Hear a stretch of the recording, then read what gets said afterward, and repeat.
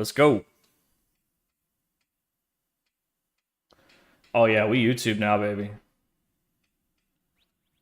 We YouTube.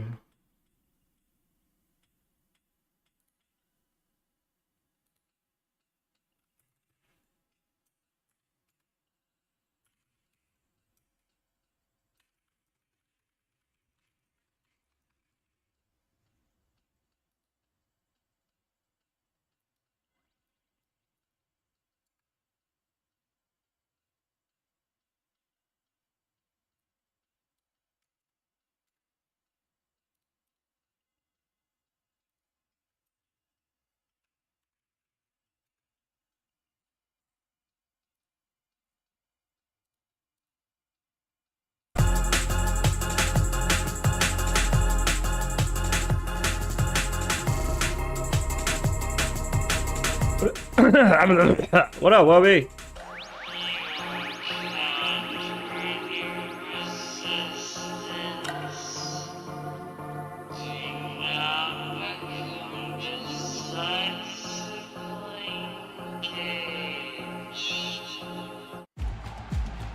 Bruh, I'm like the only weirdo that loves makeup and vanity set. Alright. Okay, we're on YouTube now.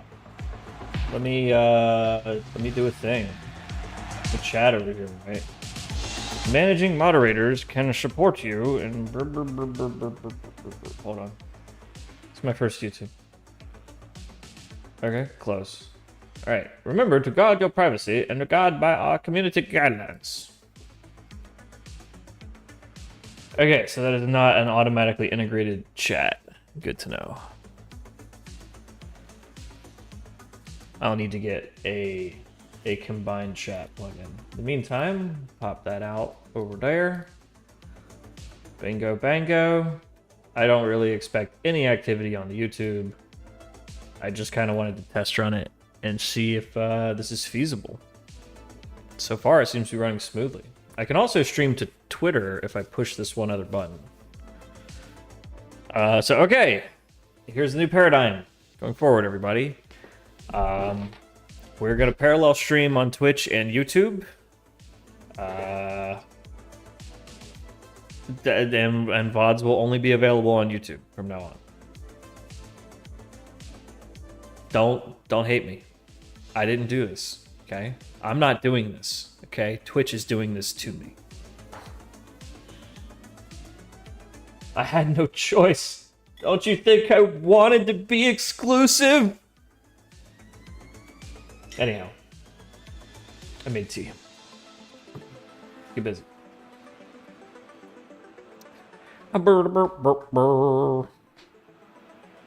Day's agenda. All the money in the world. Couple of low-hanging fruits.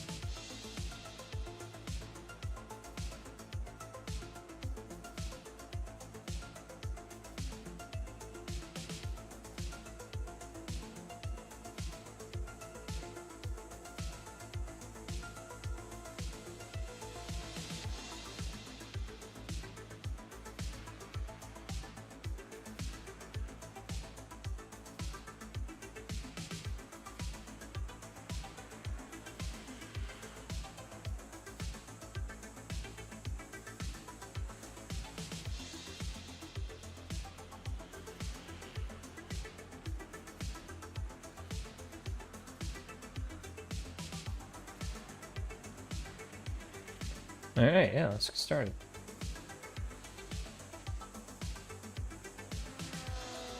So we used to use internal DuckDBs in just about every lib. or in just about every strategy component, to sort of pull data from our data sources, put them into a DuckDB in memory, and then query it with some super query to produce an analysis. But now that we have a data lake that houses all of that data anyway, we determine it is a lot more efficient to just shoot that super query over to the data lake, let it do the crunching, and give you back the finished results. This way, like, we can have our one big beefy server that's got 20 terabytes of storage and 64 processors, because it's just sitting there like hammering SQL queries as efficiently as possible. And that's where we'll outsource the bulk of our big compute. We've already done that, actually. Anyhow, so as a vestigial organ, scattered throughout the project are all of these little DuckDB Palm dependencies, which we no longer need. So I was thinking I'd just go scrub these out, just as like a low-hanging place to start, then boot up the stack and make sure everything's okay. Because as far as I understand, we don't have any DuckDB dependencies within the system anymore. Like, not within trading operations. Like, it's all sort of happening in the data lake now, with rare exceptions.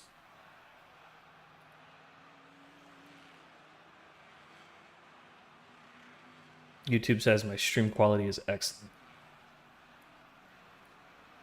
Should I be using the AV1 encoder? Oh, that's right, I can't. Whatever encoder I'm using for Twitch is the encoder I have to use for everything else, which kind of sucks. Can I have multiple? No, I can only have one landscape canvas and one portrait canvas at any given time. I kind of want to stream my portrait canvas to Twitch, or to Twitter. Because, let's see, something like 70% of my audience here on Twitch watches on web instead of mobile. I try to keep the code big enough that you could read it on a mobile device. And my rule of thumb for that is, can you kind of read it in the thumbnail? If so, then yeah, it's big enough. But I was thinking for mobile platforms, predominantly mobile platforms like Twitter, I should stream in a vertical canvas that's sort of optimized for the code, and it'll just say something like, hey, like, see the whole picture over here at Twitch or YouTube, whichever one's more profitable for me at the time. As far as I understand, streaming on X is approximately as revenue generating in terms of ad revenue as Twitch. I'd be curious to see how that changes in the future. If X starts getting like a better relationship with advertisers than Twitch, things could shift very quickly. Well, some people only have a phone. Some people have to learn to code on a phone. And I understand that. Like, these days, everybody has an iPhone that you could, like, hook up to a TV and plug a keyboard into and probably run, like, an Android desktop on. Or something like that. Like, it's right there in my my viewership numbers, man. Less and less and less people are watching on desktop. Everyone's watching in the app. Or 40% of the audience and growing. I think it's also because screens are getting bigger, right? So this is my phone. It unfolds, right? Surfaces are everywhere. I think the apps are also on, like, you know, surfaces that are not just mobile devices, which we take for granted, like televisions. A lot of people have, like, the Twitch app on their TV, and that, as far as the statistics go, just counts as a non-web viewer. Anyhow. Like, I had somebody tell me, like, hey, I watch you on my TV. So, like, could you, like, have the chat on screen? Or at least whatever chat message that you're responding to? That would be great. Stockjock has a thing where he can select a message and it'll, like, pop up and he can, like, respond to it. But that was custom made for him. So I would have to sit down on some Saturday and build my own one of those.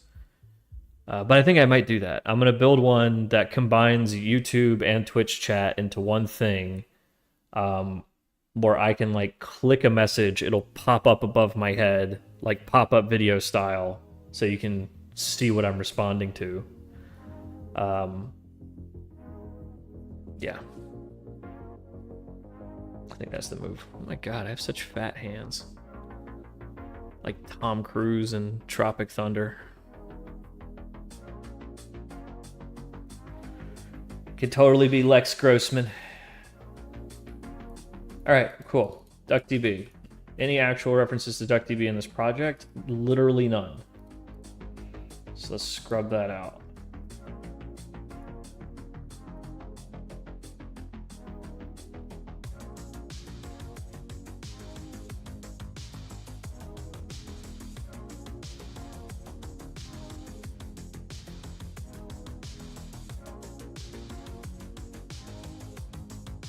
Oh yeah.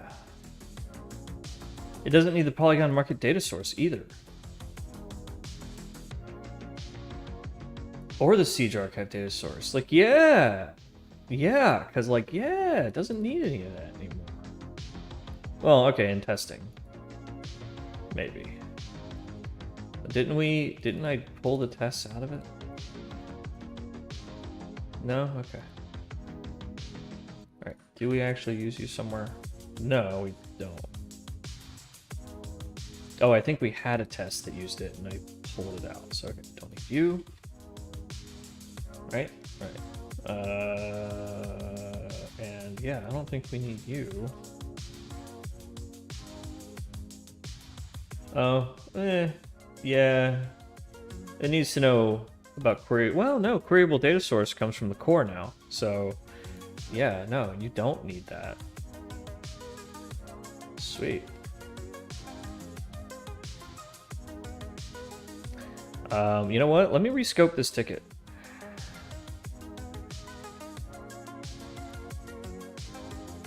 Let's just call it dependency housekeeping.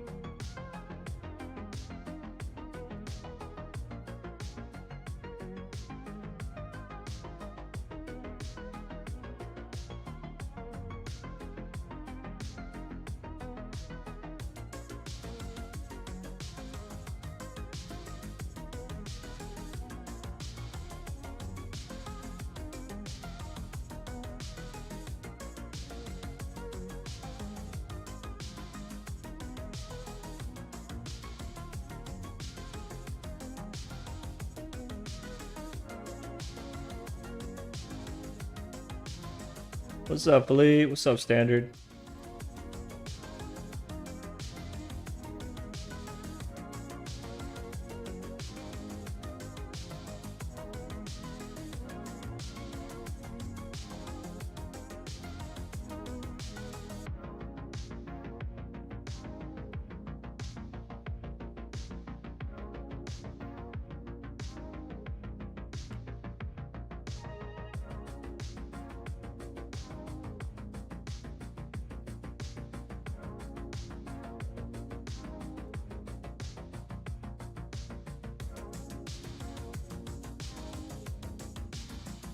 Okay.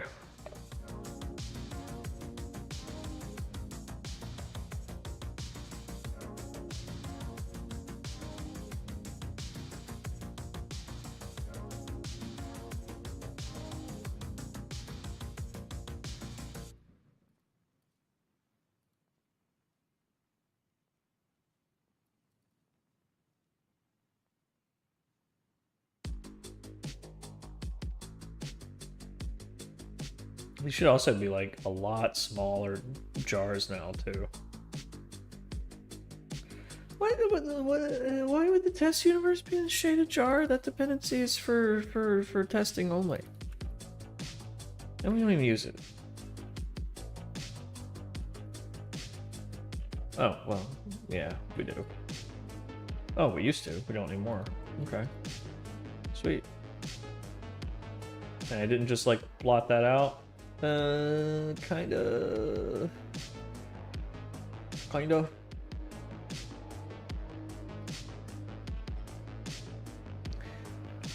But yeah, if the scope is for testing, why is it in the shaded jar?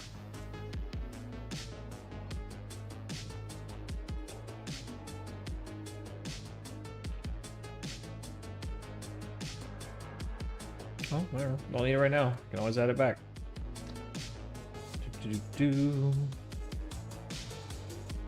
Code. Clear. Check. Check. Check.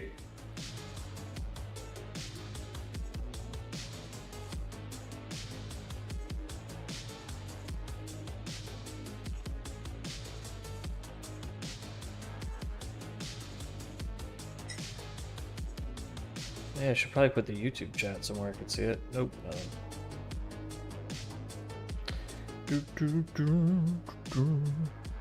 So what's up, nerds? What y'all working on today? Hang on a sec.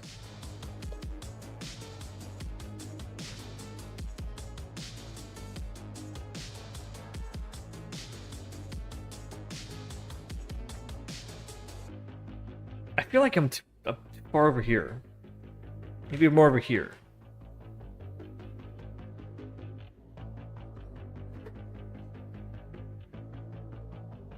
Now I feel like I'm too over here. Need more over here. Streaming is hard work. Never let anyone tell you different.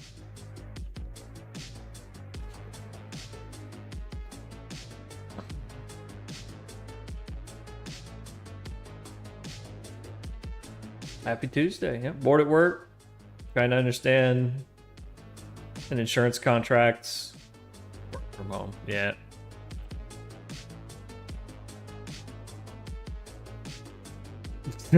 Nah, Z, you know what I need is gosh, I need a studio.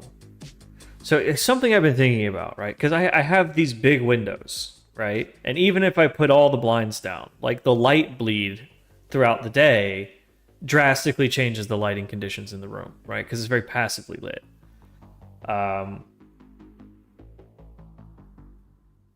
I either need to do no green screening and take maximum advantage of natural light, which means I need to like flip the desk around and have the natural light on me, or control the light somehow so that I can have sharper effects and better lighting. But I really don't want to put like stick-on blackout curtains up and down twice a day. I like my big open windows. I like looking over this way and seeing the Nevada mountain ranges. It's beautiful.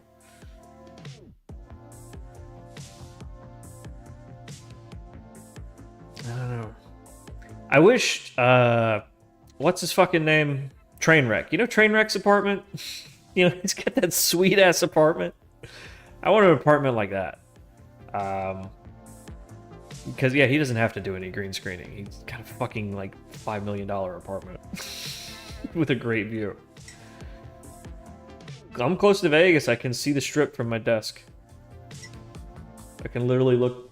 If I lean over this way, I can see the tippy top of the Strat and most of the Fontainebleau.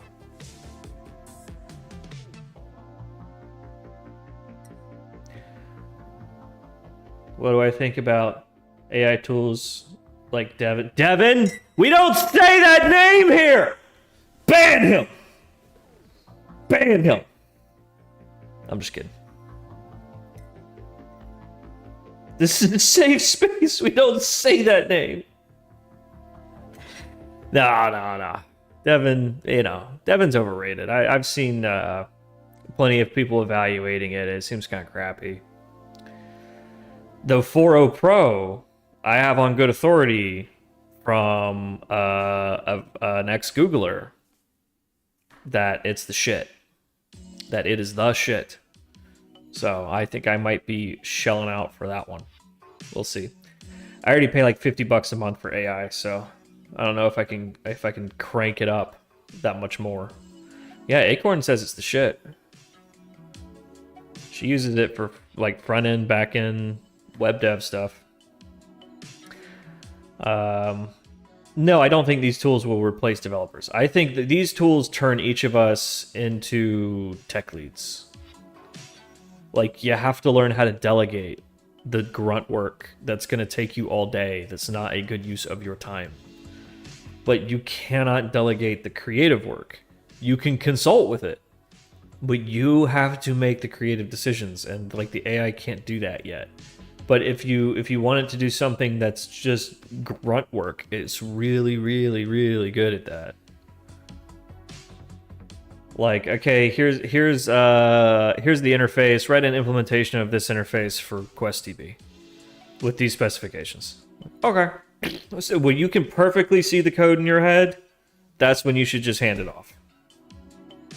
It's like, okay, I know exactly what this is. It's going to take me 20 minutes to write it. I'd rather just have the thing shit it out in a minute while I make a cup of tea.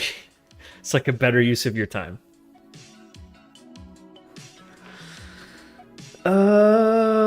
Okay. Could I explain my planning process? Yes.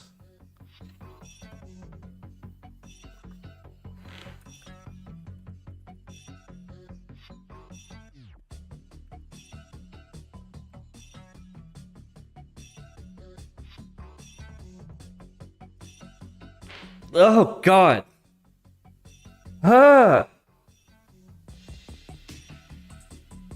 I'm sorry. I went to YouTube to find a video to show you. And what I was confronted with was the sight so horrifying, I didn't know how to process it in my head. Who's that fucking guy? Who are you? It literally horrified me for a second. I was like, oh, that's right. Okay, all right. No, I'm streaming on YouTube. It's okay. It's okay. It's okay. It's okay. Oh, God. Oh, God. That was... Like, I actually felt something in my stomach. Like that was... It actually hurt a little bit. I don't even follow that account. I think it probably figured out through cookies that that's the one I'm streaming on. So, oh God, freaky. I'm gonna like it. So yeah, hey, it doesn't look too bad. This is gonna get meta. Here we go. And 3 and 2 and boom. 3 and 2 and boom. 3 and 2 and boom.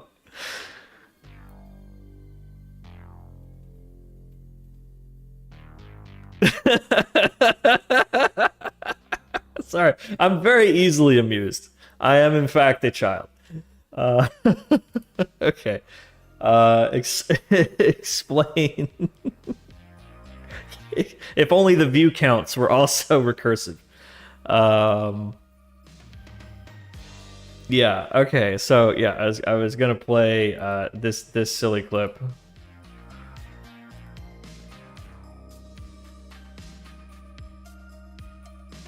I'm working on it. An organizational system called Scrum. Scrum is designed specifically... You have 1 hour, go.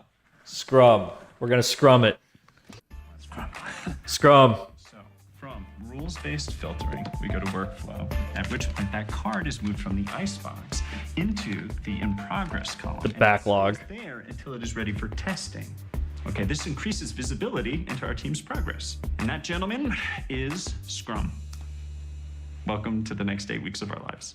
This just became a job. Okay. Yeah. So here are the cards I'm adding under this epic for the ingestion engine. And there are 3 stories here.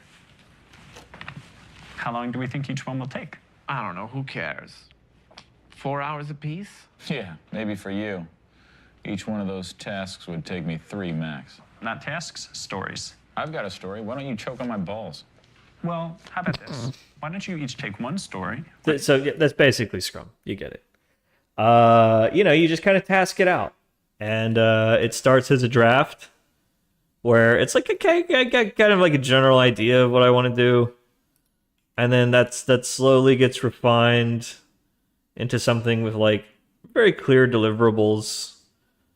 Sometimes there will be like an extended discussion or sort of an overarching objective. But your real goal is to take your sort of idea and boil it down into a checklist of deliverables. I used to put time into like guesstimating size and stuff, but it doesn't matter. Like you just do the work until the work is done.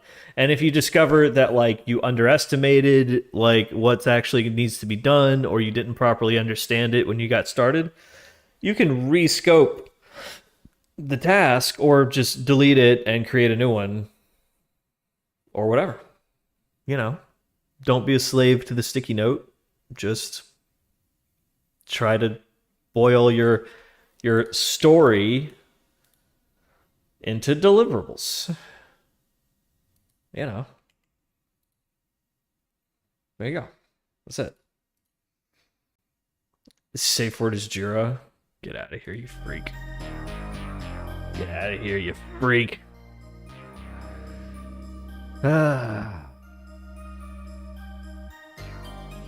No, I had a guy like that on my team, PR, who I gave like a really, really simple assignment. Like that was something you'd give a GPT, something that like Devin could do. And for 2 weeks straight in stand-ups, he was like, yeah, I'm just stuck on one thing. I'll be done by the end of the day. All right, man, all right. I didn't have time to go tap on his shoulder and see what was going on because I was drowning in all this other stuff. Finally, after the end of the sprint, I'm like, hey, what's going on, man? And he's like, oh, I didn't understand the assignment. I've been wanting to talk to you about it.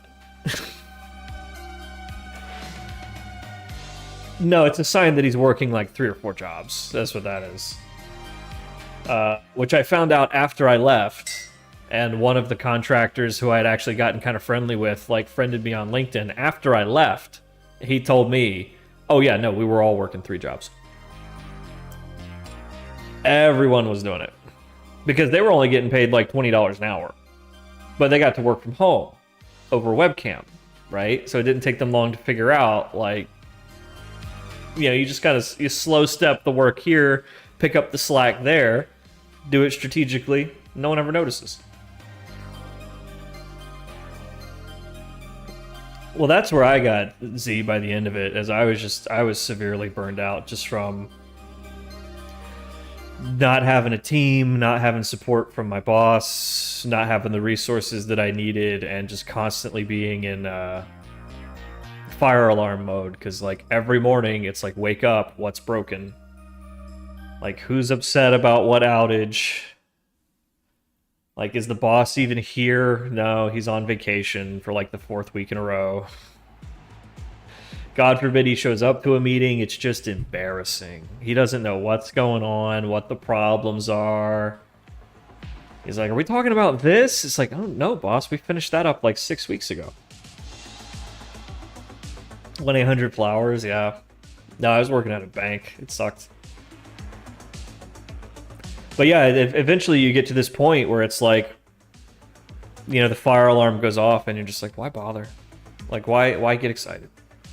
Why put the effort in? It's just gonna burn down tomorrow anyway. Like, yeah, that doomerism takes over. That's when it's time to move on.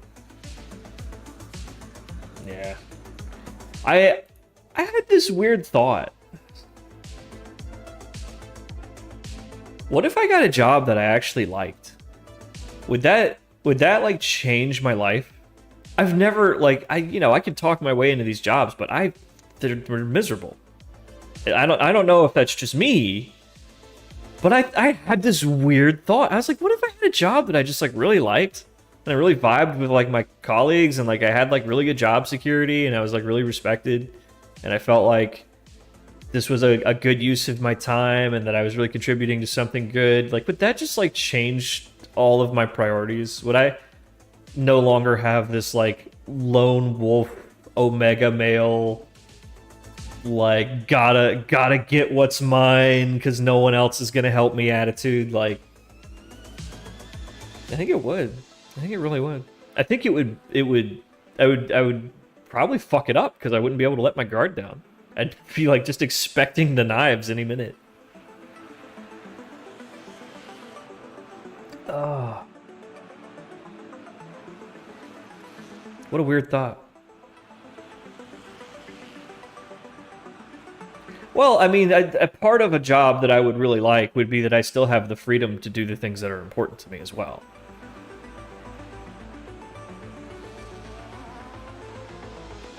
Where I'm not like... Where it's not that slave driver, you know, plantation mentality. Where it's like, I paid a lot of money for you, you gonna get out there and work. That kind of mentality, because that's how they treat you. It's like, hey, yeah, you know, oh yeah, you software guys, you make so much fucking money. Yeah, dude. And they work us like farm equipment. They work us like farm equipment. You're not allowed to be off. You're a piece of industrial machinery. You got to keep churning. We were joking yesterday about those cringe videos that you see of like, oh, day in the life of a product manager at LinkedIn or something. And it's like they don't work. They don't work, you know? It's like they show up, they hit the company gym, they go to the company cafe, they do like a 30-minute brainstorming session for product ideas, and everything's like, it's got to be innovative, it's got to wow. They do maybe 2 sales calls a week, and they're selling something that's basically a monopoly to pre-approved, like, willing buyers at, like, pre-negotiated prices. You would never see any programmers in those break rooms. You'd never see anyone's, like, you know, at the foosball table, because it's like, what are you doing in here? It's like, oh, we finished the sprint early. Then you need to pick something out of the backlog. Well, all those need to be groomed, and the grooming meeting's on Monday. We need you for that, product manager. Oh, then you need to reach out to the other team leads and let them know that you have bandwidth available. Why are you slacking? Get back to work. We paid a lot of money for you. Get back to it.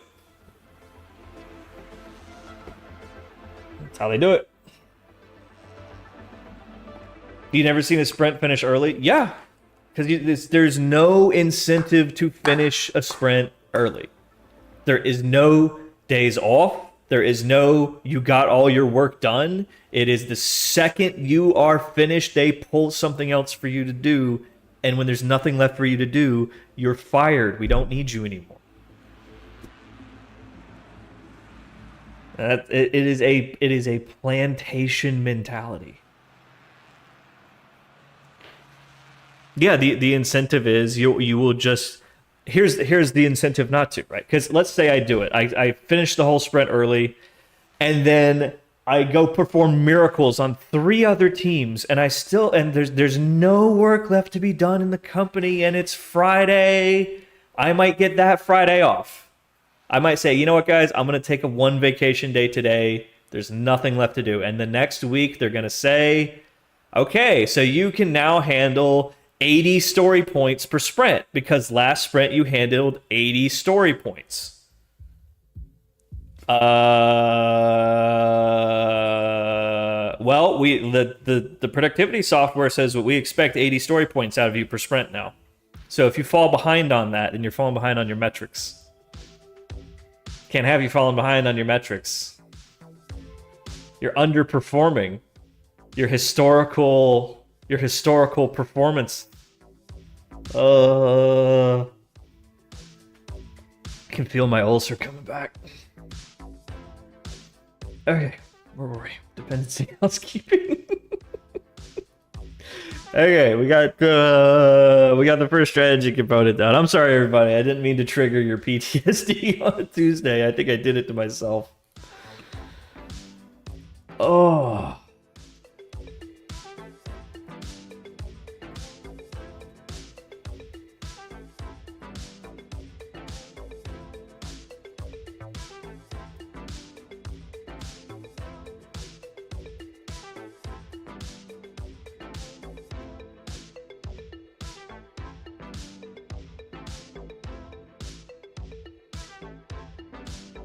Yeah, the programmers are also a human guy. He nails it. He really nails it. So yeah, Purecoin, yeah, that was the meta, right? Like you would just, okay, I'm just gonna keep my mouth shut. All my work is done on Monday. The sprint doesn't end until Friday. I'm just gonna say, you know what? We're working on it. We're working on it. We're working on it. We're almost done. We're done. Right on time. Right across the finish line. Right as the bell was ringing. And that's when they started installing spyware on all the computers. So there's either an algorithm or some person in Bangladesh whose job is to sit there and look at screenshots taken of your thing every 5 seconds. They're analyzing your keystrokes. They're algorithmically looking for jigglers and keystroke detector and auto keyers.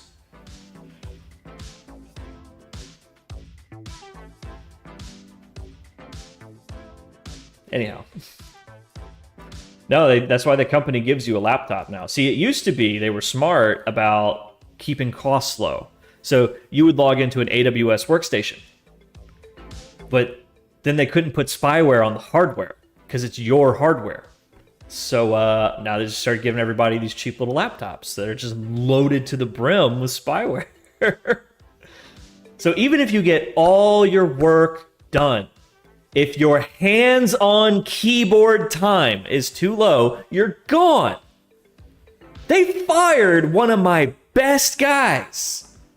He got all his work done every time without fail. You know why they fired him? His hands-on keyboard wasn't high enough.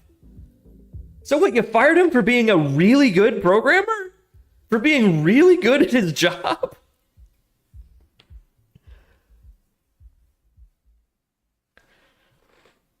I think that was my breaking point when I worked at the bank. When like the one guy on my team that I could really rely on, it was just like me and you, buddy. Like I could delegate an entire project to him and he could handle it.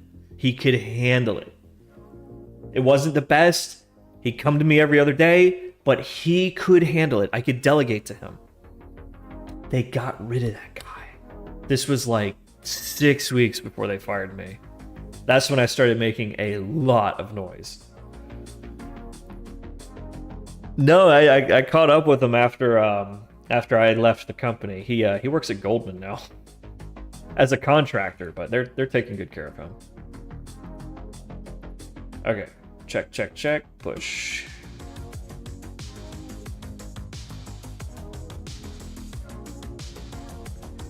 I think this is all bubbling up because I'm going to be doing job interviews in like 2 weeks, and I'm really not looking forward to it.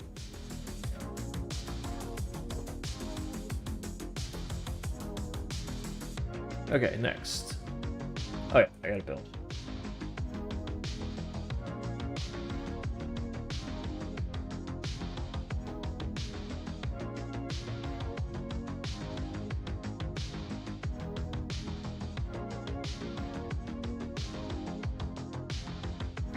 What? Whoa. Cool. Sorry, there's a new quick band thing in Twitch moderator where it's got like, I just right click on your name and I can select how long to suspend you for, or if I go all the way up, it's a ban, or I can just purge your chat all in one quick motion. That's really cool. Oh, anyhow. Don't call me Blondie.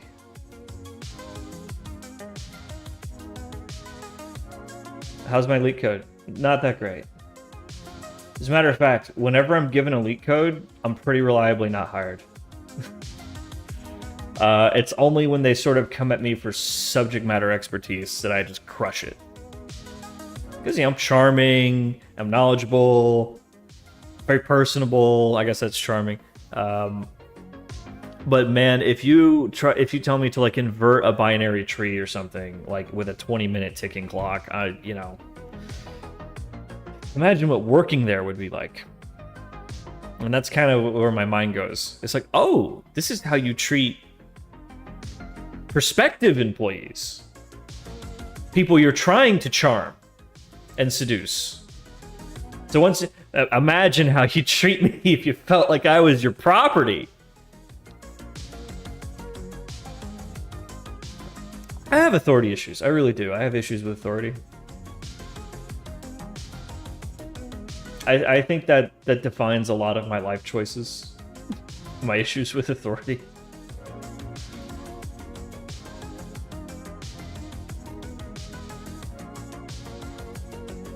Nope, this one's good. Good out the gate. But I should probably commit these changes. Oh, yep.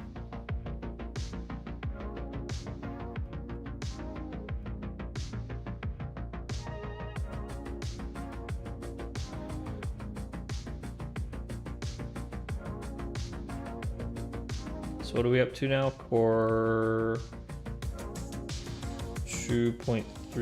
So we'll just call that refactor to accommodate MP Core 2.3.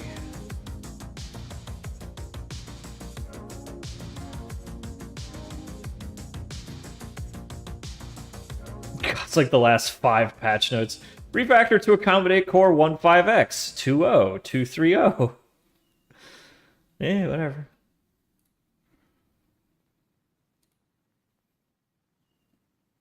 Push rejected.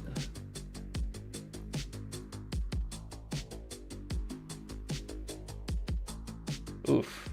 Oopsie.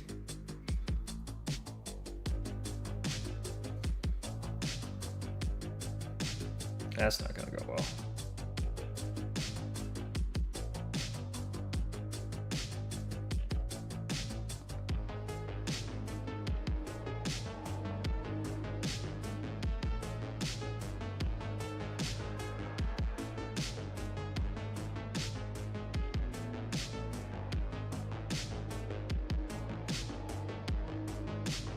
Oof.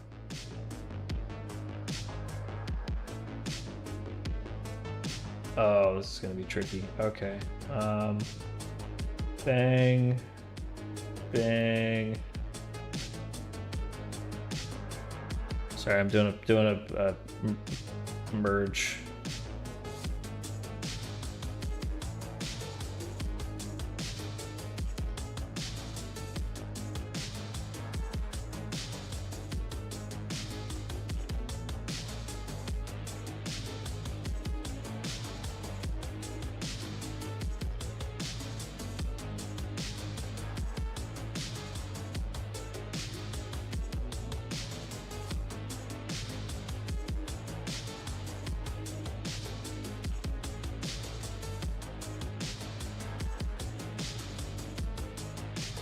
Oh man, what a mess.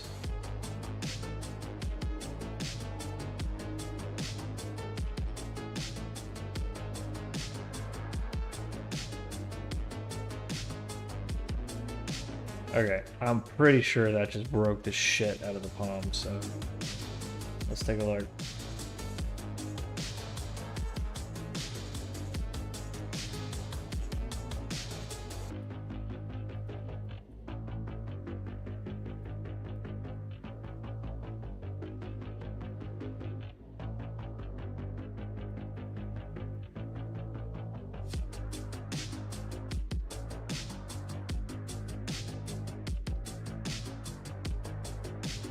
So we got 2 dependency managements.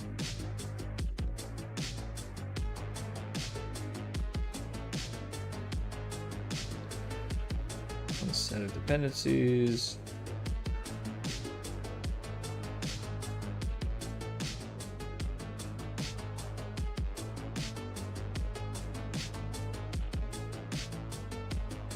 Okay, that should be fine. Wait, what's this? Oh, I have 2 sets of dependencies. Yep.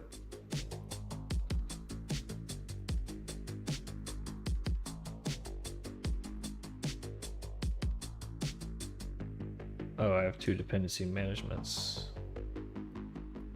There we go. And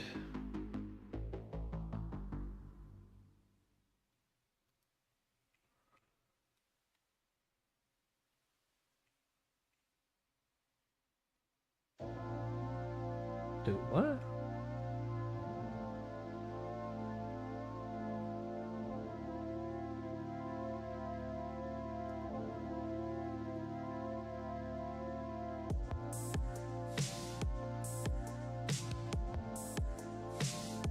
I'm so confused. What the hell is it complaining about?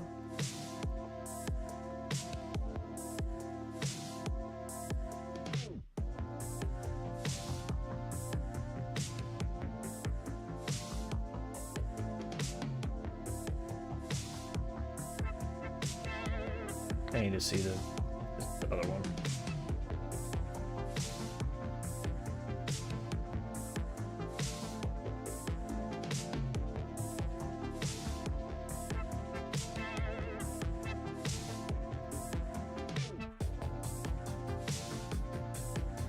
Alright, I think that should do it.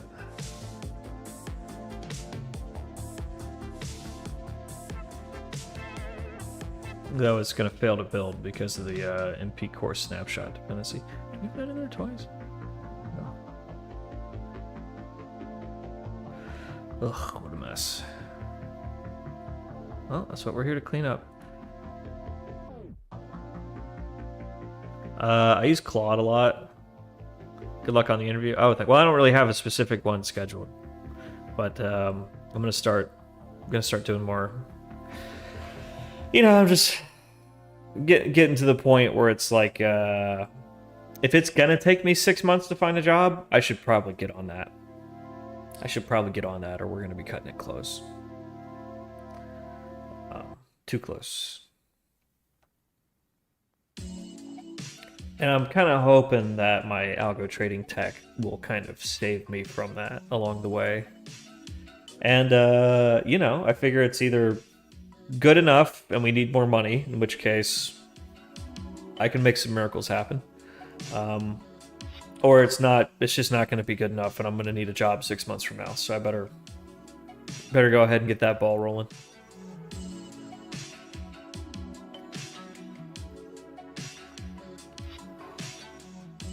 How many kilometers should you jog a day? I don't know, man. I'm American. We measure everything in hot dogs over here. You should run approximately 6,000 hot dogs a day.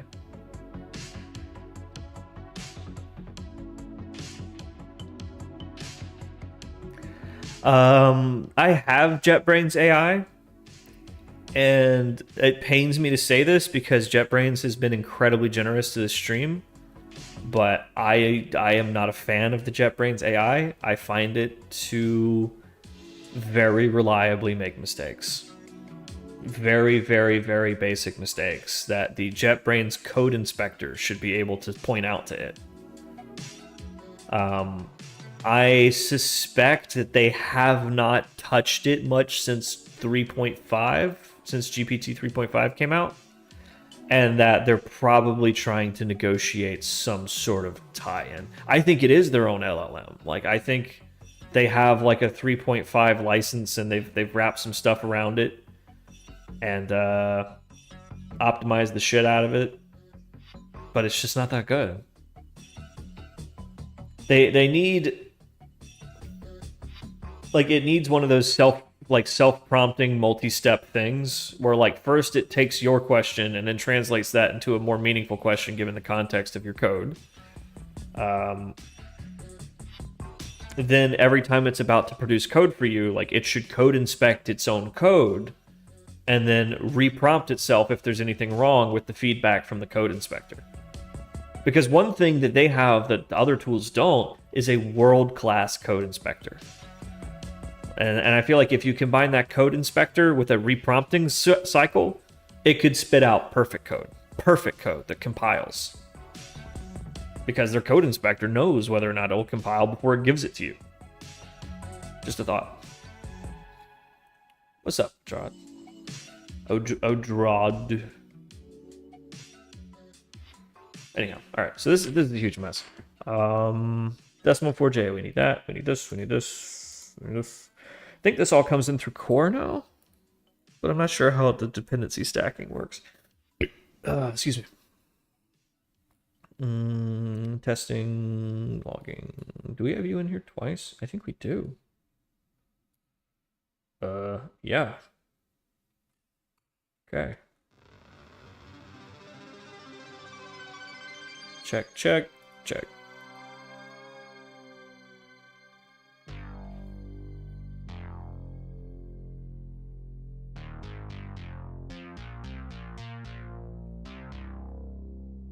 Okay, good.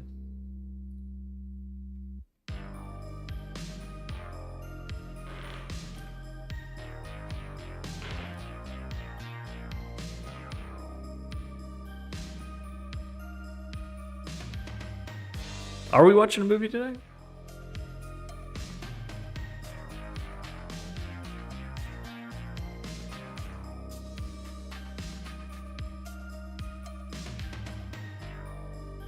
Was not on the agenda.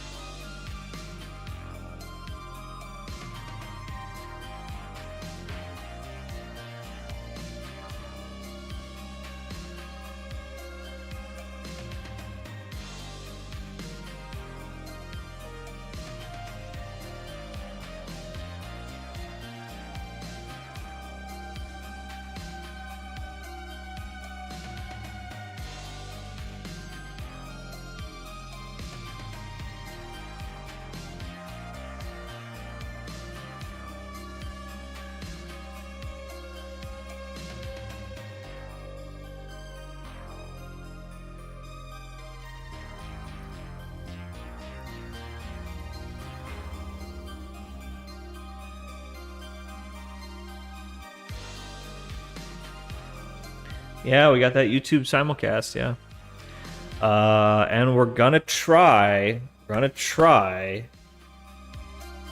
only having VODs on YouTube from now on. So today forward, VODs produced will only be on YouTube. Legacy VODs will still be available on Twitch for the next 30 days until they're cleaned up by the Twitch garbage collector. And then going forward, it's YouTube VODs, where they will be presumably permanent, because YouTube doesn't have that same garbage collector that Twitch does, where like they delete your VODs after a couple of days, no matter what. Yeah, that's the plan. Because again, Twitch doesn't monetize VODs for us in any way. They still run ads on them, but we don't get the revenue from it. So the streamers sort of across the board are all reacting to Moist Critical's video from last week, where he said, yeah, I made like $4,000 to do this live stream on Twitch, and then that VOD sat on YouTube for a year and made 90 grand.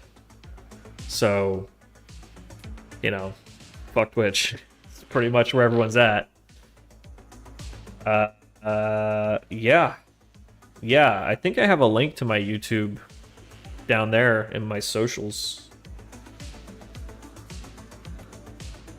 But YouTube is really more about the VOD. Like, I would rather people watch the live stream here on Twitch, where I make more money per viewer. But anyone who's like interested in the back catalog or who wants to watch the VOD, please go watch it on YouTube, where I actually get revenue for every watch. And the meta here, for those who are sort of like aspiring content creators who are sort of wondering what's the business aspect of this beyond just revenue, I want to maximize the surface area of the content that I'm generating, so that when there is another wave of interest in the stock market and implicitly algorithmic trading, my content will be there to absorb it. So when this like wave of interest comes, you know, through the internet, and people start Googling and going into YouTube and Twitch and whatnot and punching in algo trading, I'll be the first thing that comes up. By the end of 2025, I want to be the algo trading guy on the internet.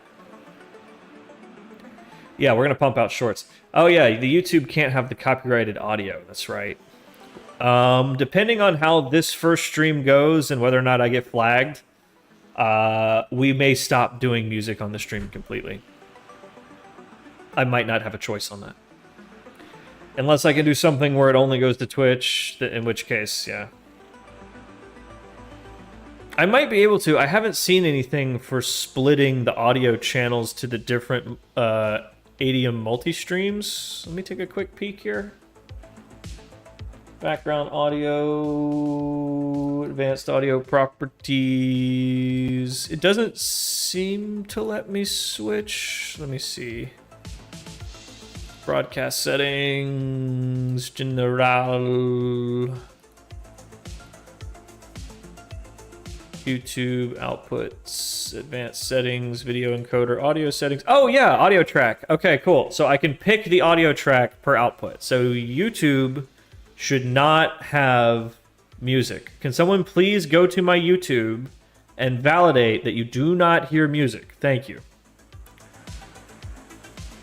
In exchange, I will fillet your penis with my mouth. But you have to let me film it for the OF. Do you hear the music? Really? Okay. All right. Thank you. Now it says I can select my audio track. Okay. Still? Hey Moody, I see you on the YouTube chat. Stay over there for me. Let's see if we can figure this out, gang. Now, I'm looking at my thing, and it says audio settings, which track, YouTube primary ingest. Yeah, maybe I have to reset the YouTube since I changed it in OBS. But as soon as I opened my advanced encoding settings, it was like, that seemed to be what it was set for. Okay. Okay. All right. I think the YouTube just flickered. So it says that it's sending track 1. Let me take a look here. Track 1. Okay, yeah, background audio is on track 1. It's not on track 2. So I need YouTube to receive track 2, not track 1. Okay, just making sure here. So check. Okay. Okay, all right. I know, I figured it out now. Okay. I know what I'm doing. I'm smart. I'm not dumb like people say. All right, now it should be good. Moody, how we doing over there? Hold on, let me blast something.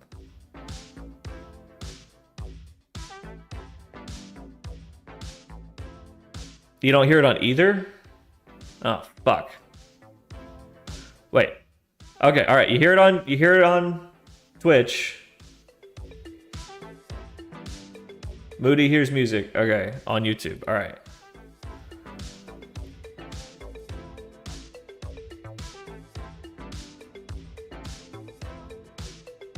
Yeah, I got Moody over on YouTube saying that he hears music. Okay. I'm gonna turn my YouTube off and back on. Okay, all right. See if that did it. So if you're watching on YouTube, it should have just cycled. We're trying to figure out how to turn the music off on YouTube. No music. All right, we're good. Thank you, Moody. You rock. Okay, so yeah, I was getting it mixed up. Track 2 is the one that has the Haktua. Track 1 doesn't. So track 1 goes to the VOD. No, wait. Flip that. Yeah, no. Track 1 has the music. Track 2 does not. Track 2 goes to the VOD. Track 2 goes to YouTube. Track 2. Thank you. Track 2. Track 2. Okay, cool. That solves that problem. And yeah, eventually I'll probably get rid of the music on Twitch too. I don't know. We'll see. Because I know everybody's got your own music. You know, you just kind of want to hang out with the old A to the B. You don't necessarily want to have that, like, coworker who has their music at just a little bit too loud. I know. I'm gonna warm up my green tea a little bit. Oh, okay. So what are we working on? We're cleaning up our palms because we've deprecated a bunch of dependencies. We don't need them anymore. We've centralized all of our data sources and a lot of our data aggregation. So we're going to be kind of just going through a couple of different palm files and cleaning it up. It's pretty low hanging fruit. Just some tech debt. Yes, I am multi-streaming on my own. It is twice the bandwidth, but I do have fiber, so it's just two 1080p connections. It's no big deal. All of the restreaming and rebroadcasting things that I looked into seriously degrade the quality. So if you don't, strictly speaking, need it, you should probably just broadcast to both on your own. I could also do Twitter, but I just don't have an incentive to right now. Twitter is good for discovery because they push live streams really hard at the moment, but not great for monetization.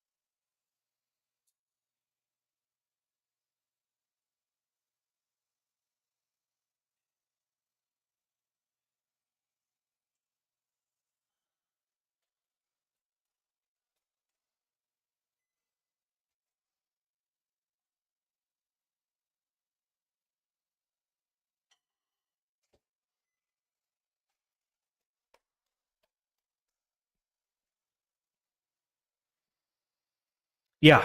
The restreaming services like Prism, I think is the one everybody likes. It's really great if you are streaming from a mobile device.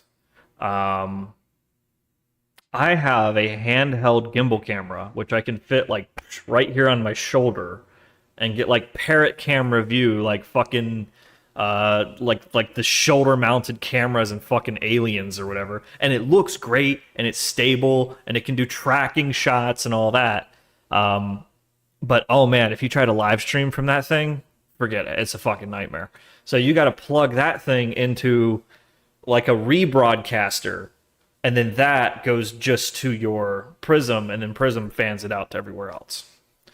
But they got these dedicated little video broadcaster units now that have a couple basic like scene switching capabilities, but mostly what it has is like 5 different 3G, 4G, 5G chip slots, so that at any given time you're like IP over cellular to like as many towers as possible, and you almost never lose your signal. Those things are amazing. They're like $1,500 a pop. It's on my wish list.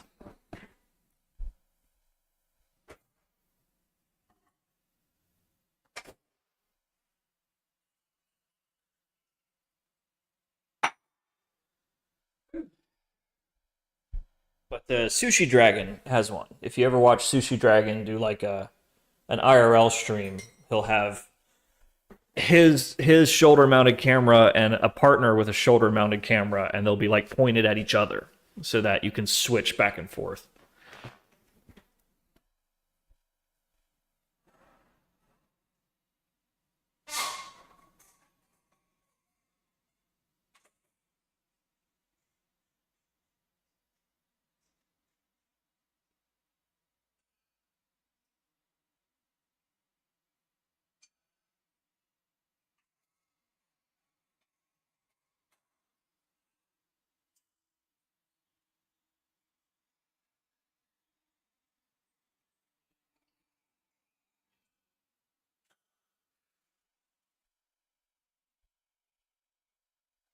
So I saw this graffiti. I don't know if it was real or grokked or what.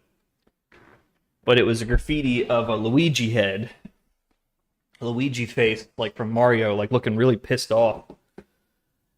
And the caption just said, "Who's next?" And I was like, that, my friends, is modern art. So the GoFundMe for his defense is like over $100,000, which is a pittance compared to what his defense is going to cost. He's refusing it because he's got a rich family. His family retained like a very, very high profile attorney who has, just before she was retained, she was publicly floating the idea that this is a pretty good case for insanity. He sincerely, in his mind, thought that this was the right thing to do. Therefore, at the moment, he could not distinguish between right and wrong. He sincerely thought and continues to think that he is being celebrated, that he is a hero for this. Clearly, he's insane, Your Honor. Though I don't know if that's beating the case, because if you honestly said, Algo, you're going to spend the next 20 years in confinement. Now you can choose.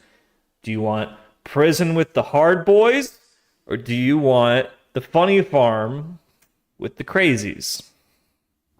And honestly, I might take the hard boys. Because at least, I don't know. It somehow seems more predictable. At least I can hang out with the fraudsters. I'm not going to be making small talk with, like, Girl Interrupted. You know what I mean? I don't know if I'd take the Whack Shack, man. I'd almost rather be in a prison than be chocked full of antipsychotic drugs for the next 20 years. At least in prison, you can catch up on your reading. You might even get like one of those nice prisons where you get a TV. Funny farm. Bro, you're having a bad day. They might put you on a new course. You know what I mean? Just a little irritable this morning. Hold him down. Nope. I'd rather be free up here. You know what I mean? Then at least I could see the walls, At least I'd know we're getting out. I don't know if an insanity defense is... Honestly, man, he should just cut a plea deal. They got him.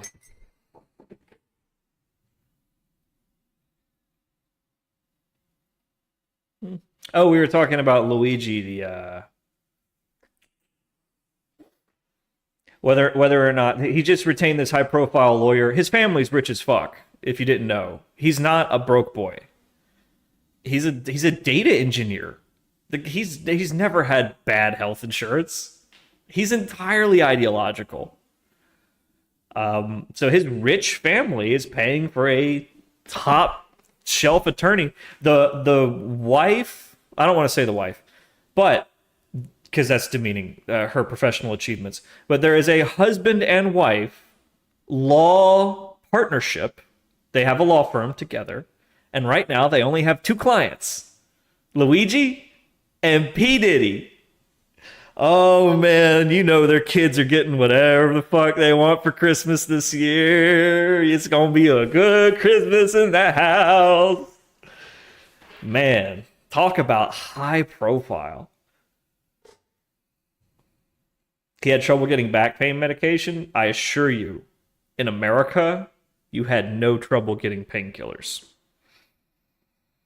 They hand them out like candy here, dude. I gotta refuse them. I've probably refused 500 pills in my life that they just tried to give me. Just, oh, you had a tooth removed. Here's 40 Oxycontin. Here's a month's supply to stay good and fucked up. No, no, thank you. Doesn't hurt that bad. I had 4 teeth pulled. They gave me like 20 oxys with 3 refills. Like, it's insane. It's insane how they hand them out here. That's why. This is why, and this is important. This is I want everyone in Europe and other countries to understand this. This is why we have pill problems in America, because you'll get overprescribed, and you'll take maybe one, right? If you're a responsible person, you'd be like, I'll take one because I'm in agonizing pain. And then from there, you're like, I'm okay. I can handle this. What do you do with the pills? What do you do with the pills? Just in case, rainy day, let me put these away. You never know. The world might end tomorrow. It would be nice to have some painkillers, right? I could trade these, right? You're thinking this is a valuable thing to have. Then your 9-year-old turns 14. And one of their kids says, hey, doesn't your dad have some oxys in the bathroom? And that's how it happens. So, yeah. That stuff scares the shit out of me. Anyhow, yeah, so I don't think Luigi did what he did because he was having trouble getting pain meds. I mean, look at him. Look at him. Look at him. He's in amazing shape. If you're in agonizing back pain, can you bench 200 pounds to get that kind of chest? I don't know how old those pictures are, but not all of this adds up. I've seen guys who have back injuries. You know what happens to them? They swell up like balloons because they can't move, because they're in agonizing pain all the time. So they find a comfortable chair and they don't move for the next 30 years and they swell up. I've seen it happen. So I'm terrified of getting a back injury because you're done. That guy's in amazing shape. You're telling me he's got pins in his spine and he's running and jumping and hollering? Something doesn't add up here, fellas. I don't think we have the whole picture yet. I wouldn't be surprised if Mr. Luigi was just flat out fucking crazy. We'll find out. I just thought it was interesting that that they've crowdsourced a lot of money for him and he's turning it down because he just literally doesn't need it. His family's paying for his attorney. It's a very, very expensive, high-profile attorney. And it looks like he's not going to fight the extradition to New York, so he might actually be getting ready for his day in court. I think it's so interesting that in a very modern art sense of the word, now the Luigi character from Mario, intellectual property of Nintendo Corporation, has become an icon of the new American terror. As in the French terror. As in where they dragged all the rich people out of their homes and fed their heads to guillotine. And it got way, way out of control. And like the whole ruling class was like completely gutted. Because it just became this frenzy of they can't stop us, we're in charge now. Who's next? Right? It's like the seed of that in the face of a lovable childhood video game character, like a pop culture icon, like edited and fed back to the system in a real cyberpunk kind of way. The way like a cyberpunk broadcast hack would like take bits and pieces of pop culture and stitch them together into a message, right? A message of resistance in some way. I don't know. I think very much like the Joker in the film, Luigi's doing his thing over there, having his own little fucking crazy rodeo. Who the fuck knows what's going on in his head? And the world around him is painting Luigi, the character, like with the Luigi mask onto him, right? Just like in the Joker. The parallels are astounding. I think people are going to rediscover that film in a big way because of this. Just a thought. Just a thought. Can we deep fake a copy of that movie with Luigi's face on the main character? But then he'd be like Bruce Wayne. Like, it doesn't make any sense. Anyhow. I would be very disappointed if he unalived himself in his jail cell over the weekend and we didn't get a long, drawn-out trial.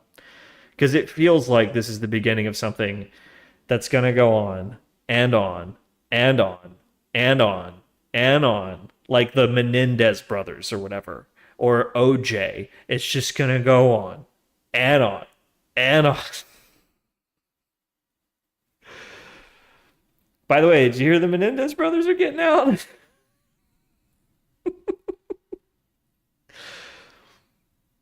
OJ died right after I moved to Las Vegas, and I felt this weird swell of relief that I no longer had to imagine a scenario in which I, just out and about in Vegas, found myself confronted with OJ Simpson.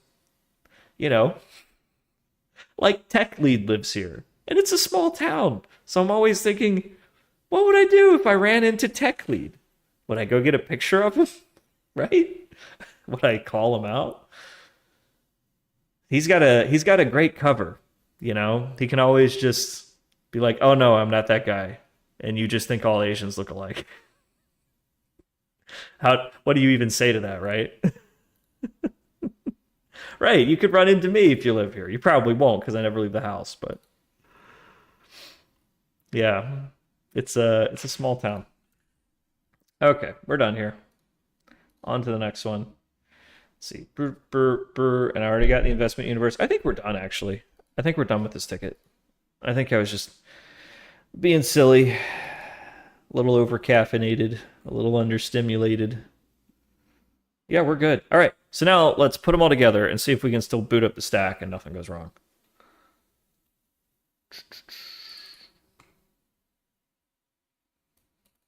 We should just have like a podcast portion of the show where I can just sit there and talk shit for 20 minutes. Microplastics? Why? Whatever are you talking about? I love my half-cent plastic cups from Walmart.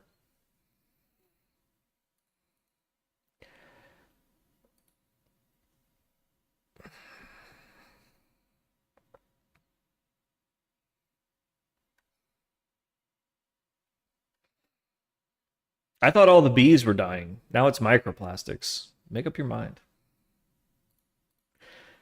Whatever happened to all the bees dying? Was that bullshit? Did that turn out to be just complete bullshit?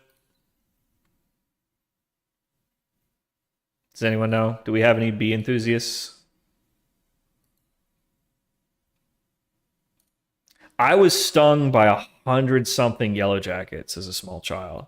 Don't worry, I deserved it. I mean, I sincerely did. It was one of those things where you had to learn to appreciate the power of nature and not fuck with it. But ever since then, I have feared and respected bees. So it would almost be a shame to see them go. And that's how I became Bee Man. The drone-toting supervillain, Bee Man.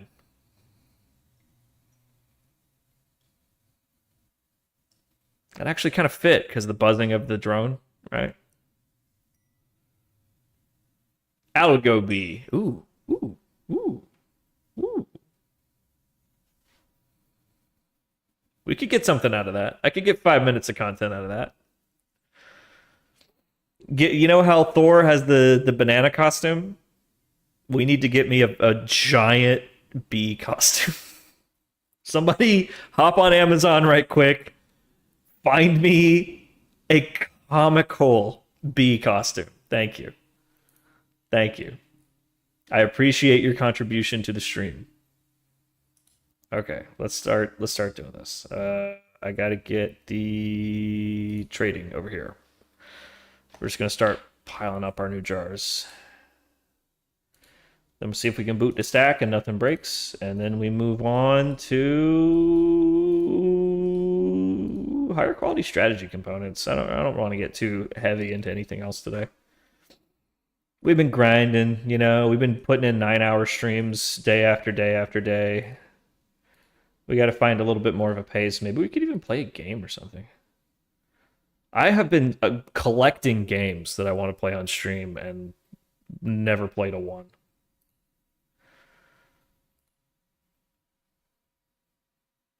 What am I doing? What am I doing? All right, this one. Test universe. All right. Oof, got that indigestion today. All right, daily scalper. Oh yeah, we need component telemetry. Maybe we could work on that with the ones that we've got. I kind of want to do some cooler components. We can kind of do 2 birds with 1 stone there. And tactic.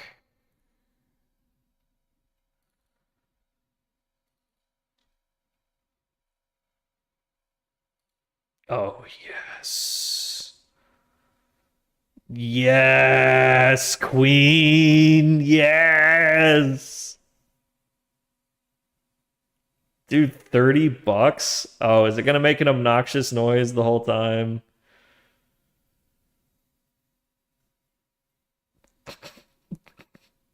Dude, the fact that it's a queen bee only makes it funnier. This might need to happen. This...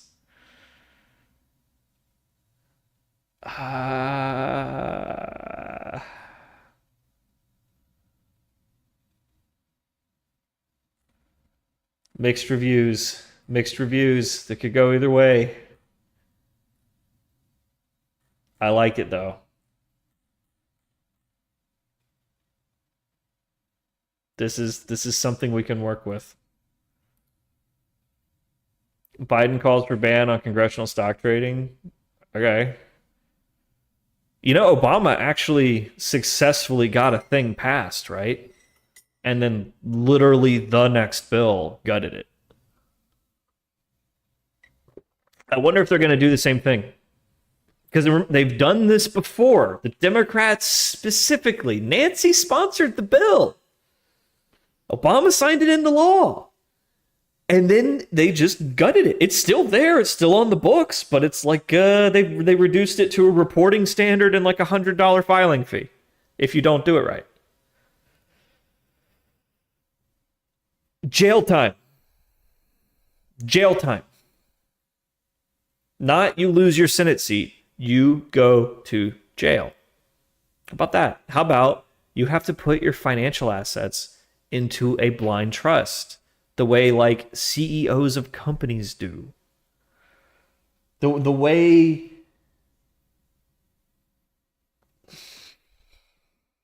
I mean, the way politicians are supposed to. That's what that's for. So you hand it over to someone that knows what they're doing. And you still get reports and stuff. You just can't have any say. That's what Trump did when he became the president. He put all of his businesses into a blind trust. He doesn't control it. A little management company runs it. Come on, guys. It's not that hard.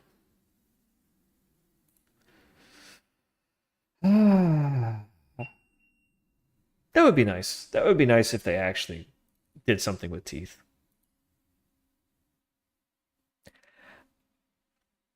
Trust in institutions is a historic lows, man. Historic lows.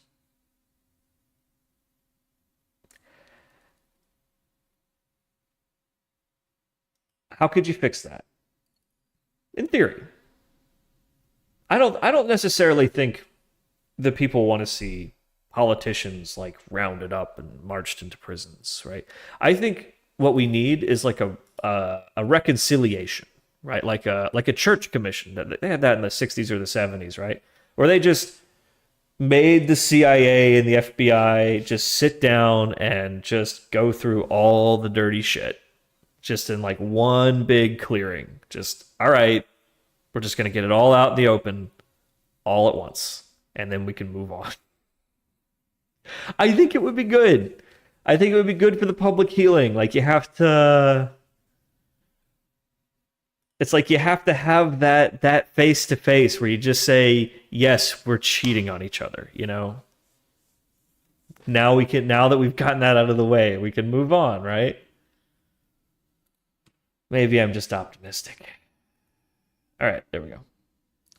Now, let's see if we can boot up the stack.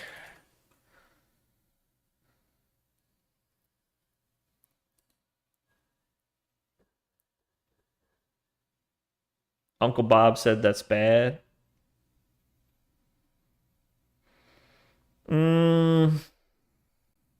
Is it 600 lines in one class?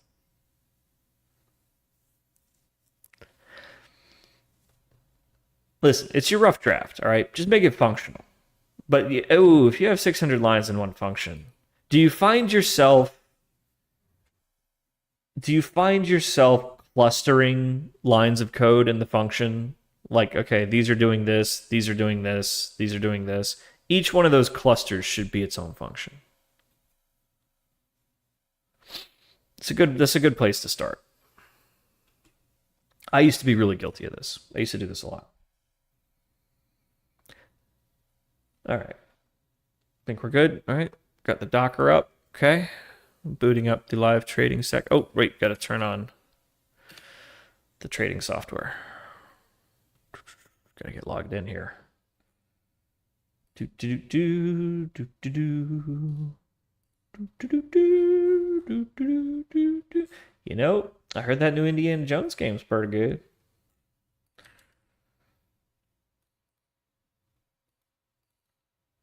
They even got Harrison Ford to show up. And they asked him why he showed up, and he said, well, I needed the money. And everyone said, oh, okay, that makes sense.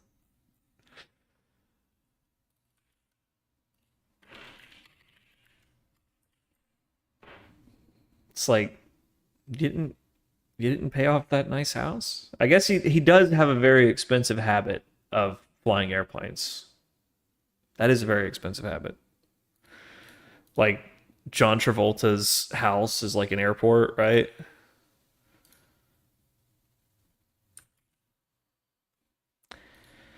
All right, getting logged in here. Bingo, bango. And okay, there we go.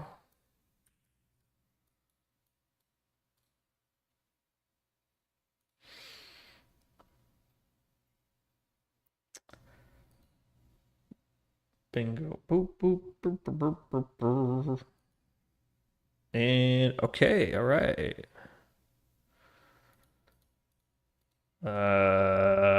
Michael Saylor. Paging Michael Saylor. You have a call on line 2.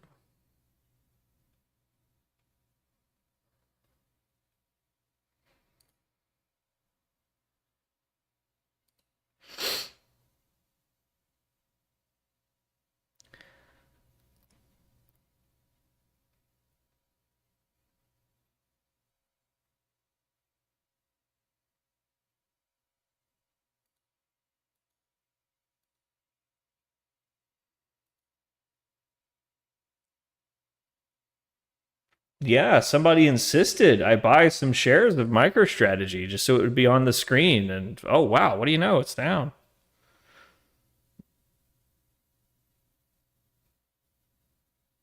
That's all right. We're probably going to clear those positions and start like actually algo trading here today or tomorrow. Okay, I'm trying to bring up the stack here, but it's kind of delicate. I think I need to run data collection first. So let's do that.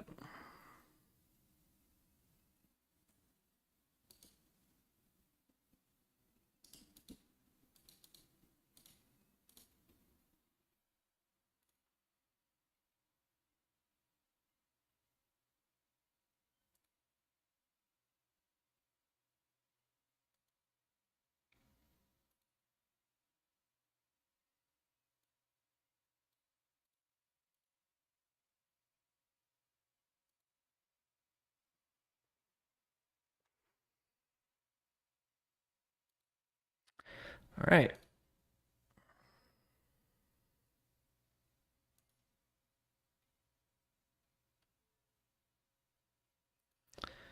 Just got to bring the data archive up to sniff.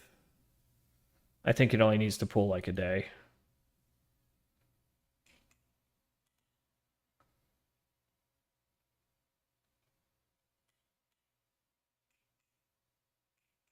There we go. I need to make this dashboard a little faster. This was the first dashboard I ever made, so it's a little slow. All right, sweet. Daily updates completed by your command. All right, then we run the other API collector.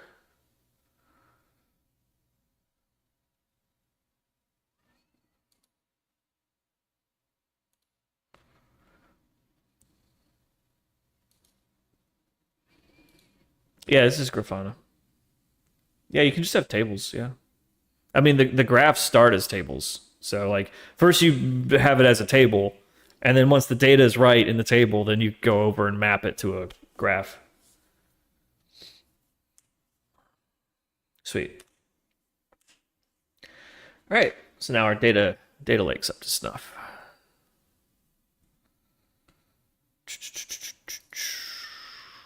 And we can shut down El Grafana and flip over to the other stack. I try to keep everything in discrete little standalone stacks.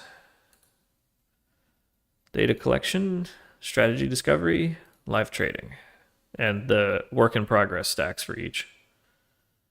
So, all right, so let's fire up, starting with telemetry, live trading. Telemetry, quests, query service, and once those are up, we can fire up the main server. My God, all this garbage.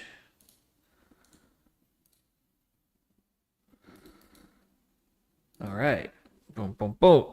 Money Penny dashboard. Must be picking those up from yesterday. Yeah, there's still some work to do to get all this telemetry working straight, but let's start it up.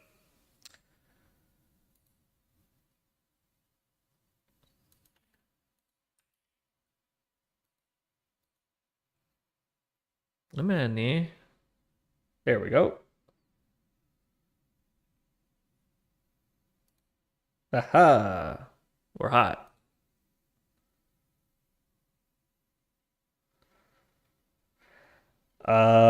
We're going to be. Oh gosh, you got a power out, F. Hang in there, brother. Make sure you switch it to data saver mode, and go ahead and get your uninterruptible power supply switched over to battery mode. Just unplug it. You'll need it if the power doesn't come back on for a few days. That's your charger. All right. Yeah. So I'm going to be running parts of this on my home computer because I have a very beefy home computer in terms of bare metal. And our data lake is 500 gigs now. It's going to be 15 terabytes when we push the scale up button. We can't co-locate all that. It's too expensive. And we really only need the data lake for a handful of operations on any given day. And the rest of its use is for research. So yeah, we're going to run the data lake on my machine just because it's so much cheaper. It saves us like $400 a month. And we're going to let the trading service run on a co-located, hopefully bare metal, but at first virtual server. Until it's worth however much it costs to put together a machine and mail it up there for them to slide into a closet. But yeah, you want the trading service to be co-located. Everything else, save money. All right, seems like it booted up just fine.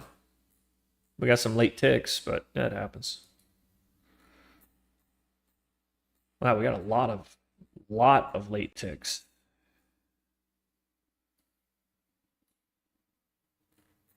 All of them are from the same second, so it must have just been a hiccup in the Polygon WebSocket or a hiccup in our software digesting it. We should get better visibility into that. Hey, what happened? Wow, it really must. Okay, something's wrong. Something's wrong. What's wrong? Why is it acting silly?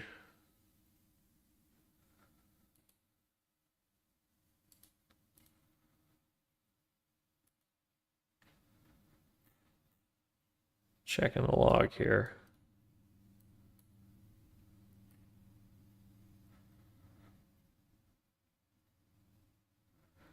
Seems like it booted up just fine. Just got a shitload of late ticks when it first connected, but it doesn't seem to be producing candles. I'm gonna reboot it. Okay, here we go. We're coming back up. Wow, this console should refresh faster.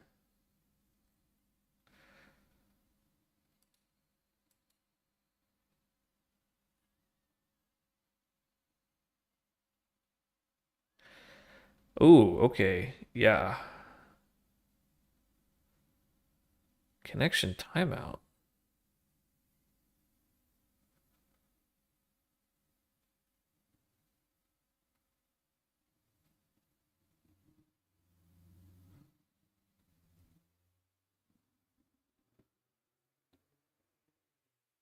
Okay, I don't know what happened there.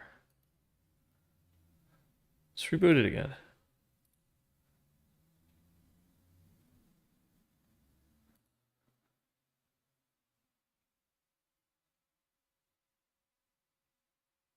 Okay. All right, it's coming up just fine.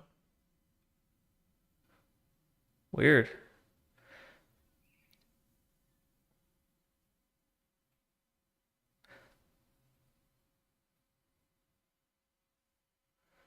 Okay, all right, okay.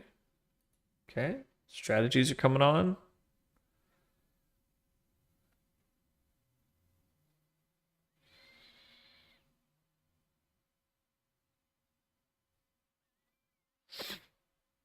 Looks good. All right, I think we're hot.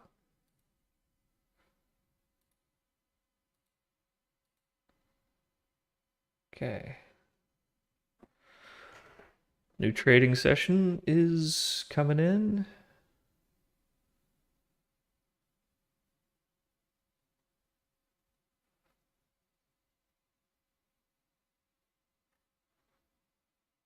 Okay, everything looks smooth.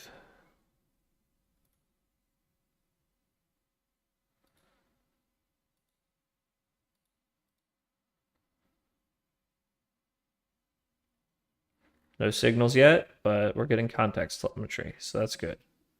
So we're peeking inside the model here. Looks like Apple's got a below average trading day. Again, that's what it said yesterday. Okay. But why is Tesla just false across the board? That would imply that it's a below normal and below average. Is it a slow day? Is it a slow day today? Is it a fast market? Inside joke. Okay. But we're hot. Oh, we're getting some context here.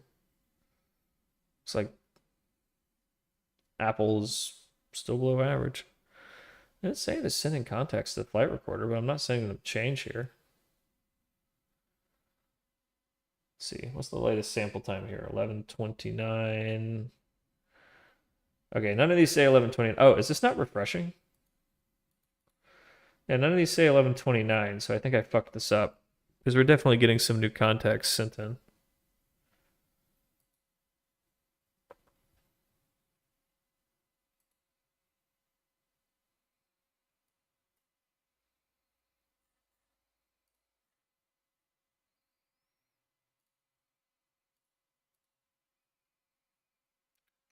Travada!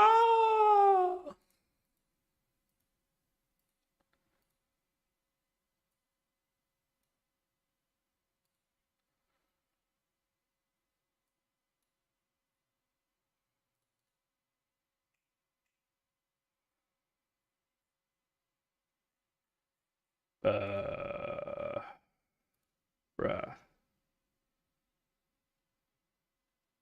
Oh, is this our strategy ID?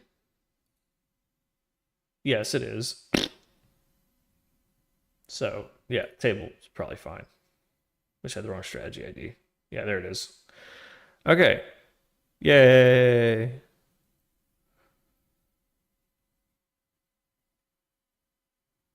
Okay, so yeah, looks like these are updating. Looks like, okay, yeah, here we go. Tesla's kind of undulating between below average and above average. Apple is below average trading volume. Okay, cool. Let's stretch this out a little bit so I don't have to scroll. I hate scrolling. Scrolling makes me sad. All right, let's see. Key. I want to colorize them so we can see them flipping on and off.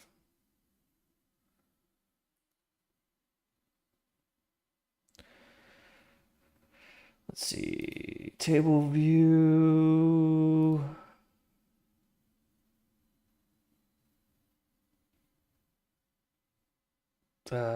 Override.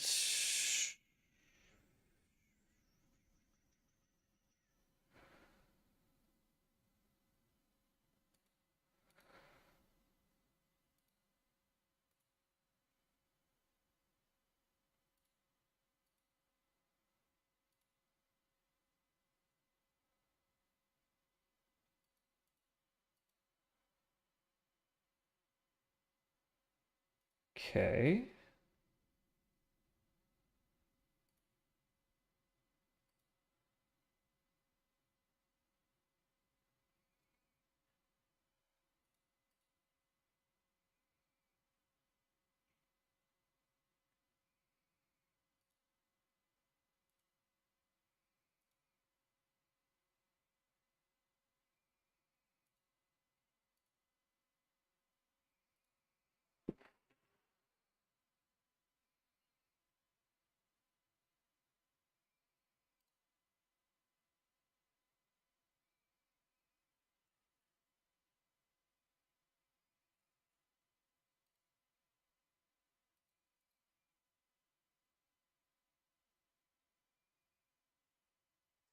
I totally forgot how to do this.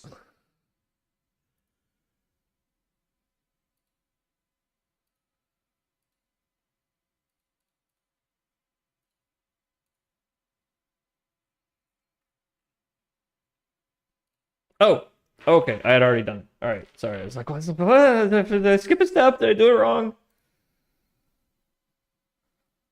Okay. Whatever. Save.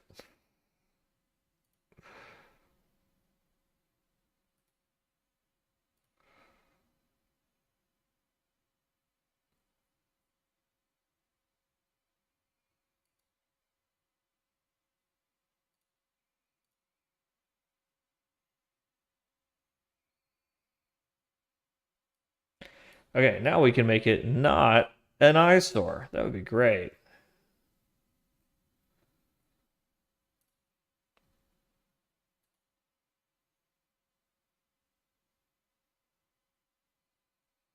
Because, my God, that hurts my eyes.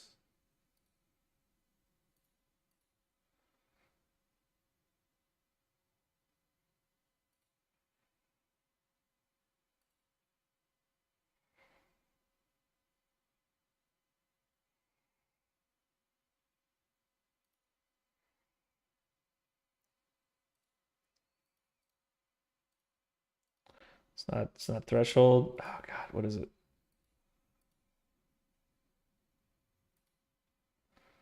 Color text? Okay, that might be a little easier. A little easier on the eyes. But can I just choose the color? I thought it was threshold. Oh, it's value mapping, isn't it? Yeah. True, set color, green, update. Right. False, set color, blue, update. There we go. I remembered how to do it. I did it.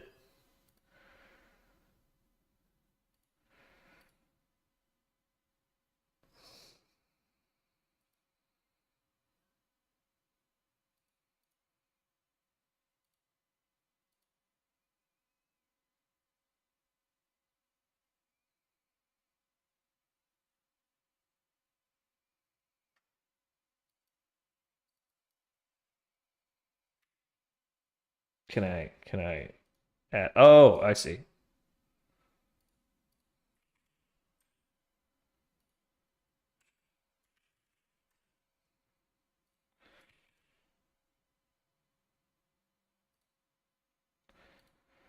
Yeah, yeah, yeah. Oh my God, that's so much better. Okay, yay, we're getting signals. Woo! Stuff is happening. It should be generating trades, I think. I'll have to go take a look at the strategy we defined, but yeah. Um,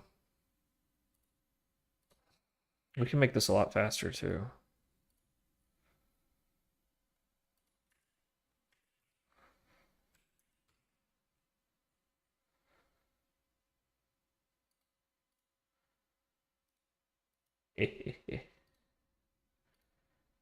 All right. So now we're like peeking inside the stratagem to understand what it is thinking. Now we need a David Attenborough voice. Now the humble panic scalper looks across the Serengeti of the market for its next opportunity to hunt. Someone get me the Asmongold editor. Let's gin it up. Let's do it. It's kind of cool. Let's just watch it flicker for a second. Let's make sure that it's being consistent. So I think yesterday we were confused because it was saying that it was above average but below normal. And that can happen. So like normal is the average 1 minute volume for the last year. Like normal, right? Average is the average volume for that minute of the day across the whole year. So it can be sort of like above the average minute, but below the average 232.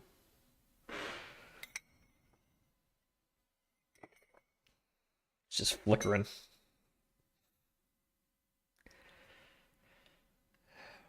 So yeah, they should be coming above normal towards the end of the trading day, right? See, dipping below that normal line. I kept in there because it really perfectly matched like the mid-afternoon doldrums. But yeah, we're seeing the console spam like hell that its contexts are being sent. So these are updating if you see the little last updated times here.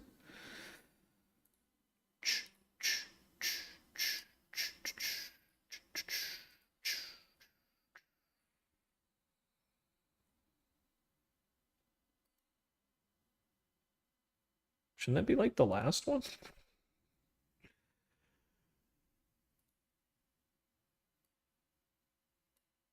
Yeah, yeah, okay.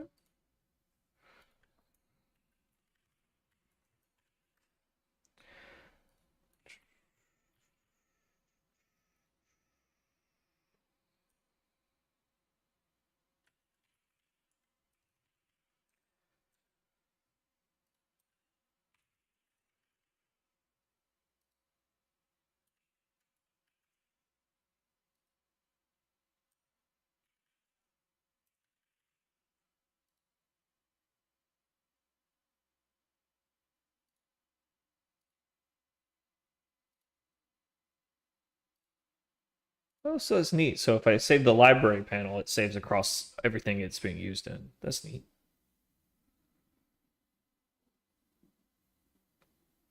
Bruh. Now, is that cool as fuck or what?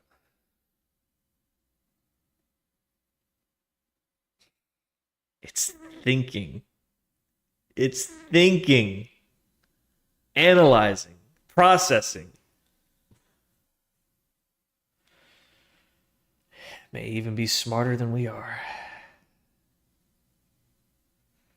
If it was any smarter, it would write a book that makes Ulysses look like it was written in crayon. And it would read it to you.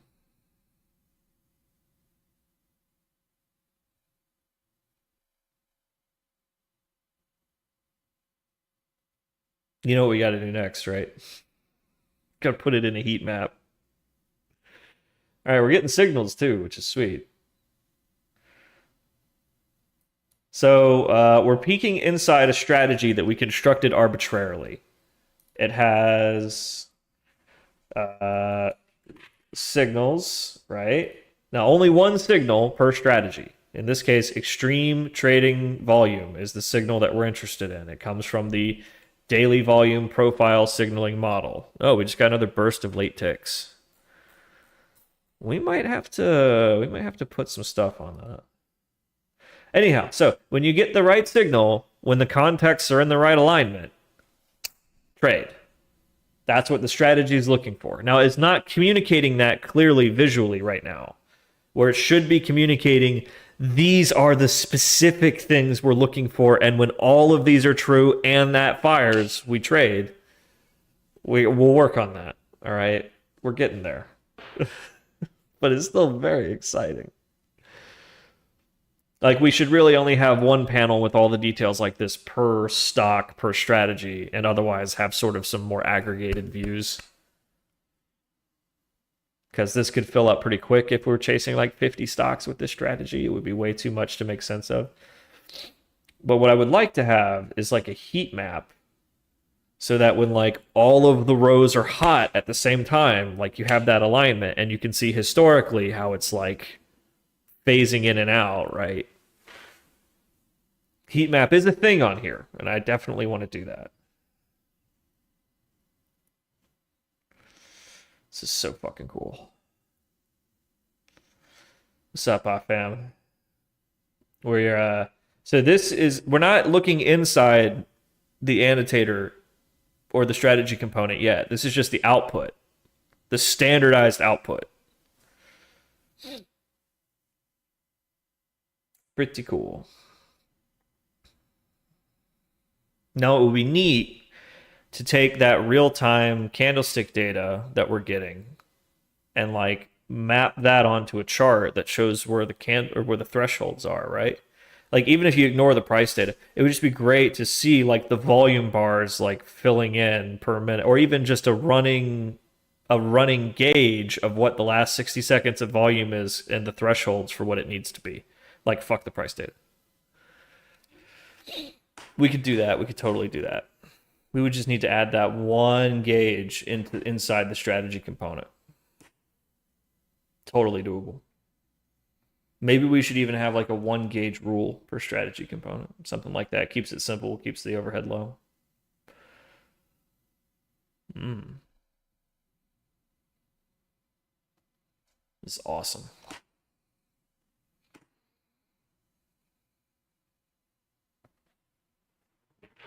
It's shitting out signals too. Okay, so we're getting extreme trading volume readouts in Apple and Tesla.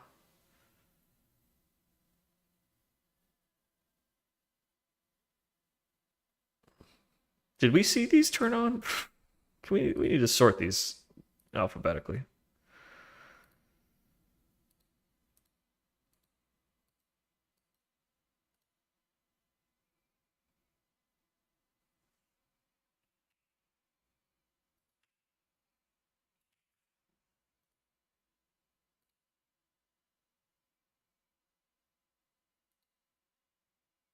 Oof, that's... I can't sort by two things? I can't sort by two things? I can't cross-sort, man?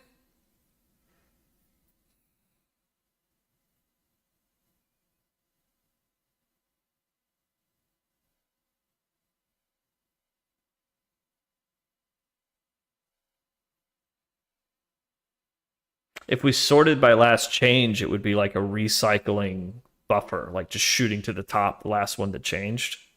That might be more intuitive. If it's not going to cross sort by symbol and context label, then yeah, sort by state change, right?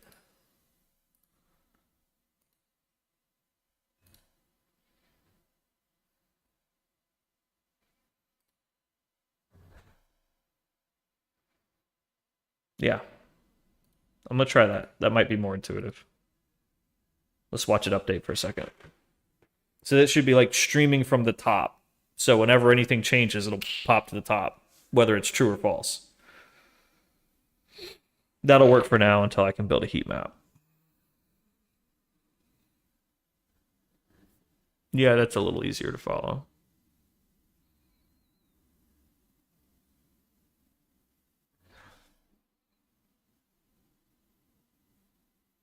Not really.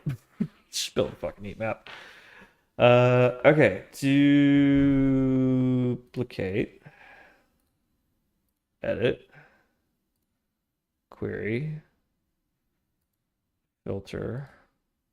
Symbol equals Apple.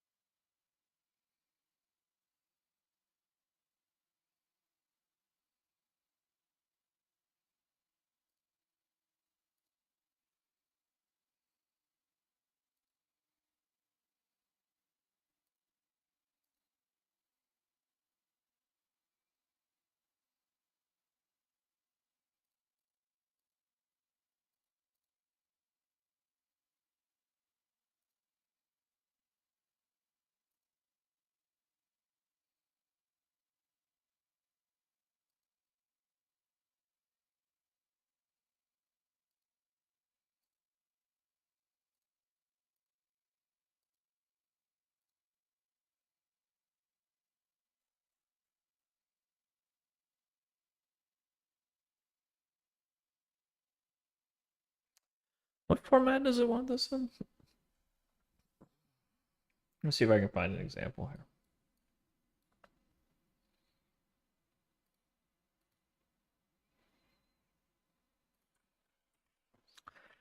Fauna, state, timeline, data, example.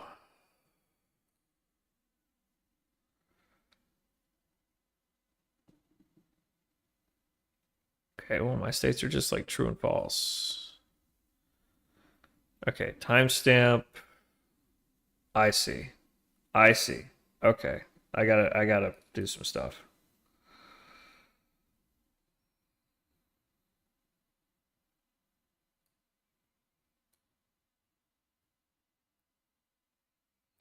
Okay. All right. I got this.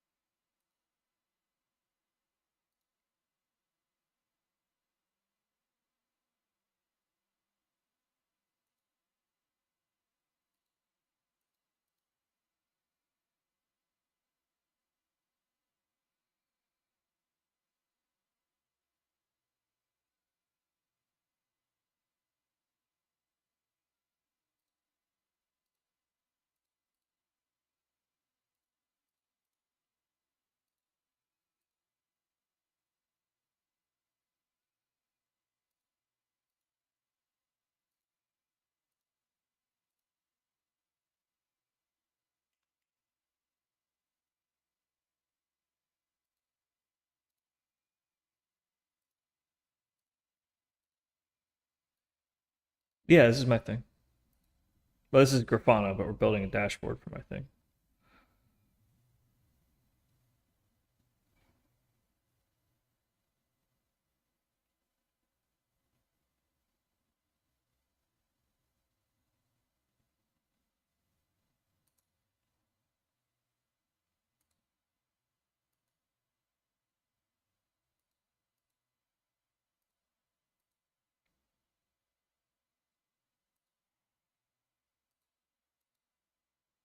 Okay. All right. Okay. We're getting somewhere.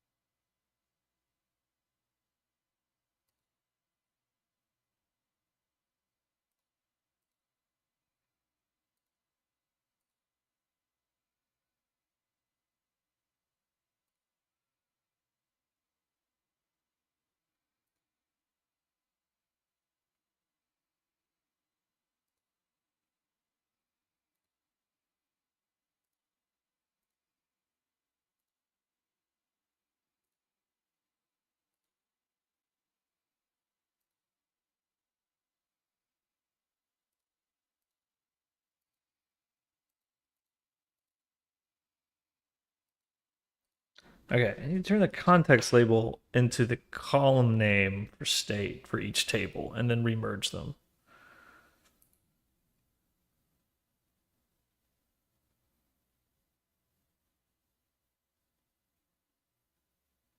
I'm pretty sure that's rows to fields.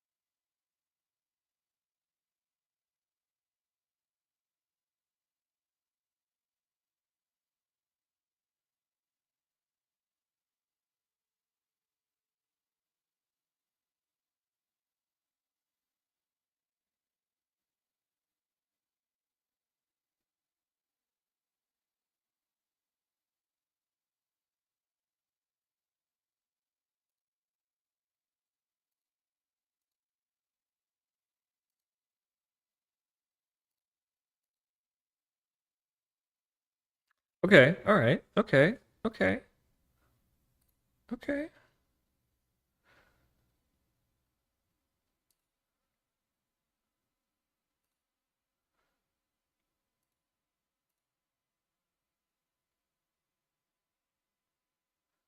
Gotta change that name. If I don't change it here, can I change it here? Yes. Yes, I can.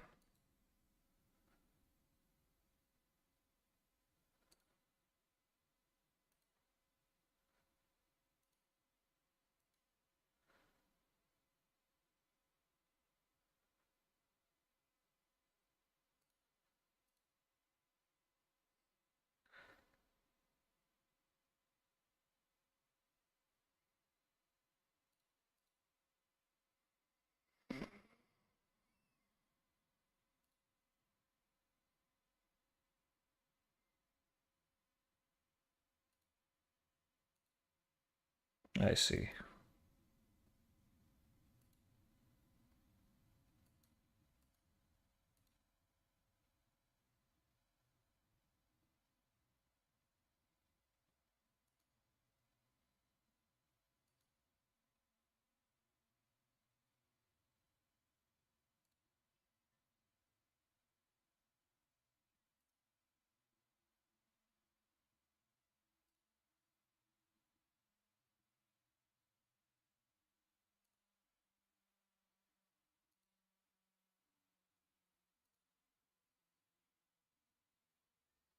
Ah, okay.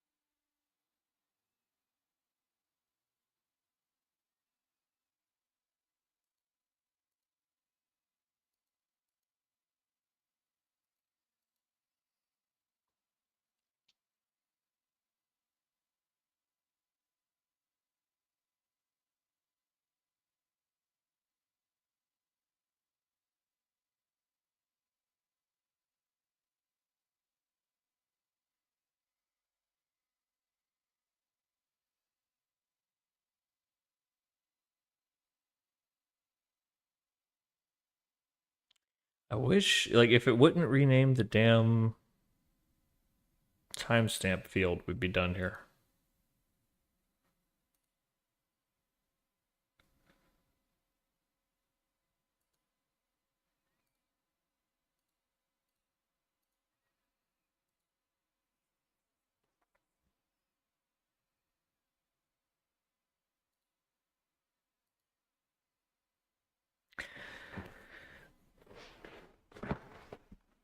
Yeah, you can rename in the organize panel, but then on the next step, it would rename all of those individual ones to the new mapped thing.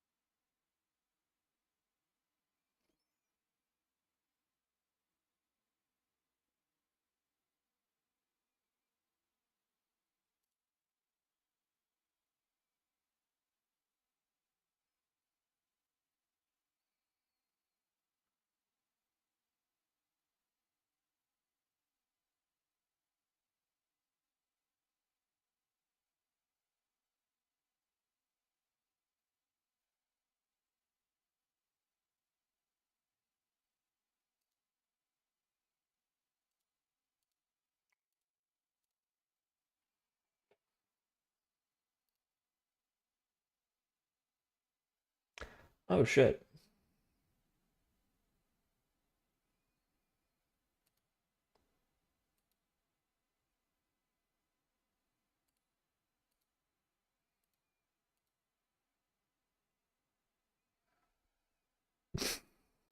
If I can just fix that, we'll be there.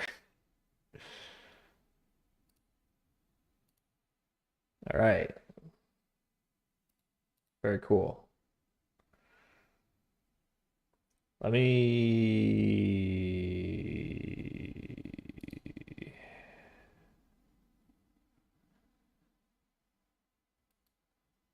Okay, but this is like a duplicate of the thing.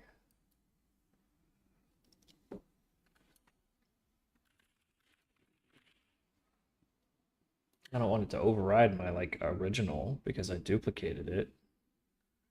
Oh yeah, disconnect from the library so that you can edit it regularly.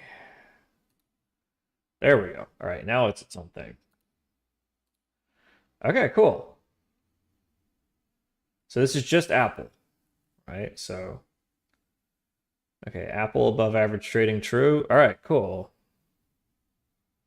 No, above average. I got the colors mixed up. It's got the things true as You did this. You did this.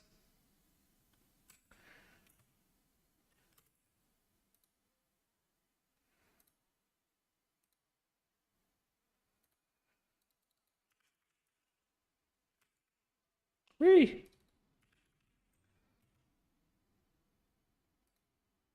Oh wait, I overridden my thing. I'm learning. I'm learning.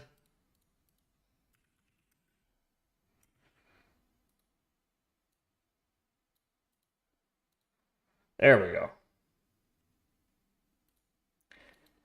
You know, you just have to display anything. Apply. Save. Save. Okay, cool. Yay!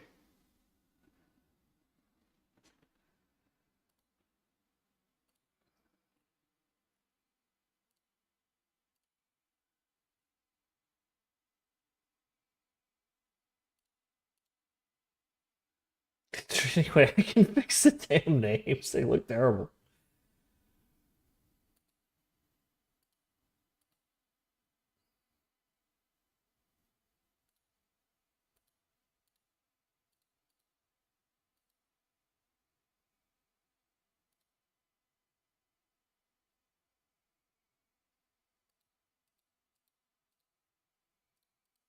Ooh, neato. Uh,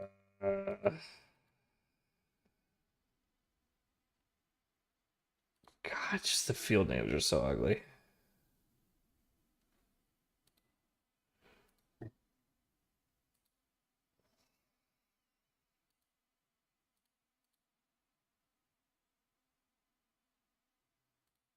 Ah, yes.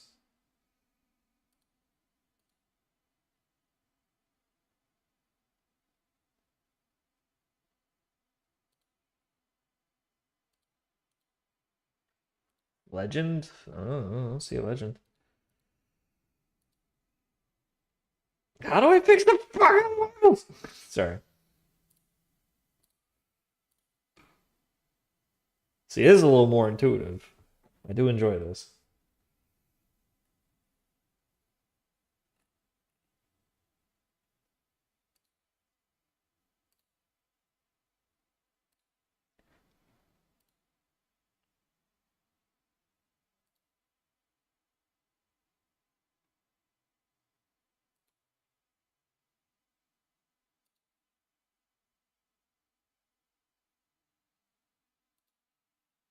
See, it won't let me do the rename, and because it's like composite name.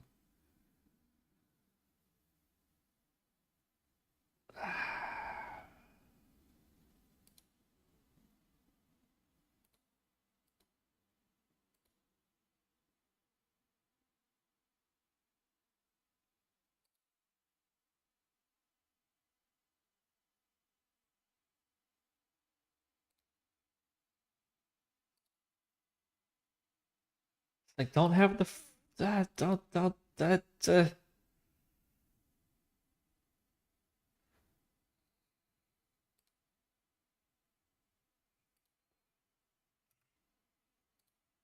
Okay, all right, that broke it. Hey.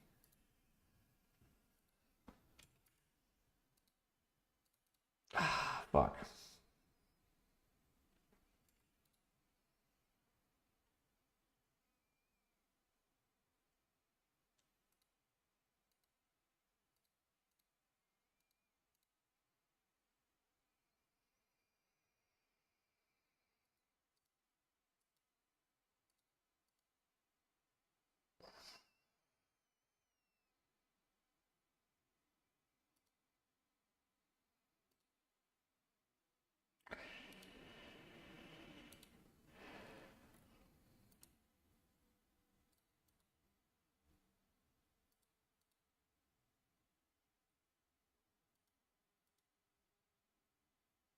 Nah, that's not it.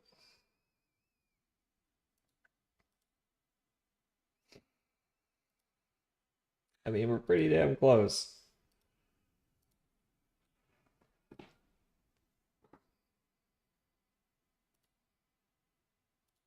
God, I could reg exit out of there. As frame name seems to be the move. No. No. Okay. Can you just put label into the rename? Can I?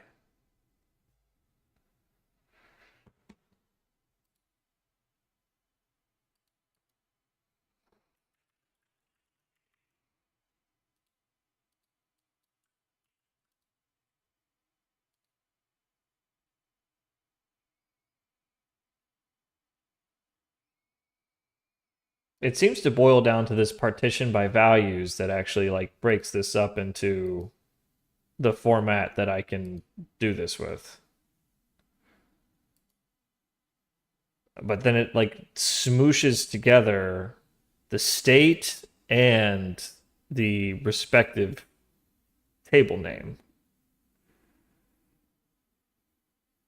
And I just want the table name.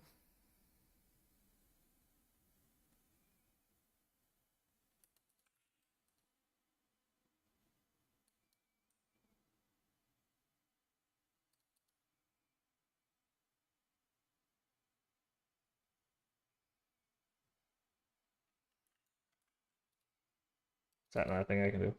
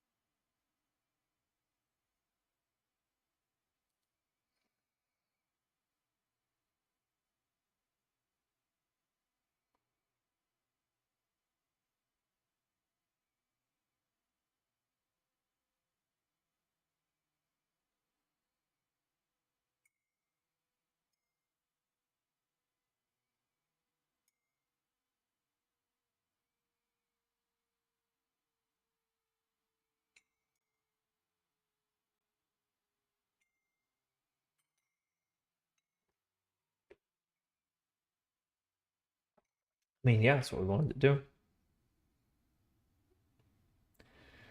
But I need to override how this thing names the things.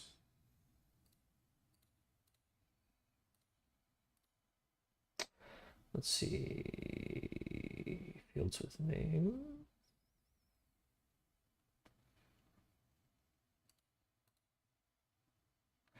Oh. See, they have all of these field names now.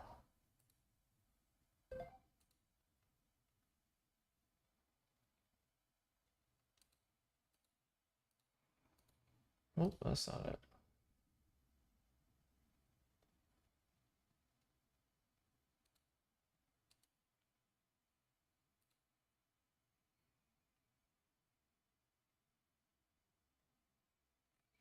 Hmm.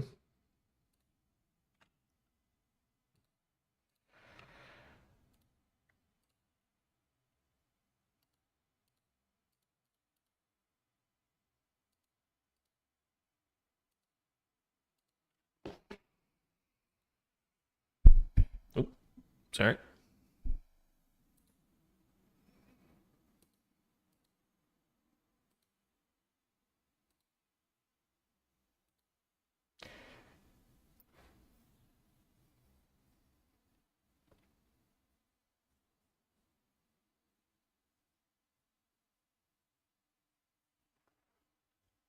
Hmm.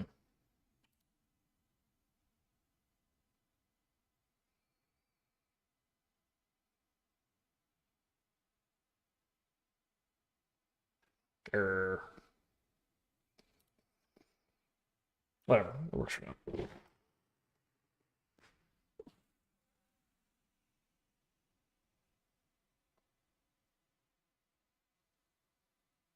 You know, I could probably do it with regex.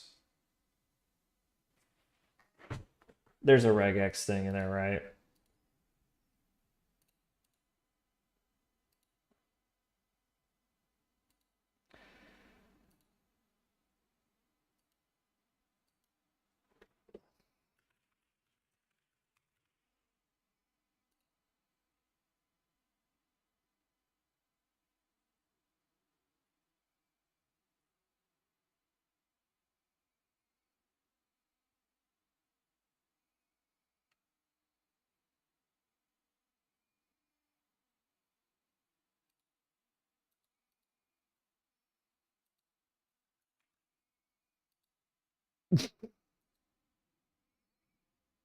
I specifically wanted to capture that part of it. Can I do that? No? Okay. All right. Well, that would have been too easy. Uh, huh? No. Huh? No. Okay. Well, it was worth a shot.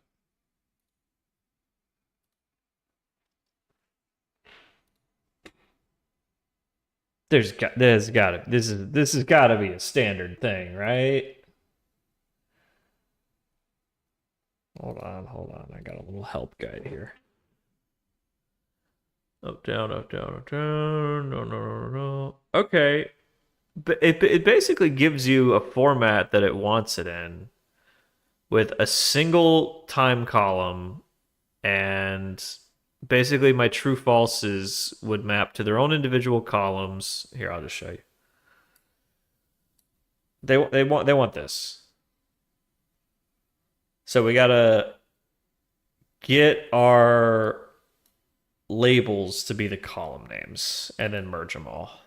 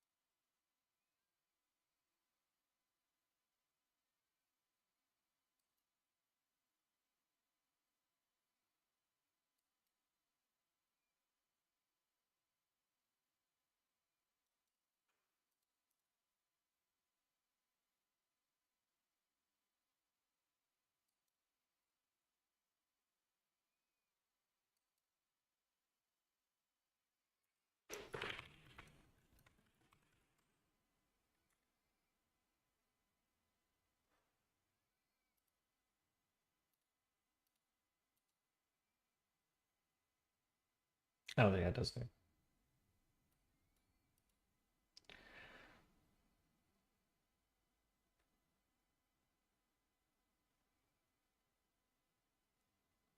I see. Oh yeah, that would kind of be perfect.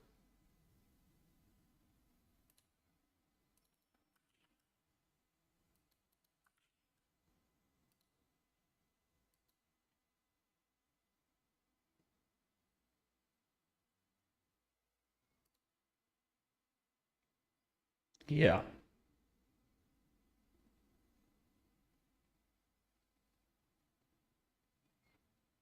Okay.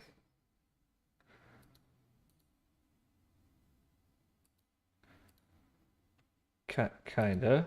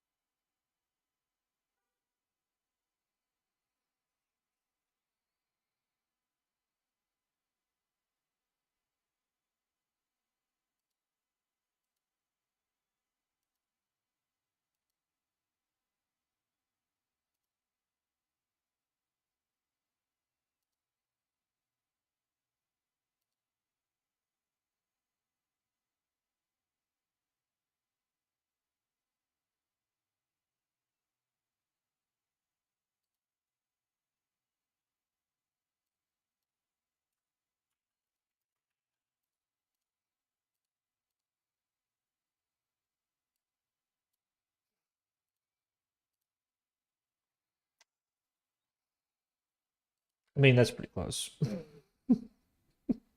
I mean, yeah, it's pretty close. Yeah, it's pretty close.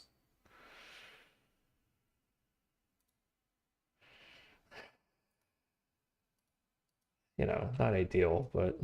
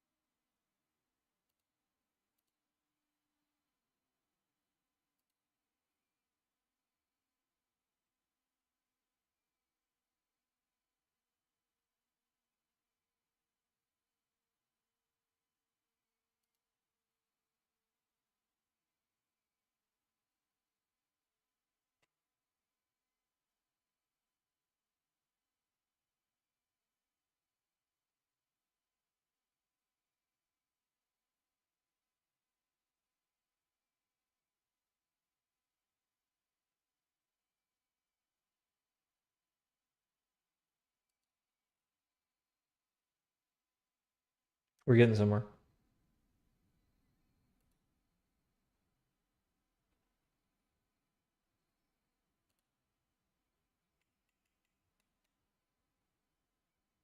Okay. Okay. Okay. Okay. All right, we're here.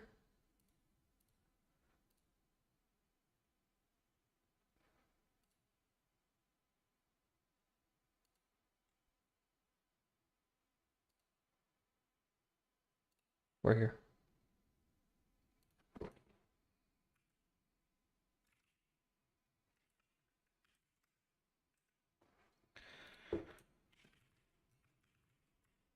I really don't want to do it for all of them.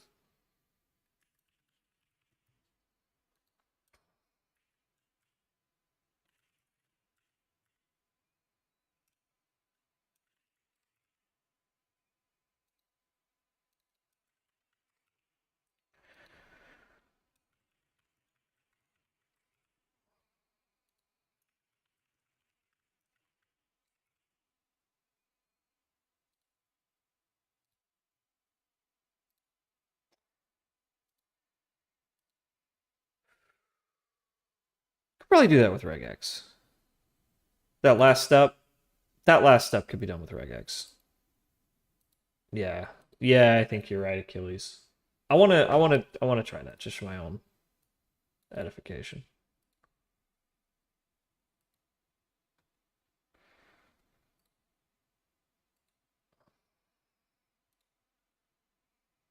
Like, yeah, there was that rename by regex thing.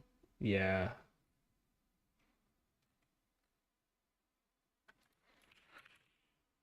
Yeah, that's it right there, baby. That's it.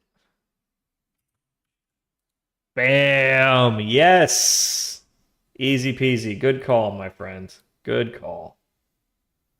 Thank you for that. I personally appreciate that. Now it's automatic. Now I can throw it in a library and copy and paste it around. All right, now with that, I think I've earned a snack. Heathens. Heat map would look cooler.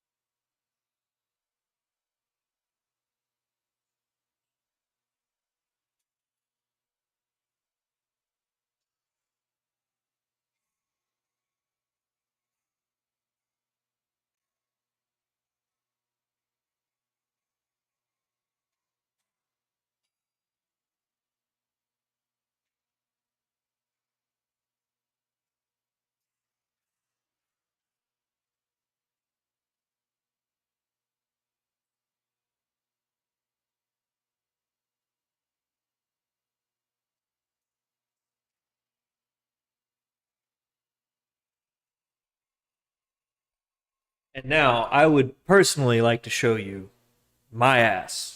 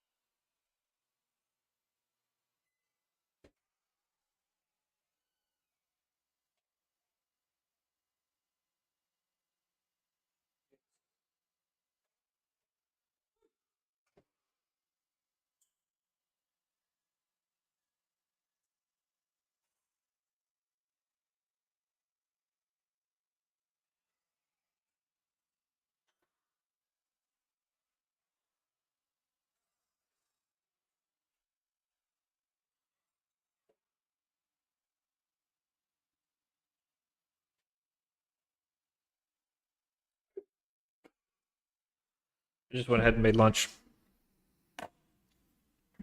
You hate Twitch? Well, you can watch it on YouTube now. Woo! You and the other two people. I guess I gotta get rid of the now playing thing. It's gonna confuse the YouTubers. Isn't that sweet?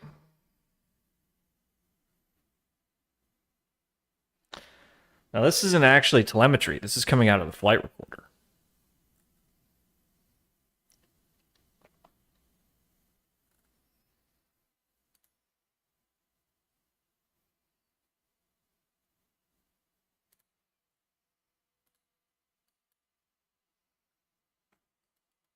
We'll have to code it to go by a selected name later. For now, I just kind of wanted one for Tesla too.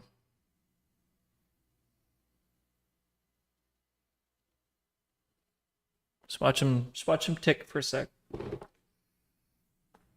See how the states be changing.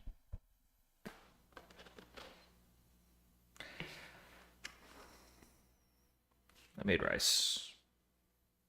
Fried rice. It's got chives and shit. What you having for lunch, chat? You workaholics.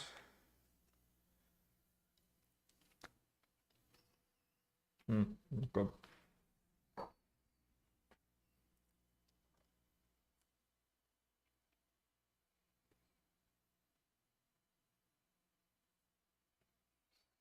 Looks like it was a little late on the update there.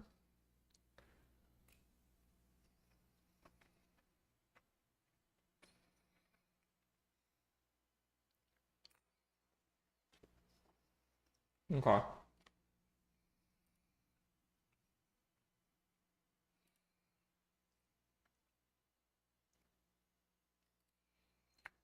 Bullshit.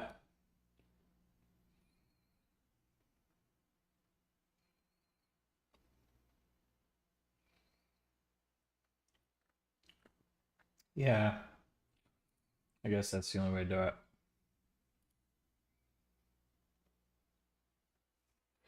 See if a stream is live without an API key.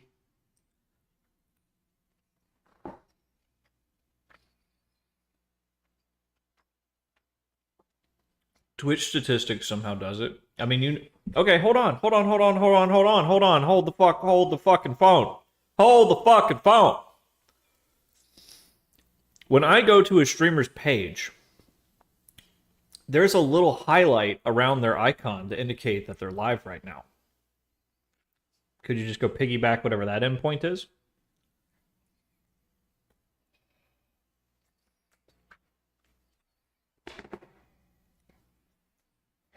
Hot. Oh, hot. Hot.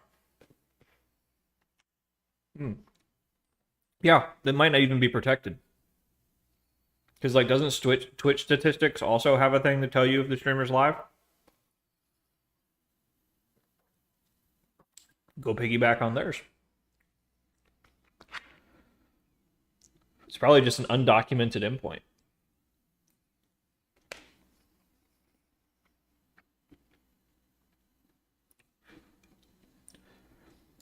Yeah, we gotta work him. We found a regex thing to make it work.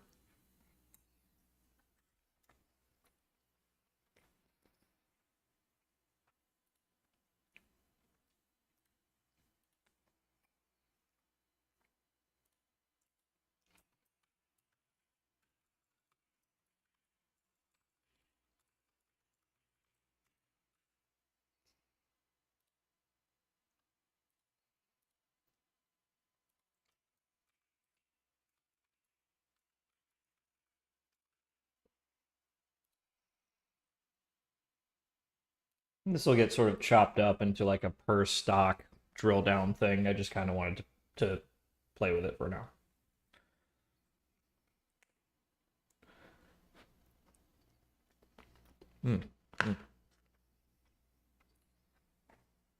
We're not scraping the data.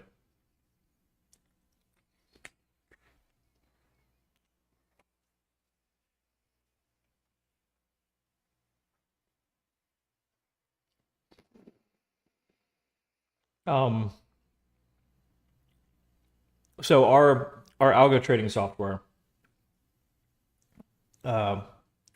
is basically, it's got a flight recorder. So every message that it ingests goes into the flight recorder, and everything that it sends out at various stages goes into the flight recorder as well. So we're pulling this out of that flight recorder. It's basically a Quest DB. And we picked Quest DB because it has this one amazing property. You're going to love this. You turn it on right out of the box. You just turn it on. Hello, I'm Quest DB. Insert this row.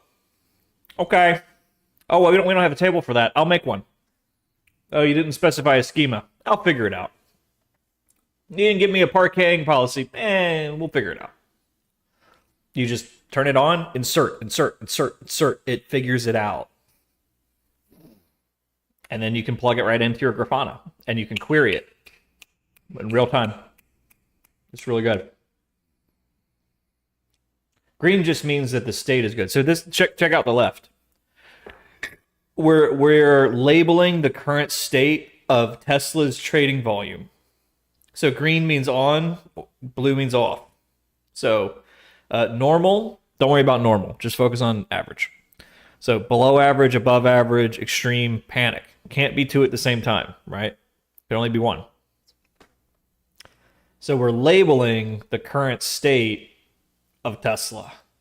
So if we wanted to, we could just have one line of Tesla and one line of Apple, and it would have 4 or 5 different color states in it. But I don't know. I just wanted to do it this way.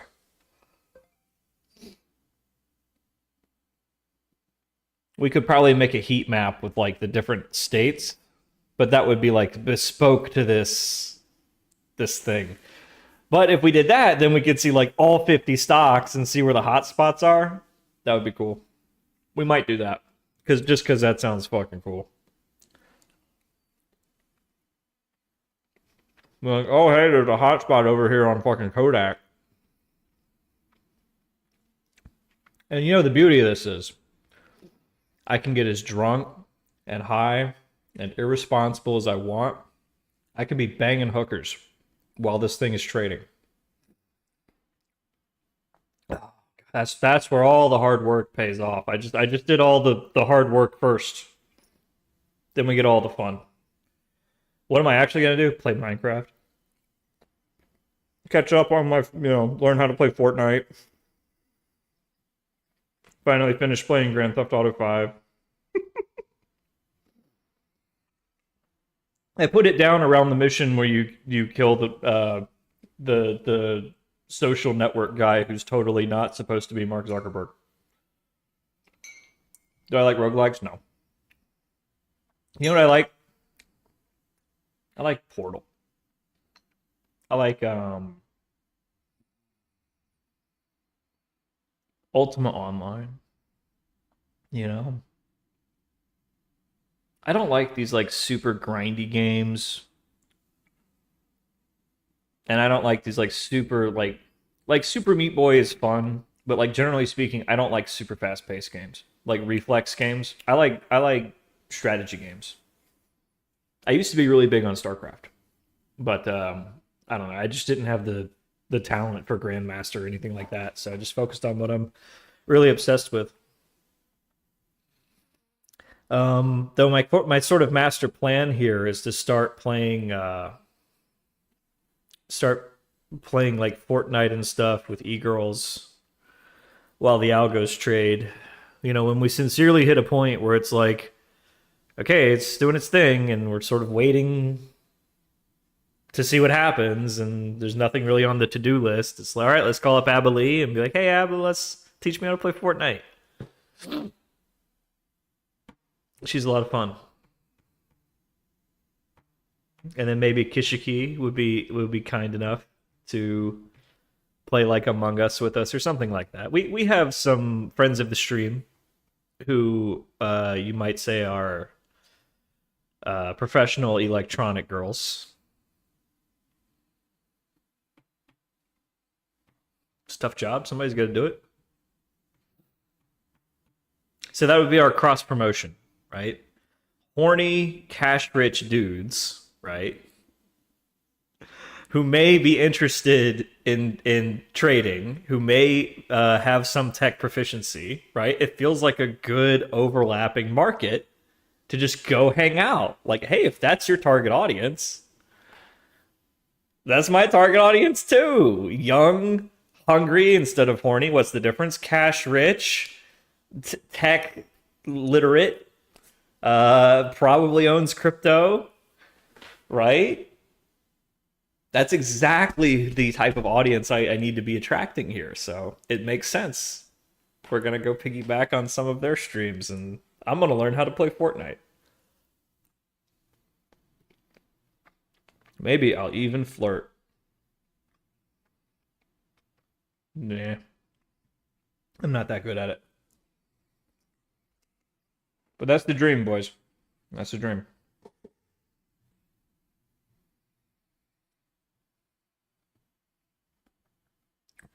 Just chilling. Just chilling. I wonder what's going to happen at 1 o'clock 4 o'clock when the markets close. Like, I'm pretty sure this will just go all blue. Always blue. Always blue. Always blue.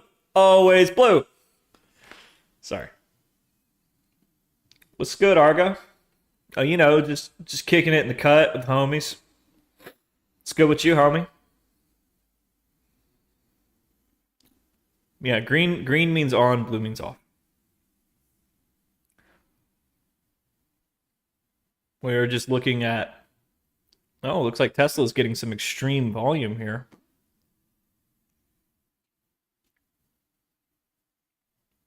Now I'm noticing that above average is true. I guess it is true. Green would be above average. And, extreme would be above average and above normal, so I guess they can all be true at the same time.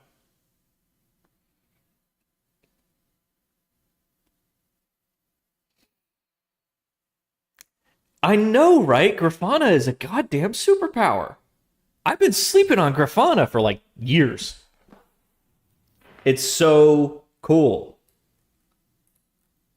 So here's just latest state, and here's the signals, which we need to figure out how to visualize. Sorry, I'm going full Walter White over here. It's not cancer, it's bong hits.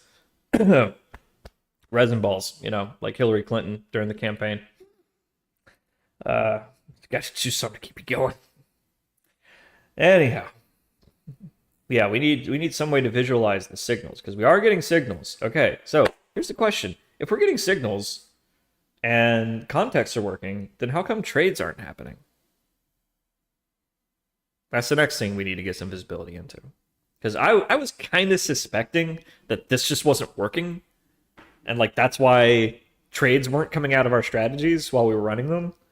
But now I'm starting to think maybe they are producing trades. And they're the portfolio manager's just rejecting them because we poorly coded something. Or the order manager's rejecting them because we poorly coded something. So, anyhow, we're going to continue to get better visibility in there. But let's hop back up to the top here. Wow, we've only had 2 sessions today. We're doing pretty good. All right, so here's our sort of top line telemetry dash, which is a total fucking mess, but we're working on it. Do I have span coverage yet? No. We gotta get that in there. That would let me do stack traces without having to stop the program. It just sends them. Every time this function runs, the whole stack trace is copied and sent to telemetry. So if something goes wrong, but the program doesn't crash, if it's failing safely, you can dig in while it's still running, figure out what's wrong, and maybe take some corrective action.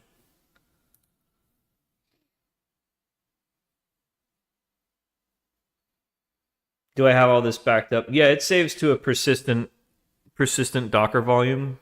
And but yeah, you're right. We should set up a GitHub for the dashboards. That's a good idea. Because if the house caught on fire, I'd have to make the dashboards again, but we'd still have all the code. Just not for the dashboards. Those are saving locally. Docking, spin docking. That's all right. So 2 dudes, merry-go-round, right? You got to have 2 other dudes spinning it as fast as possible, and the 2 dudes in the middle have to maintain dock during the spin. It's called spin docking. You have to have insane hip muscles. Oh, fuck. The perfect thing to talk about during a raid. Scatter. So we were talking about gay sex. What's up, Raiders? It's me, your boy, A to the B, Twitch TV/Algo Bro, trading software engineer and aspiring hedge fund manager. We were just playing with Grafana coverage of my algorithmic trading software. The stock market in America is coming to a close. It doesn't actually close, though. It continues trading until 8 o'clock, and then it switches over to the overnight hours, which they're just introduced in the last week. So we basically have 24-hour stock trading now. They're still working out all the kinks. And we welcome it. We the Algo Bros welcome it. We're going to make us some money. So anyhow, we were just adding some extra bits and bobs here so that we could track the current state of the stocks that our algorithm is tracking. Now we have a lot of different trading algorithms. This is just one that we're sort of using as our baseline to get all of our telemetry standardized. So yeah, pretty cool, right? I don't have like follows only talking, do I? No, we good? We good? 0, 2, 2, 2, 2, 2. I guess you all just love me already, right? I love you too. Thank you, Zank. Thank you for the prime. Appreciate that. And the rest of you 258 people, you know, you're okay too. Thank you for coming. Thank you, Lana. Everyone's so quiet. Are we just so desensitized to rating Algo, bro? Did you know Lana rated me more than anyone else last year? 13 times. 13 times. And I think today it makes 14, right? Because the year's not over, right? So thank you, Lana. We stand Lana Lux. We stand Lana Lux here. She's kind of my role model when it comes to productivity on stream. But yeah, sorry, you caught us off guard. We were theorizing on how a spin docking maneuver might be performed in extreme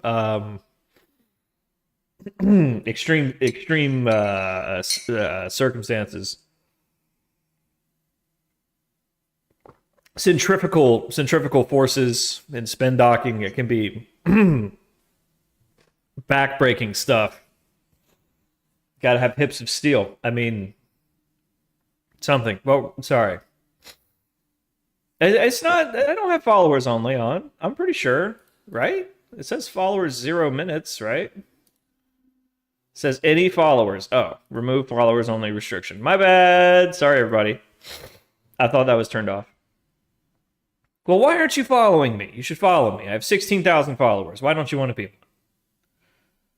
I mean, just have to push the button. Just push the button. And then they get alerts when I go live, and then my viewership steadily ticks up because maybe they're organically interested in this stuff.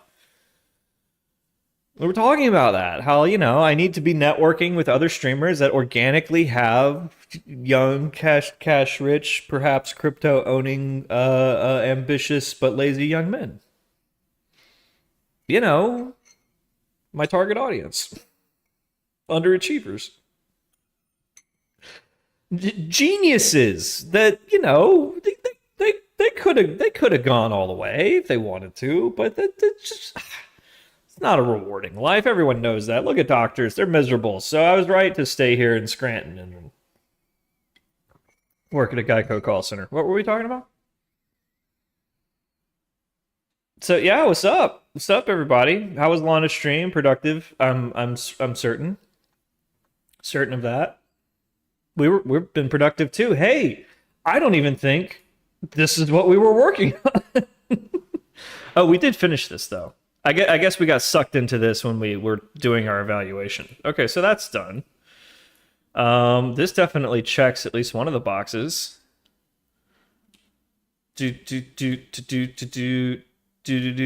Nope. Okay, all right. I didn't have... I guess we kind of already did annotation output and figured we would be graphoning that later. Tell me about the pool, okay? Oh yeah, there's an Olympic-sized swimming pool up on the roof.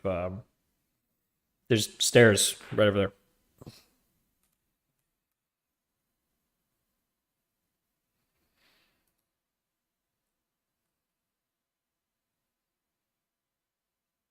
Now, would it's safe to assume, and I don't mean to speak out of place here or soil any relationships that I might have developed with my colleague streamer, but Lana's done Kate Libby cosplay at least once, right?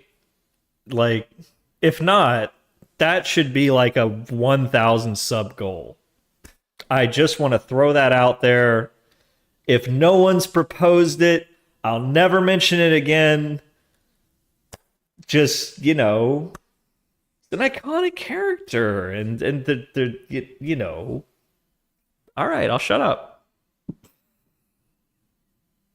can hear Lana cringing from across the internet. Kate Libby from Hackers, who was famously portrayed by an actress who shall not be named.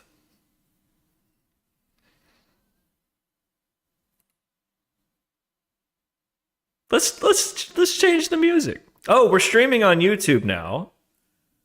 And from today on, the VODs will only be available on YouTube for reasons, for monetary reasons. Twitch is not monetizing, at least for our benefit, not monetizing our. Sorry, I'm over here on Spotify. They're not monetizing our VODs, and so we must do that ourselves.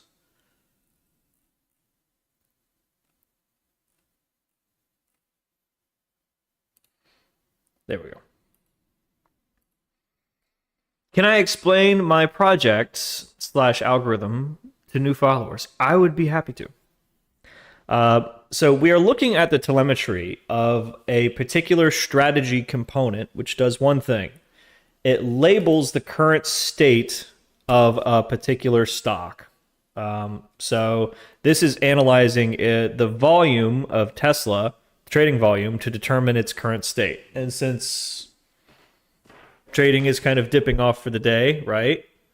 We're sort of above normal, below average, maybe above average, whatever.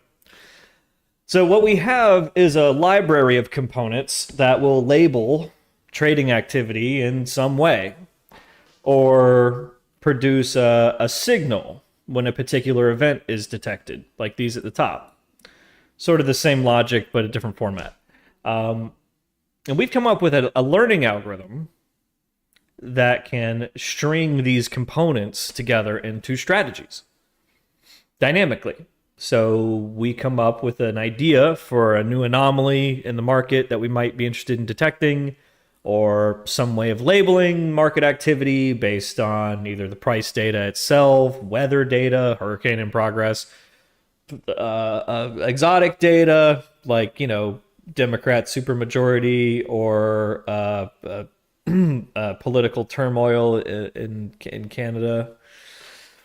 And then the machine sort of figures out, like, oh, do these labels give us any predictive power in the performance of a particular trading tactic on a particular anomaly that we might want to exploit?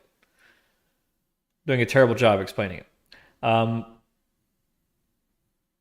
yeah, we've basically built a strategy discovery machine learning that lets us feed it piecemeal ideas for trading tactics, trading signals, or market regimes, and it strings those together into coherent strategies and sort of uses historical data to figure out what their performance is.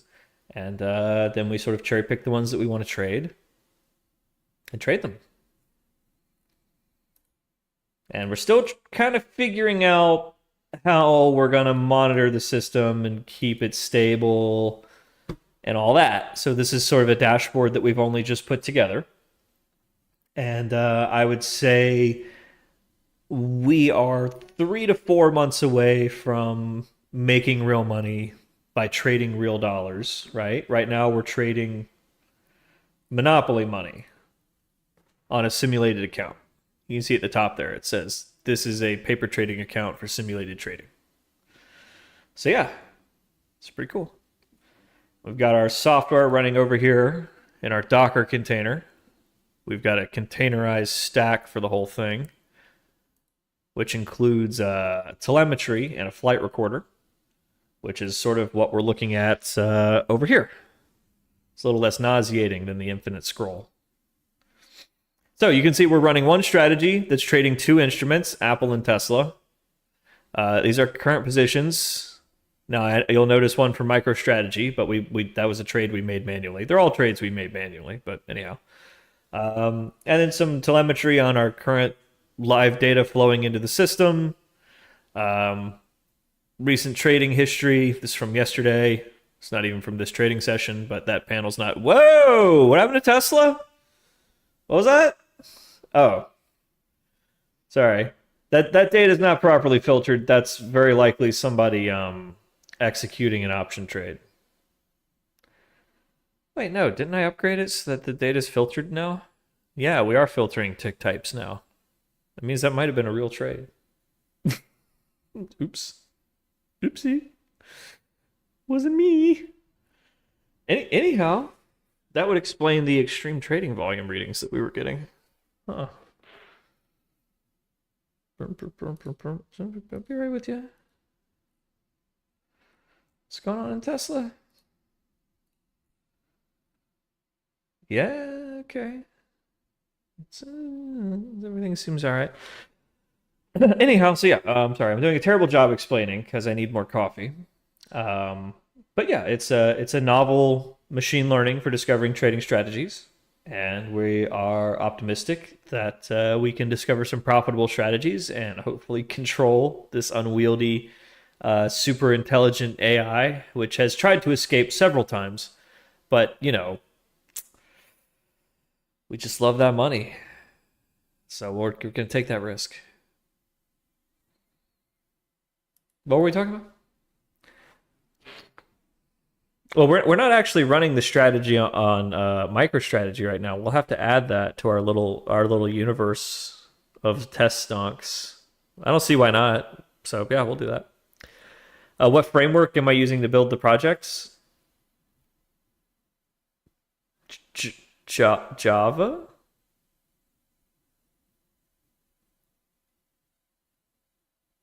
How do you mean framework?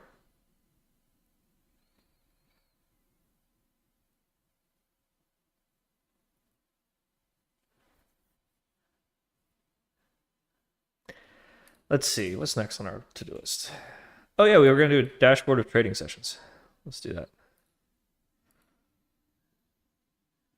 How am I building the project? Oh, the project is built in Java. Uh, Built in Java. We are using QuestDB for the flight recorder. We have DuckDB for accessing our multi-terabyte data lake. It's pretty much a monolith. There's like one or two little microservices. But yeah, it's pretty highly containerized at this point. Not really sure what you're asking, so I'm just kind of throwing stuff out here. All the telemetry that you see, this is Grafana with Prometheus collecting the open telemetry output, and what you see here is coming from the QuestDB that we use for the flight recorder. And yeah, you guys like algo trading? Because we do some algo trading in here. So we've just kind of gotten the system online. And we've got the basic telemetry that lets us kind of have some idea what's happening in the system. Our goal for the week is to sort of continue hammering out like some solid dashboards. And then from there on, we're going to be focusing all of our attention on system integrity. We don't want it to crash on us, right? Crashing is bad. And we also want to focus on the quality of the strategy components that we're producing, like this one that you see here that labels based on volume relative to historical at different times of the day. We want more higher quality strategy components because the more strategy components we have, the more strategies we can discover, and we'll sort of guide our strategy component development to focus on different schools of thought in trading. So like maybe we'll have the first couple of months we'll be focusing on scalping stocks with pretty aggressive tactics. And then once we're happy with our portfolio of that, we want to diversify away from that. We'll work on like a slower trading strategies, like stuff that collects theta over time, like theta collection stuff. If you're familiar with option trading, theta gang. And then we would try to balance those two portfolios of strategies and so on and so forth, adding different asset classes. Like then we'd move on to futures, currencies, crypto, different strategy classes, high frequency, low frequency, derivatives, etc. Diversifying, and you want to have as many profitable strategies as possible, obviously, and as diverse as possible. That's the not so obvious part, so that while they're having hard times, they can hedge out each other's day-to-day volatility. So in the long term, the profits can accumulate with less risk. And that's kind of the long-term goal here. We want to optimize our risk-adjusted returns. Yes, actually, that's exactly what we're trying to do in XVT. We are exactly trying to do that. We are replicating Renaissance Technologies Medallion Fund, which does exactly that. The rumor is that they have 2,000 strategies at varying levels of correlation to each other, and they allocate their capital and their risk amongst these strategies such that it's equal volatility for all, with some fancy clustering approach to make sure that, but don't worry about it. But the whole idea is it's so well hedged that the profits just kind of add up and just kind of stacks up and to the right. They focus on hedging out the daily volatility of the 2,000 strategies against each other, and the profit just kind of accumulates on its own. And they also leverage the hell out of it, about 10 to 15 times. So that helps a lot. If you can get it really, really stable, you can leverage the shit out of it. So let's say maybe it only generates like a 5% return per year, but it never has more than a 25 basis point drawdown. That's 1/4%. Then you could leverage that up tenfold, and now you're making 50% returns per year with a drawdown no worse than 2.5%. That's very acceptable. The turnover must be insane. Yeah, well, you know, we don't have like any exciting high frequency trading strategies yet. We just got the system up and running. We can model our ideas, use those to discover strategies, and deploy those strategies to live trading. And all of that works. It's reasonably stable and reasonably fast. Now we have to use it. That's the hard part. That's when it turns into a job. But that's what we'll be doing for the rest of the month, the rest of, or the foreseeable first quarter of 2025, is trying to scrounge up as many profitable strategies as we can through the development of higher quality strategy components, guided by our hopes that we can start with sort of higher frequency scalping type stuff, which would be very exciting to stream, and then diversify away into derivatives trading like options, and then branch out into futures where we can scale up into big money. But since we're small money right now, we're going to focus on stocks where you have a very wide surface area of anomalies to take advantage of. Do we have a reliable API for trading data? Yeah, we're pulling from Polygon, and they're very, very reliable. We've had no problems with them whatsoever. Except for the day of that CrowdStrike hack. They didn't go down, but one of our API keys had an issue. But we had a backup. I don't want to say more. So yeah, we've got Polygon for data. We've got interactive brokers for actual trading. So what you're seeing here represents real trades in a monopoly money account. So it's sort of built for debugging your API-based trading software so that you don't have to burn money if you run into a bug. You can take your time, develop it before you push it out to the real world. And yeah. It's the end of the trading day, so it looks like all the final states locked in.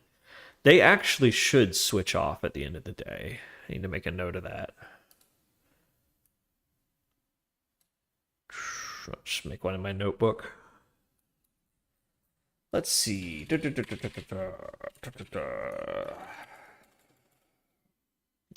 Daily volume, profile, context should switch off when the profile day ends. Oh yes, we have books and stuff. Do I think I'll use more than one broker? Eventually, the system is built to support that. We can do compound instruments across 30 brokers if we want to. Did I develop the dashboard live? Yes. Which reminds me, from this day forward, all VODs recorded this day forward will only be available on YouTube. Link below. But all VODs before that are on Twitch until Twitch garbage collects them. But most of the dashboard stuff we did in the last few days. This is really basic Grafana. Like you could just pull up the Grafana tutorial and it'll tell you everything. I'm no master of this stuff. I kind of struggled through a lot of it. It took me like an hour to do this. And chat's just sitting there like, well, I'm struggling to figure out how to. He's like, how do I get these columns to aggregate? Wait, no, I need to merge these two back into each other. No, need this to flip over here. Check out the status history viz. Ooh. For the signals table? Like, yeah, let's do something while we've got some data to play with. So this is just a more boring version of these two. All right, so let's see.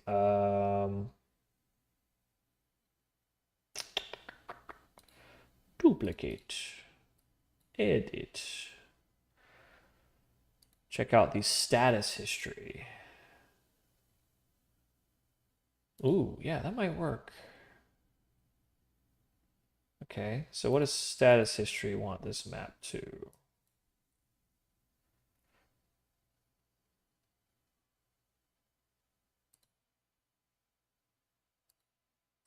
Oh. Yeah. I see. Yes. I see.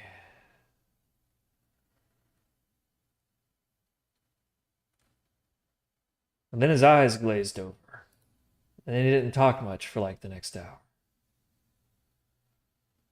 But when he was done, it looked really cool.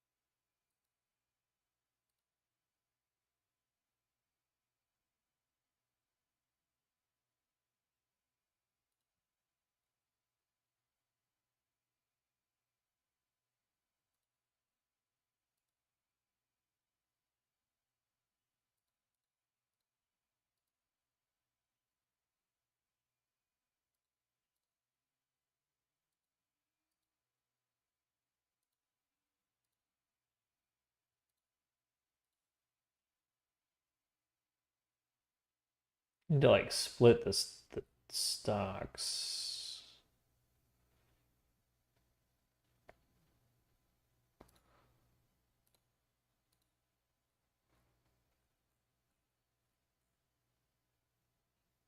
They're not all Tesla.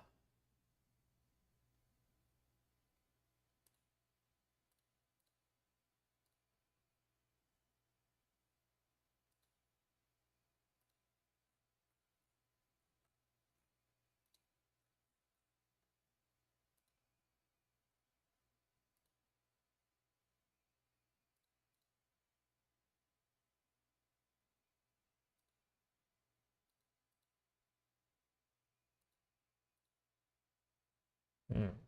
Yeah, that might work.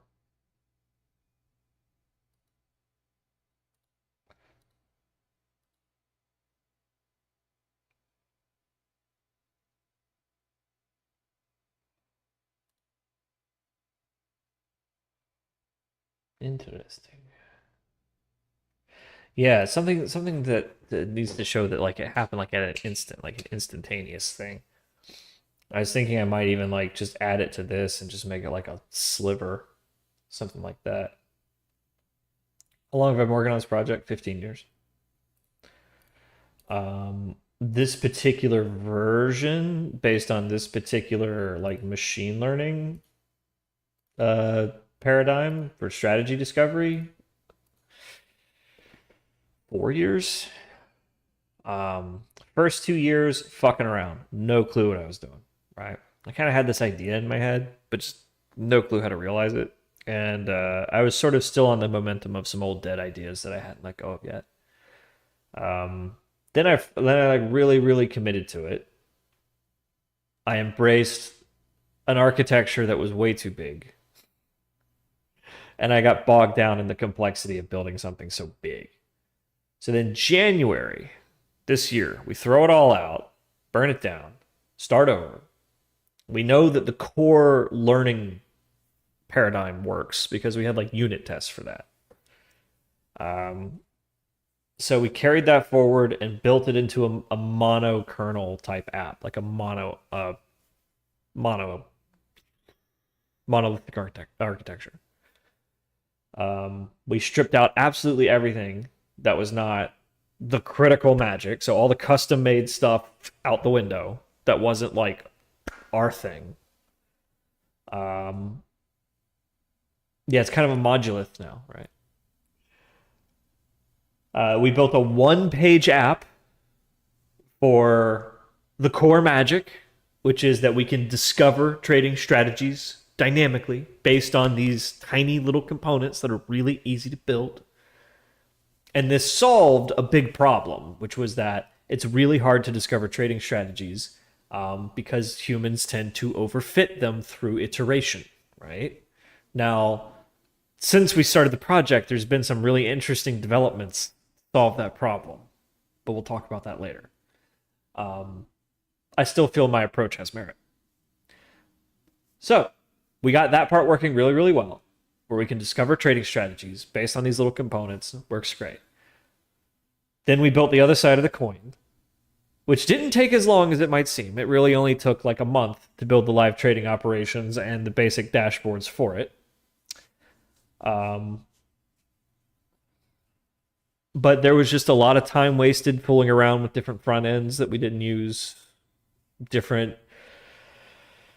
Like we had a whole 2 or 3 weeks on remote procedure call stuff that we didn't use. And, you know, when you're figuring it out, you got to figure it out.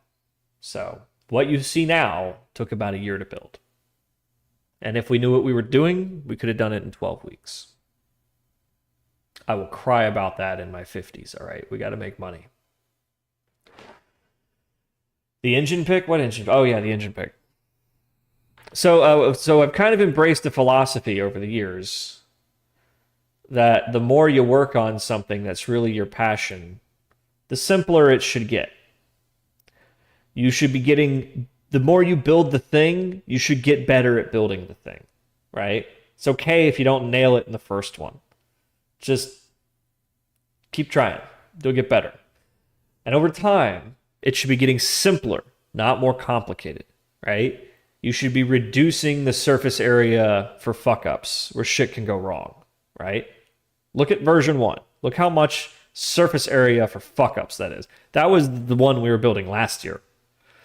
Where it's like, yeah, we probably could have finished it and got it working, but every day would be something going wrong. We were already kind of getting there, where every time we turned it on, something was going wrong. Then you get something that's a little more practical to use, and then you can really refine it. You know exactly what the requirements are now. You don't need all this extra shit. You just need the core stuff to work really well. So, if you have a project you've been working on for a very long time, I would encourage you to think of it that way. Like, you're getting better at building it, and it should be getting simpler, not more complicated. Because you should be understanding it better. You should be a better developer. You should have a better grasp of the resources and the tools and the libraries that you can use. You should stop trying to reinvent every wheel. That's not your wheel. Your wheel, your critical magic, the thing that makes your thing cool. You focus on that. Everything else can come off a shelf. No one cares. No one cares that you read whatever. Unless you're trying to make a more efficient insert database, don't try to reinvent it. Just find something that works good enough. Don't get bogged down into the must be perfect to every detail. The captain must know every bolt and weld in his ship. Whatever. DuckDB, Grafana, ClickScale, whatever. Just do the thing that makes your thing cool. Everything else, just plug in whatever the latest fancy thing is that everyone likes. You'd be shocked what it can do these days. Just don't toil. And above all, don't toil in ignorance. Don't work for the sake of working. No one cares that you're working hard. They care that you're getting shit done. So if you're not getting shit done, you need to take a beat and assess. If you feel the need to reinvent something that's not part of your thing, it's probably because you don't know that there is a solution off the shelf out there that can do it. If you're like, I have to work on this other thing so that I can work on my thing, no, you don't. I promise you, there's a database out there that's performant enough to do what you're trying to do, or a message bus you can pull off the shelf, or some front end thing, or some JavaScript plugin. Like, no. Your thing is this one particular game mechanic, this one gameplay loop that makes your thing really, really cool, and no one cares if the mushrooms are glowing with the right filter. They just care that the game is fun. And it can be ugly as hell. Don't get bogged down in all that. BattleBit, Lethal Company, Content Warning. These are ugly fucking games. But they're fun. And it's the type of fun that you can only have in that game. It's Minecraft, yeah. I'd say Fortnite, bad example, because that's just we copy pasted what worked from five other games. But sometimes that works too. It's like PUBG and Minecraft together. What? Kids love those games. I know. They're gonna go apeshit for this. Anyhow, that's my big inspiring speech. Focus on the critical magic. Everything else, pull off a shelf. No one cares. Trust me. Whatever wheel you're feeling the need to reinvent, there's someone out there that's really, really, really Asperger's about that wheel, and they've made a really good one, and they really just want you to use it. And if you want people to use your wheel that you're making, you should use their wheel that they made for you. Good code will build upon good code, and the world will be a better place. The end. Okay, back to Grafanaing. What were we even working on? Oh yeah, dashboard of trading sessions. That should actually be really easy. We all saved up here? Yep. Stay prayed up.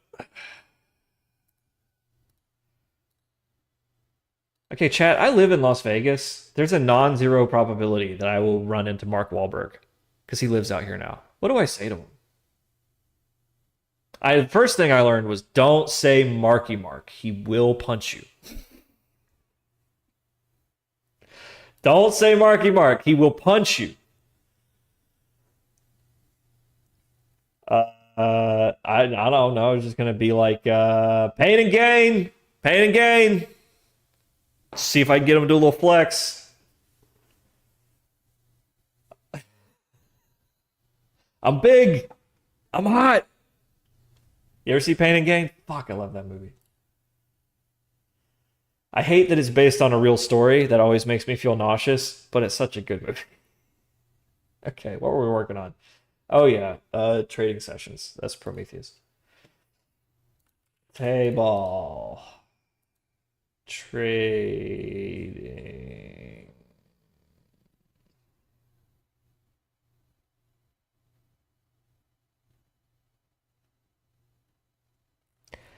I guess it would be like...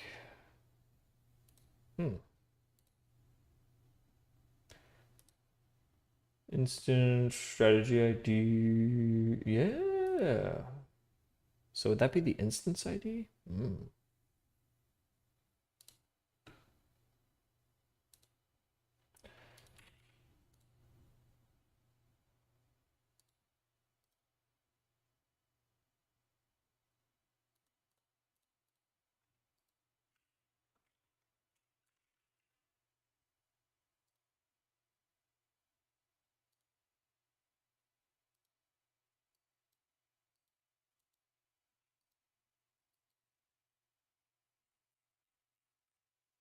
Why are they grouped by state name?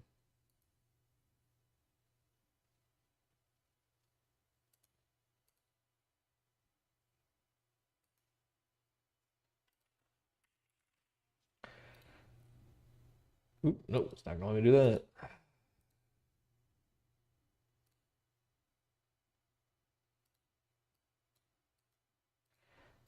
Okay.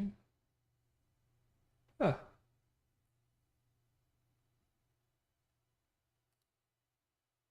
I guess that's just how the data comes. Let's see. So we want the distinct trading session IDs.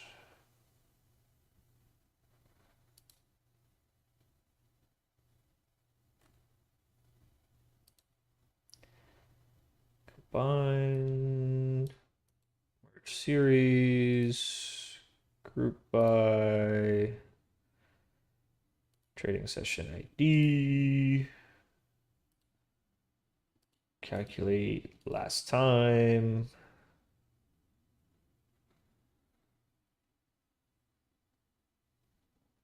Gosh, I wish I could add like a.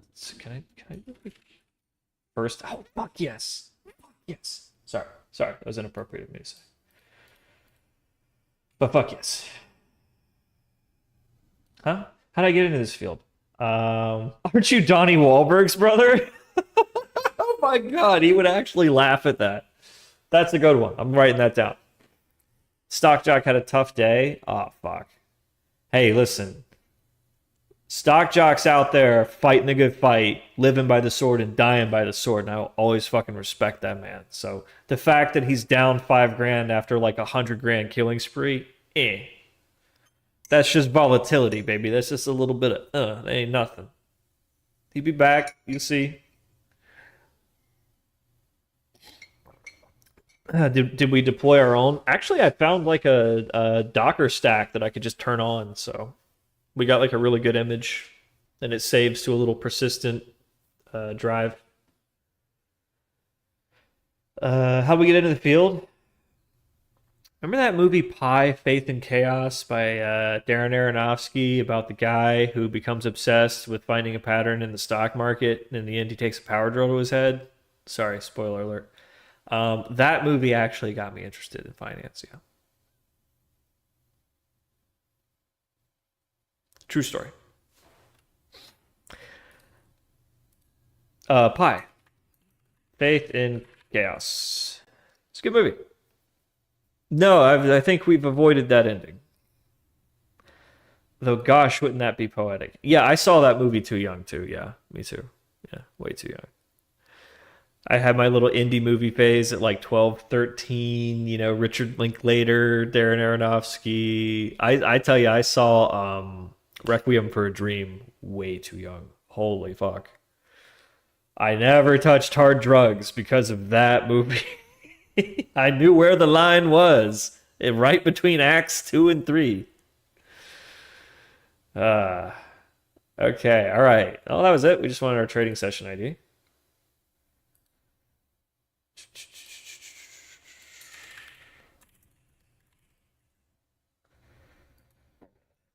Do.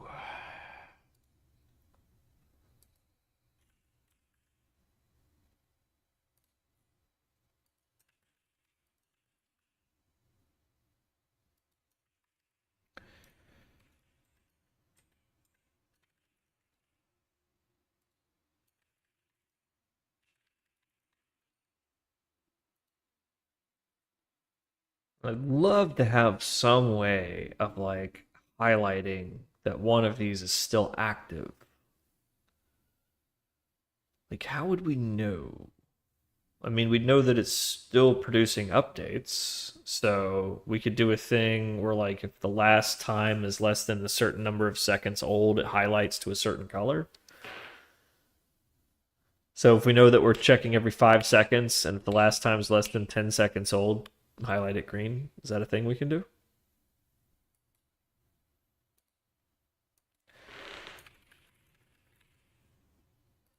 Okay, well, whatever.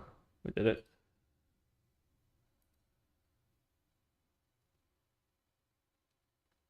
Colorize the current session. Is there a way? Can it be done? Let's see. Edit, override. field with name last time, cell type, background color.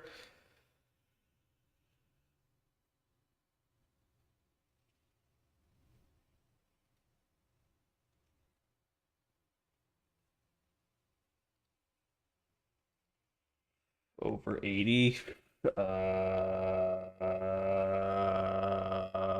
Yeah, how do I do a time threshold?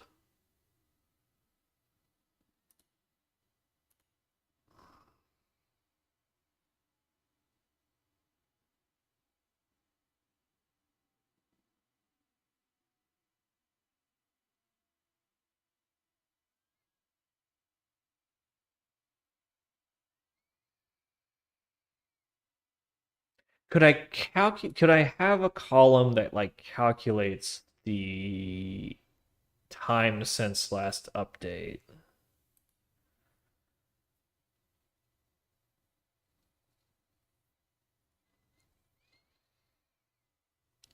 Fear and Loathing in Las Vegas did it for you.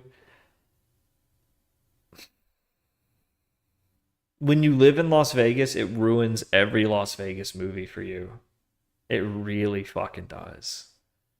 Especially when you've like walked the strip 40 or 50 times, like you're like, I know where that is. I know where that is. I know where that is. I know where that. I know where that. I know where they filmed this. I know where they filmed that. I know where this is. I know where this. Oh, they're in front of the Bellagio. They're not really behind the Tropicana. That's over in front of the Horseshoe. It fucking ruins it.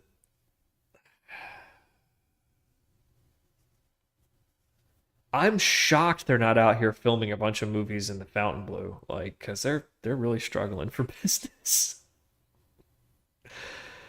But yeah, I don't really gamble, so a lot of this place is lost on me. I'm really here for the food and the cheap rent.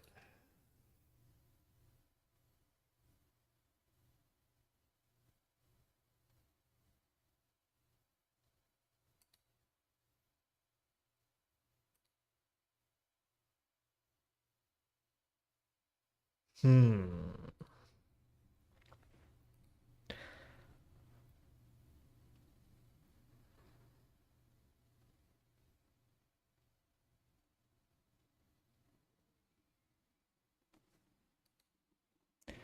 Let's see. Instead of feeling around in the dark, I'm actually going to Google this. Grafana row color by age, time age.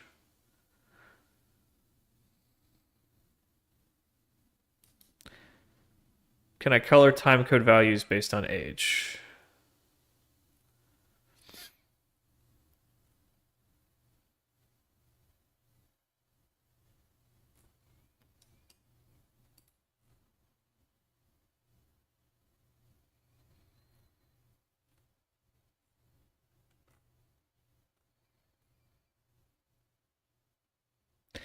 Override value mapping and color by field color.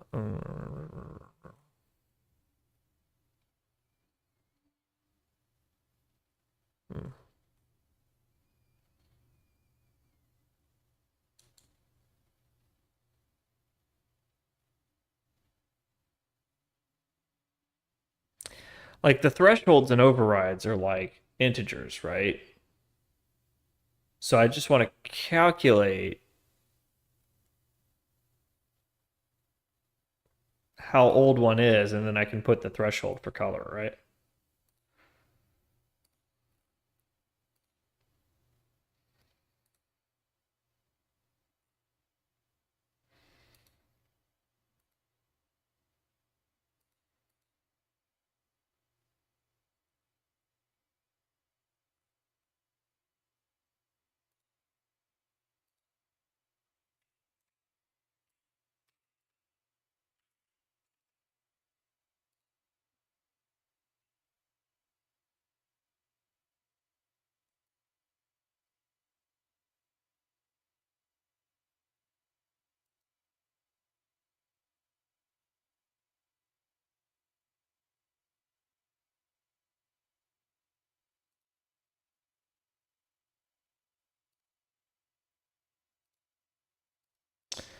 different. Yeah.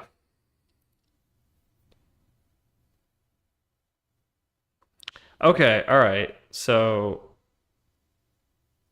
we'd still need a column for now.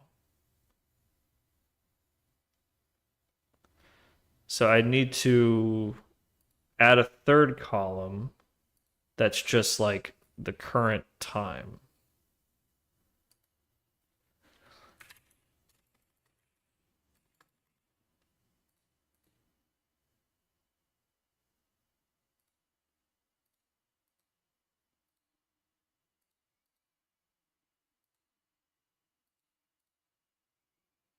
No.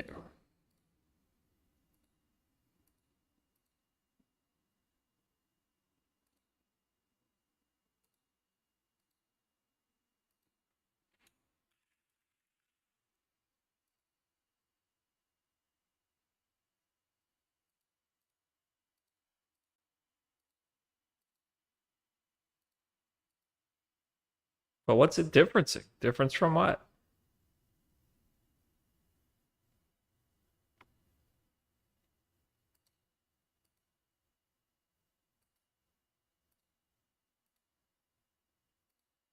Oh, I didn't turn it on.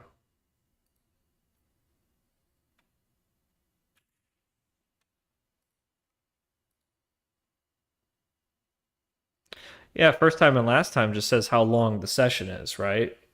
What we really want to know is how long the last time is from now, right? So if we had a now column that was always now, we could do that. How do I add a now column that's like filled by a function? So I need to calculate a new field, like from a calculation. But like I don't have one that's just like time.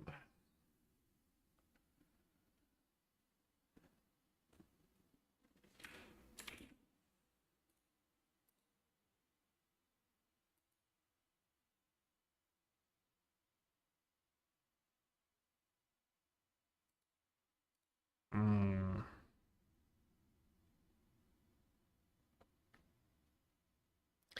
Okay, let me. That's so we know specifically what we want to do. We want to add column with current time value.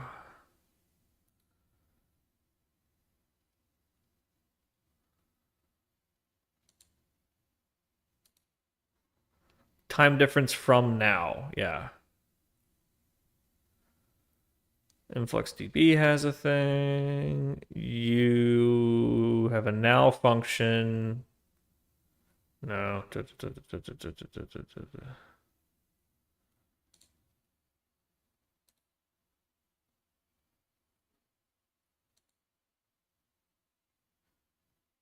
How do you use the current time in a calculation dashboard?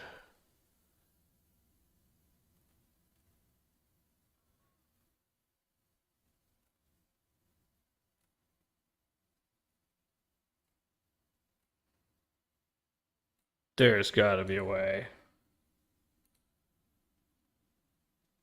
Yeah, you can add in a query. So we could probably do that to get it now.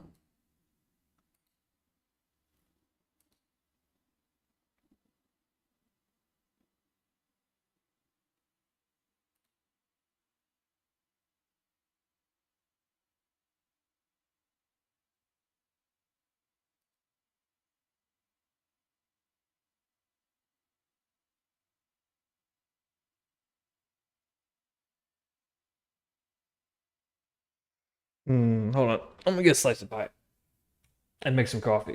I was gonna do that right when Lana raided anyway. Then we start talking about, the physics of spin docking under increasing centrifugal forces, and then we got distracted. Um, how different thrust ratios affect steering outcomes in low gravity scenarios. Which frequency do we read the data from Polygon? All the frequencies. So Polygon has a S3 bucket that you can just pull raw tick and quote data from. So we do that. They also have end of day and minute aggregates pre-computed that you can pull. So we pull those too. Our data lake is 500 gigs, and that's just a taste. When we push the button to scale it up, it'll scale up to 15 gigs in a matter of hours. So we like literally everything that we pay Polygon for, we get and we keep forever. We pay good money for it.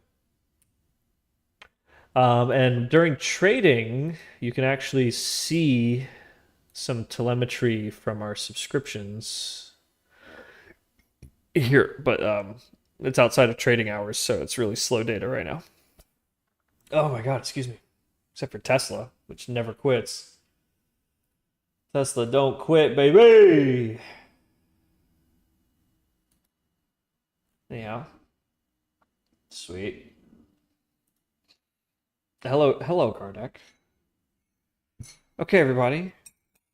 Algo Bro is going to make a cup of coffee and get a slice of sweet potato pie. And then I might take another swing at that trading sessions dashboard because it would be really, really great. I mean, if you sort it by last time, then the first one is always the latest one, right? Whether or not it's live or not. But it would be great if we could colorize it based on is the last time within the last 30 seconds. So, coffee, pie, BRB.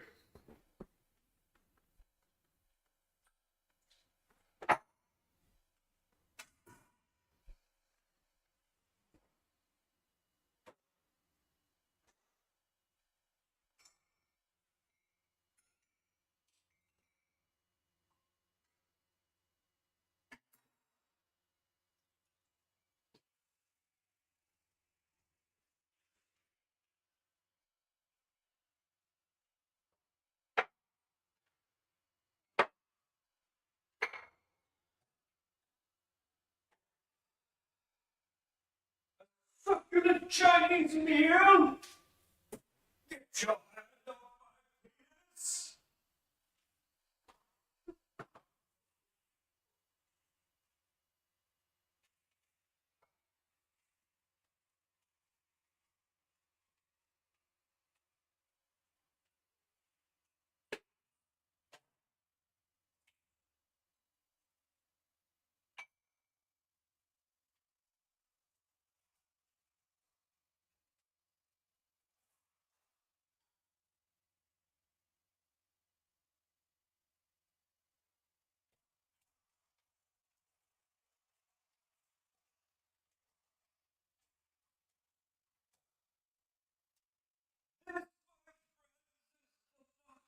See?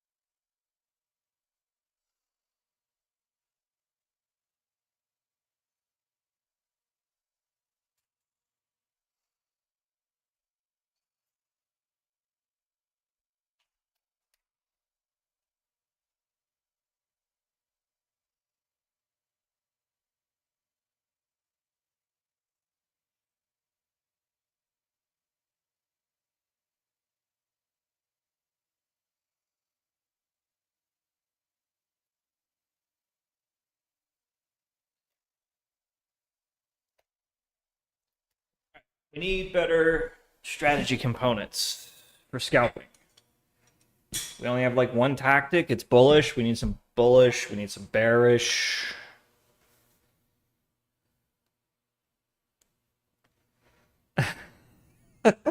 Elon's getting trolled. Got him. You know. Where does he find the time? Where does he find the time? Like, I don't have time to play PoE 2.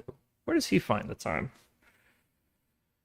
I guess he's just delegating. He's not like in the coding pits at Tesla trying to figure out full self-drive. He's like, I pay people for that. Yeah, I guess most days he's just kind of like in between meetings, like making decisions. Like he's tweeting, waiting for the next meeting, right? Then goes into the meeting, they brief him, keeps it short and sweet, makes a decision, on to the next meeting. I'll be here playing PoE while we wait, right?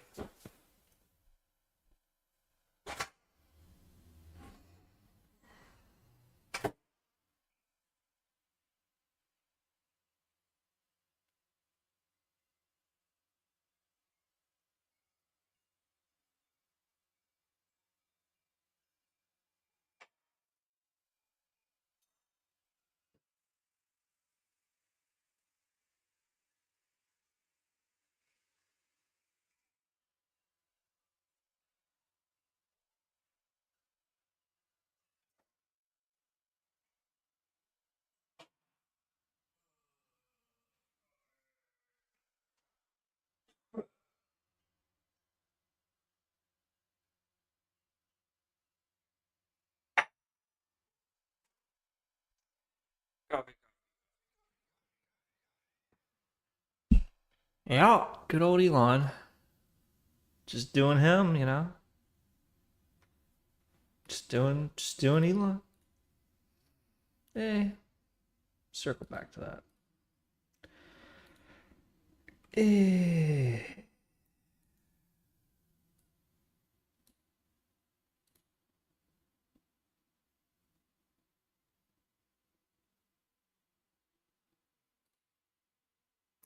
Must be nice. I don't know. I'm glad I don't have to make decisions about 5 different multi-billion-dollar companies. I just want to run one hedge fund, you know?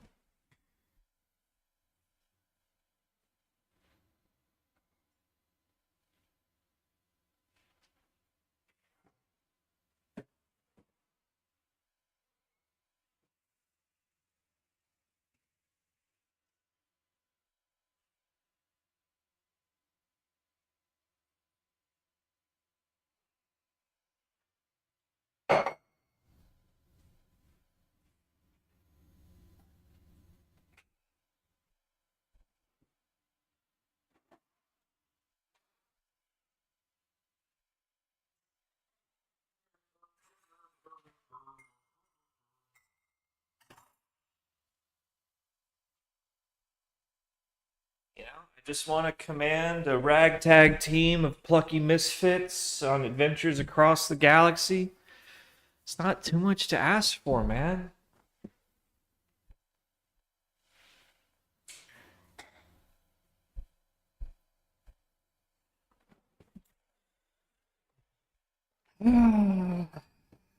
Oh, life, man.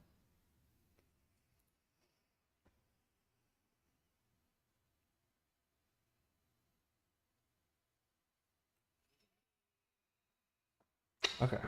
How can we do just interactive brokers messages?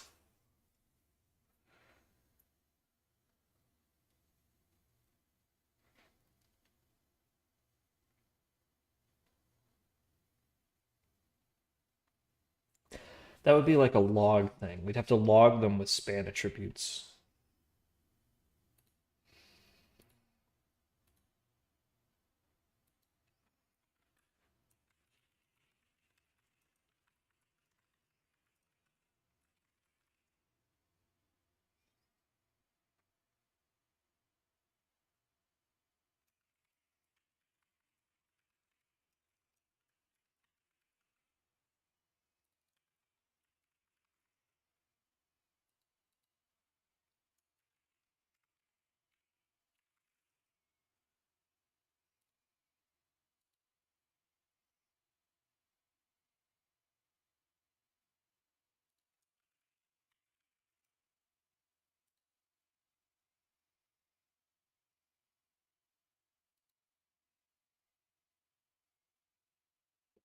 It's hot. I like that.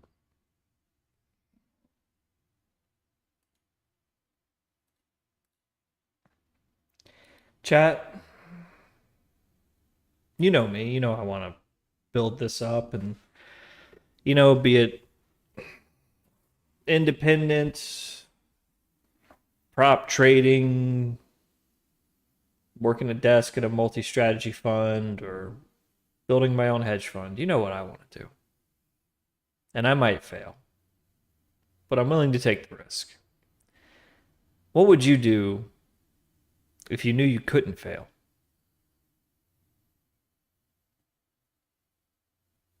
I want you to think about that for a while.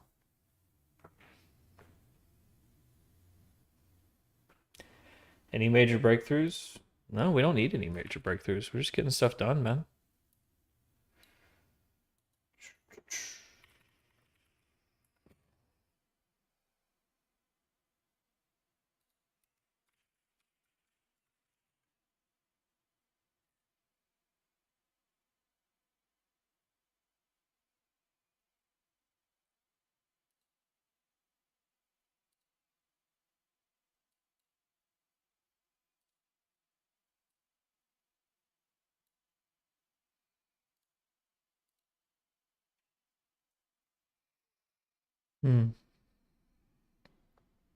Mr. Kotor, you don't even sub to me, dude.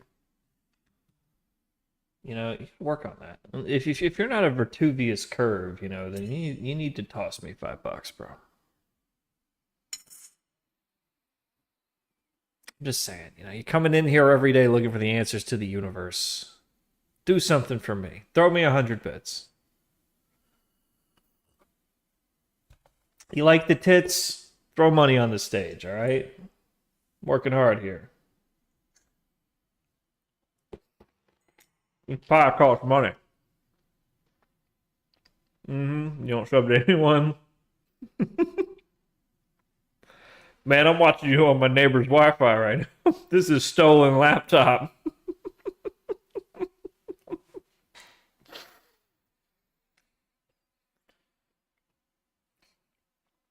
A fucking stolen Wi-Fi, stolen laptop, fucking ad blocker on. Get skamazed, bro.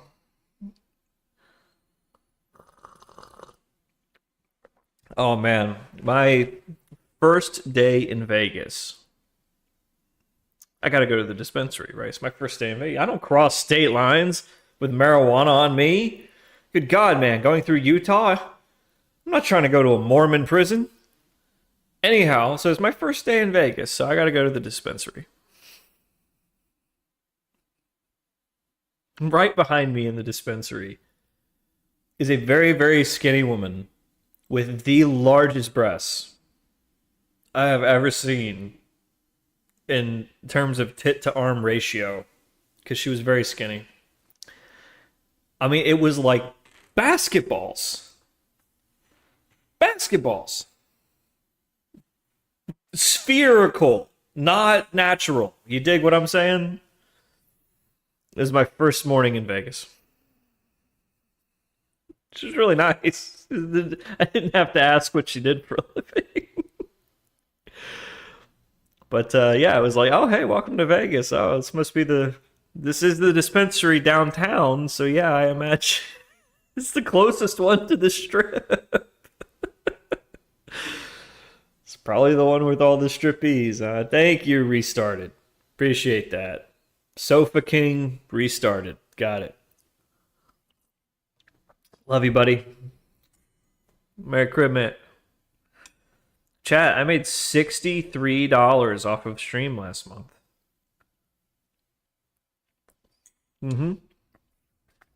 We going to Applebee's.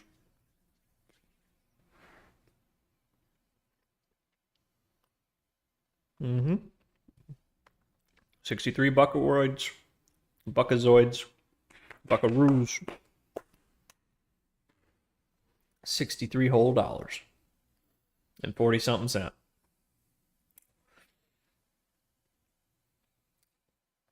Yeah. And then I go look at Moist Critical over there making $90,000 on one VOD from one 4-hour live stream of him just like dicking around in PoE. Just want to cry. Just want to fucking cry. You would puke if you knew how much Pirate makes per stream. You'd puke. It'd nauseate you. You'd never want to eat a burrito ever again.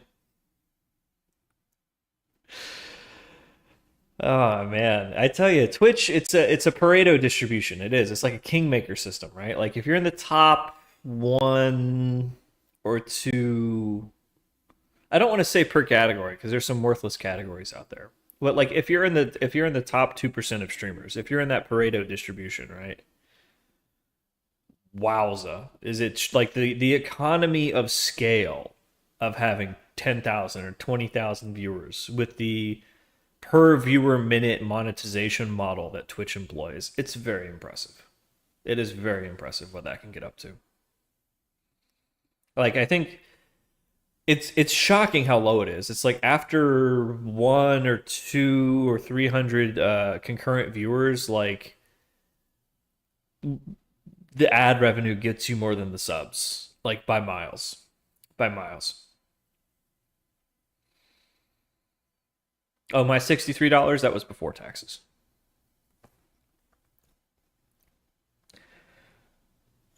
So from like a feature engineering perspective, if you wanted to invent the next hot Twitch streamer, what would be the important features?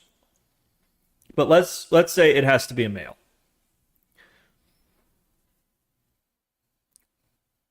Deep voice. At least an 8 in the looks department. No. Somewhere between a 7 and an 8. Right? Can't be too high.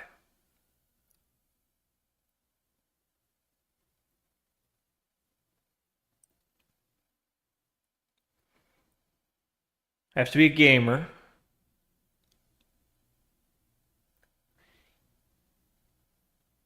Whiskey Dingo. Well, I was thinking, like, could you somehow combine, like, Kai Cenat and Pirate Software into, like, one package? Like, if I was in marketing, that's what I'd be trying to do. I'd be like, can we take this audience and, like, do this to it? Like, just carve out a big chunk of each.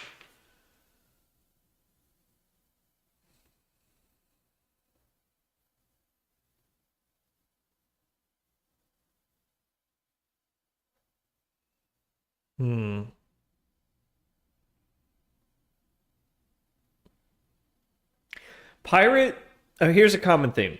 Pirate, in my humble opinion, represents achieving your dream of being an indie game dev. He is the personification of achieving that dream for every young man. Yes?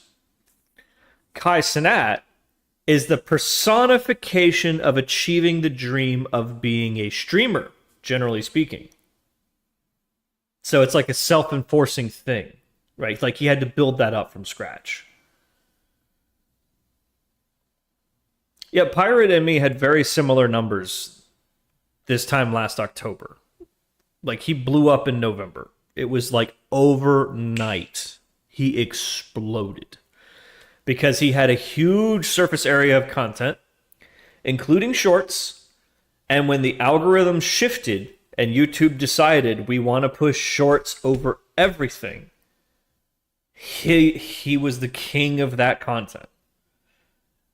He got pushed to gamers, software engineers, tech bros. Like when there wasn't a lot of shorts to push, Thor had a lot of shorts with a lot of the right keywords. Just by coincidence. So he caught that huge wave when the algorithm shifted. You can go look at his numbers on Twitch Analytics. It was like 100 viewers, 500, 1,000, 15,000 to, where he is now. It was in 1 week. Because the discoverability was working so much in his favor. Plus, he's a naturally very interesting, charismatic guy. So if you're exposed to 5 seconds of him talking about something you're interested in, you're going to go, oh, who is this guy? Click, and they got you.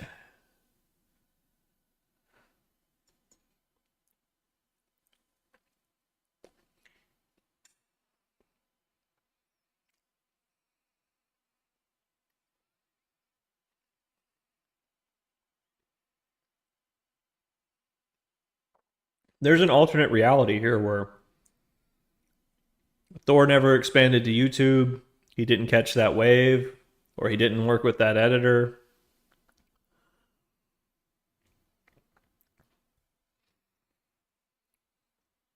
Or algorithms didn't shift, and he's still chilling at our number. But, fortune tends to favor the prepared. And having that huge surface area of content and taking advantage of every new surface. He's like, oh, shorts. Yeah, okay, let's have shorts. And not just sort of filing that away in the back of his head and never doing anything about it, Kind of talking to myself at this point.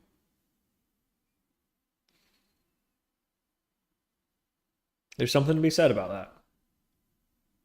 You got to be ready for the upside risk, You got to be ready for that runaway success so that you don't have to scramble, if it comes. If you're all set up for it, you sort of, I feel like you're manifesting it in a way, right?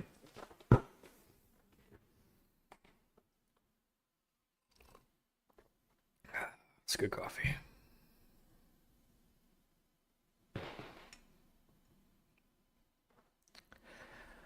I want to do like strategy components. I want to do something fun.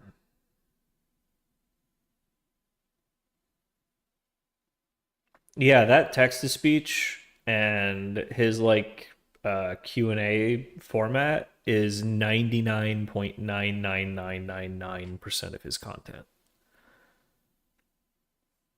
It's like whenever he needs to generate more shorts, just flip on TTS. Do 50 of those. Each one is a short.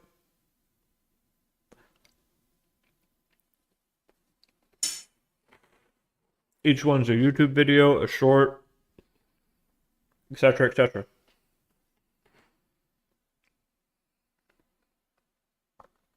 Smart.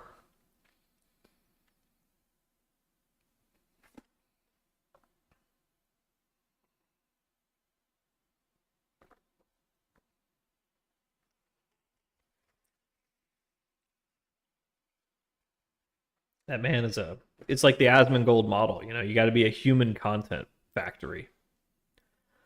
Like 6 hours of your day plus needs to be filmed, edited, carved up, distributed every day.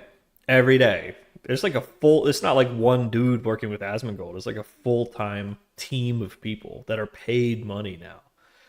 And Pirate, like he had to level up too. Now he's got a full-time team of people that he pays to run all this.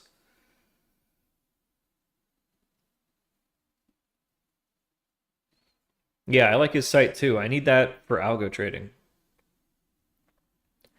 The way Thor represents achieving the dream of being an indie game dev, the way that Kai represents achieving the dream of being a streamer, the way Asmongold represents achieving the dream of doing literally nothing and always winning, of just doing literally nothing to the point where cockroaches are crawling on your person and you succeed beyond your wildest dreams. There's something so Kafka-esque about that. Like I feel like it's going to turn into an amazing Polinick novel one day. Like the guy who wrote Fight Club. Doesn't matter. I want to be that for algo trading. I want to be like the dude who made it. I'm for real. I'm thinking about this nonstop for the last week. 2025, I want to become the algo trading guy on the internet. Assuming that this works. If this doesn't work, then I'm just, I'm another poser, and I don't want to be another poser. I think that's why there isn't the algo trading guy on the internet. Because if you're doing it, like you're not really doing it independently, right? You're doing it with an operation, with a team of people. It's a business. It's not a live stream, right? But if I can pull that off with some semblance of independence, because right now that seems reasonably possible, then I could be that guy. That'd be kind of cool. It'd be neat. Just a thought. I'm trying to think of the niche I could fill and how I could scale this thing up. Yeah, that's actually a good idea. Should write that down. Instead of just randomly reading chat questions, I should completely steal the text to speech thing. That way you can order it, you can control it. It's formatted, it's regimented. It's not just like in the middle of me doing something I go off on a 20-minute tangent, right? And I'll bet you anything he's got a timer. He's got a little timer there ticking away on screen. So that way he answers it concisely in like under 30 seconds. Note, use a timer. Yeah. Yeah, get a TTS queue, something like that. Mm-hmm. Mm-hmm. Mm-hmm. Mm-hmm. That's a good idea. That would be much faster than trying to think of, oh, what should I make a video about next? What do people want me to make a video about? And it's like, oh, just do the FAQs, right?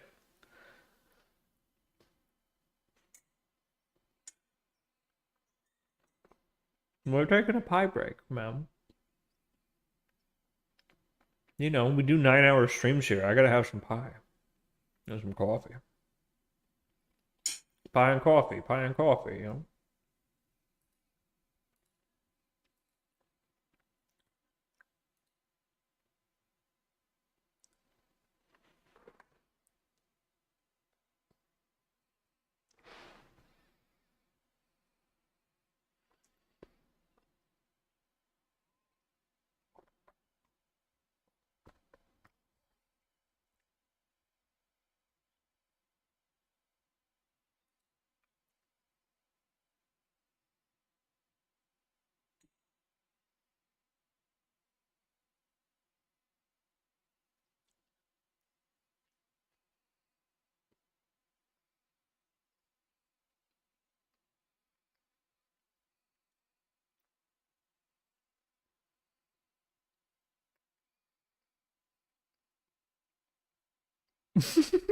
Tiny fucking car.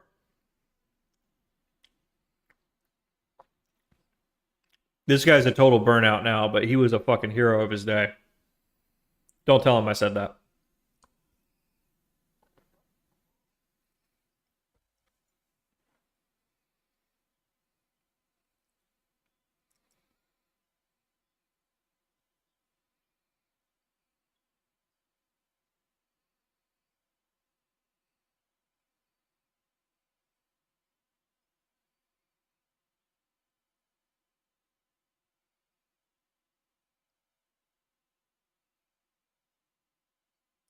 This is from 2010.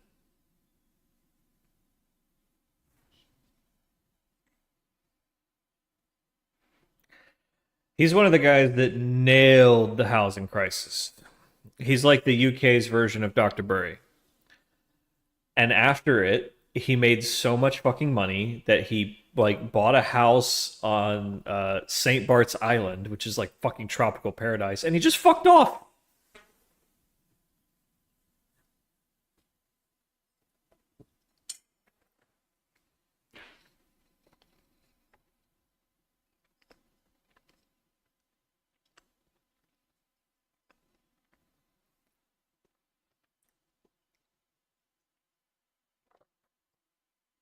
No.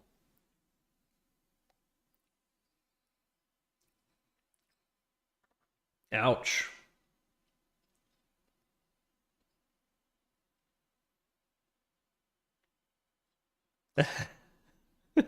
Yeah.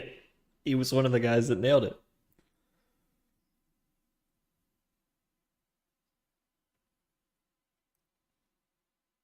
Mm.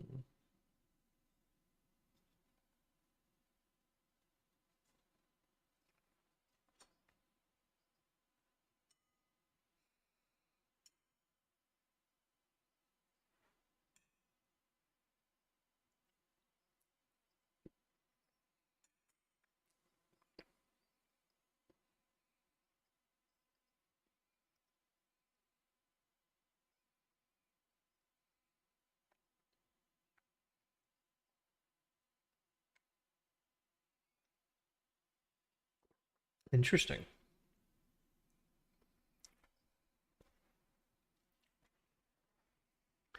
Databricks got 20B. Oof. You know, every day, I think about how Elizabeth Holmes raised $9 billion in valuation, right? Like $1 billion in cash, right? Without anything. I mean, she didn't have anything. None of it worked ever. She faked the demos. And she got to like a custom built headquarters with bulletproof glass, private jet, private chef, $1 billion of personal wealth,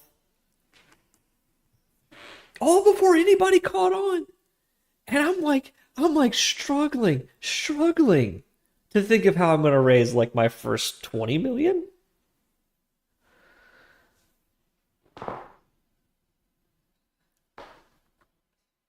Yeah, I'm going to need like Wall Street outsiders, I guess. If I can get like King Solomon to vouch for me the way she did with like General Mattis, Bill Clinton, oh god, she had everybody eating out of her palm. Kara Swisher, she had everybody eating out of her palm.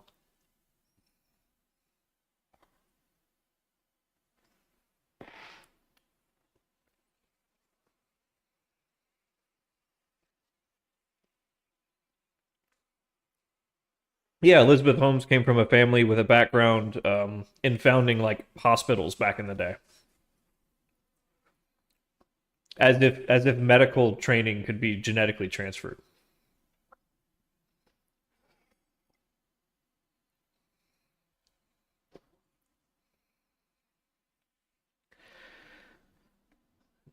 Shut the door, do a couple rip skis.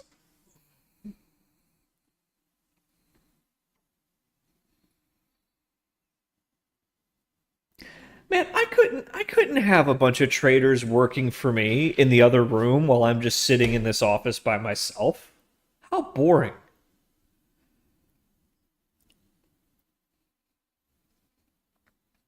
I'd rather make this like the smoking lounge and that's the trading floor. We all work on the trading floor.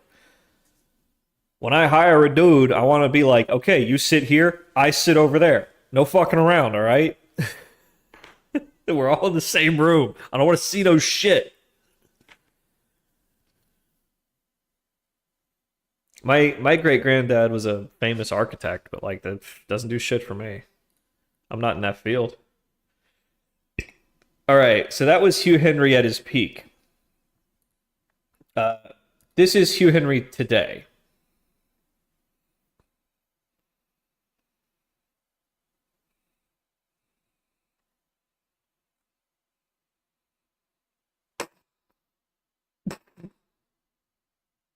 I mean, just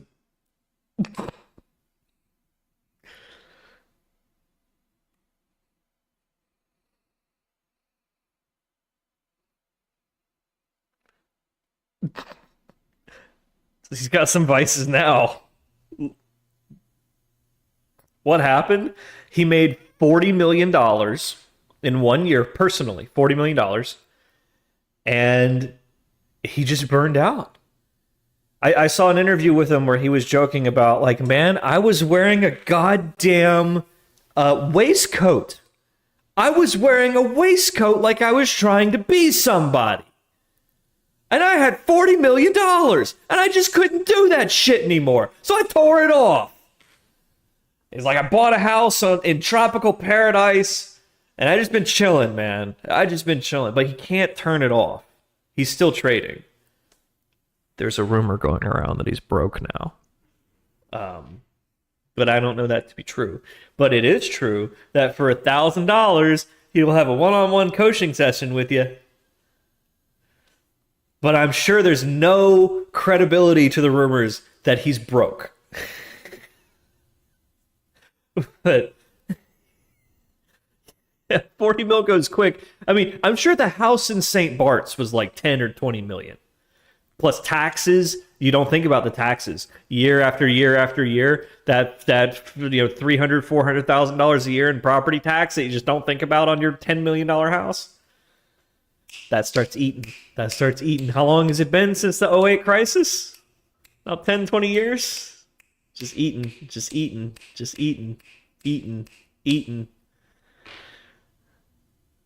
And yeah, you know. So this is him. That was 4 years ago. This is 2 years ago. Sweat stains.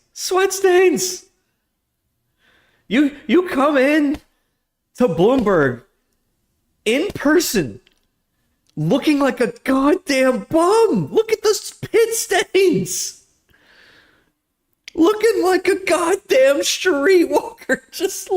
It looks like they just pulled a bum out of a cardboard box. Yes, it's very based God. I get it.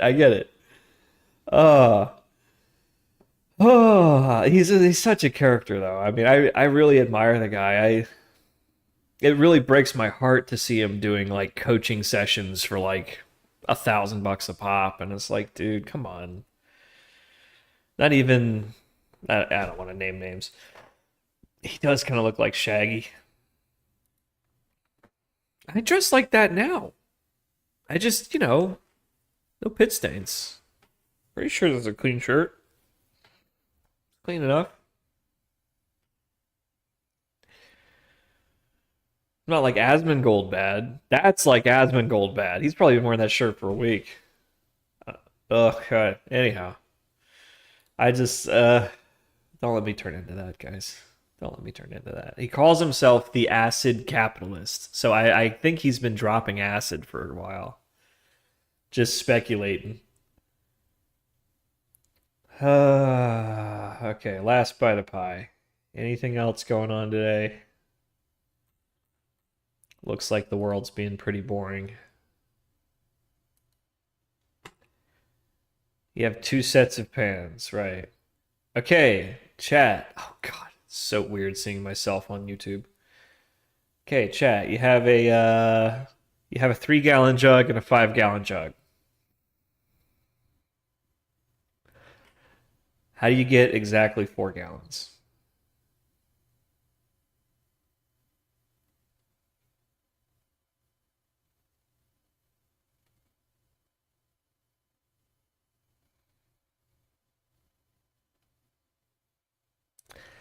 Wisconsin. Tesla autonomous tech is the best pure AI play. Consumers are spending ahead of the holidays. The Trump Musk bromance is pushing the stock up. Just kind of market headlines. Star Wars Skeleton Crew projected to bomb. Oh, I love Die Hard 3. It's such a great movie.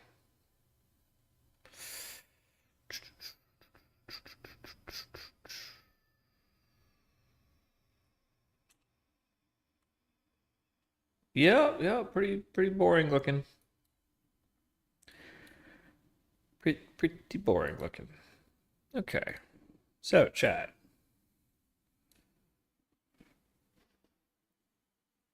Work.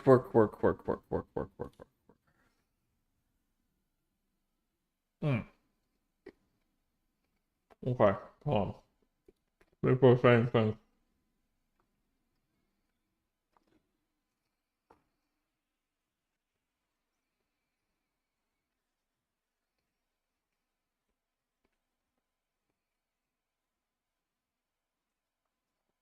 Yeah, Pumbus, welcome to the modern landscape, brother.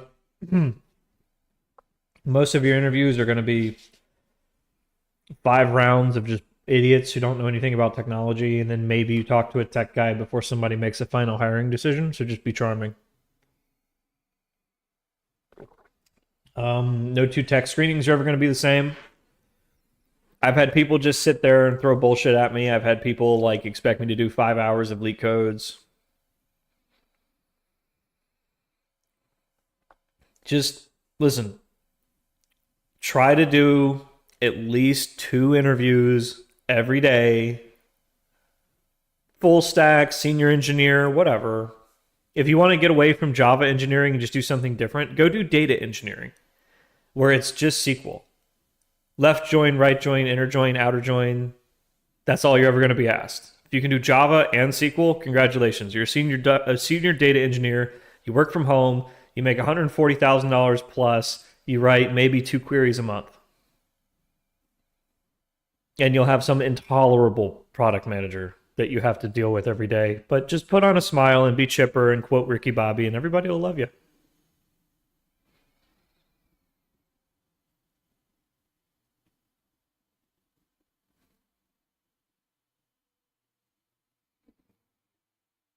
I like interviews that focus on subject matter expertise, where they're like, do you actually understand what we're working on here? Just in a general matter, like in a general sense. Like, do you understand what we're doing here? Yes. Okay. All right. You'll figure out the rest.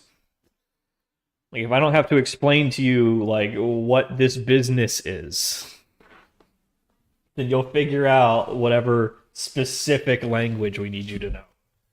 All right. Let me put this over here. Let's get to work.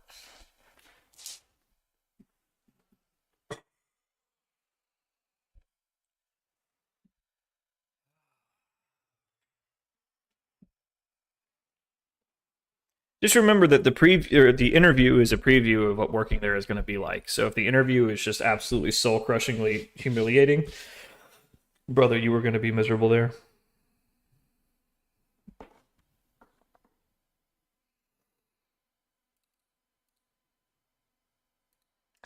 Beep boop. All right. No, what are we doing? Sorry. We can't do this right now.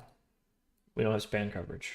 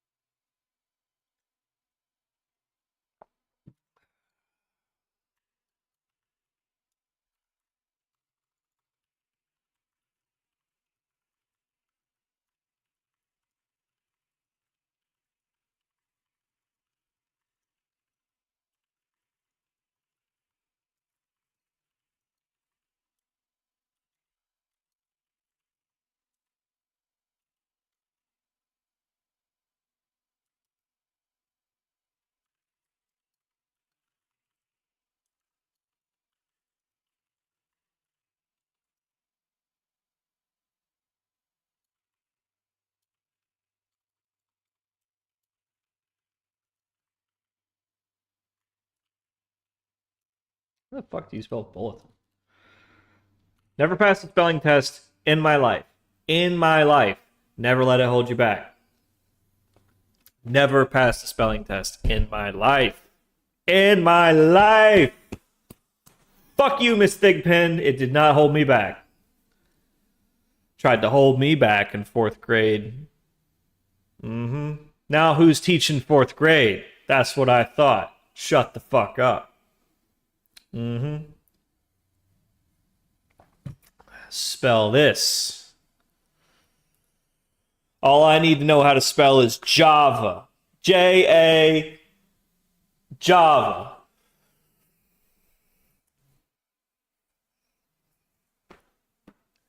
Nah, she was pretty cool.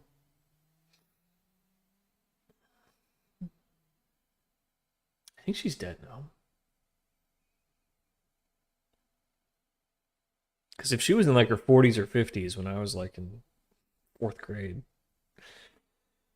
yeah, yeah, that was like 28 years ago. Oof. Getting old, folks. Messages.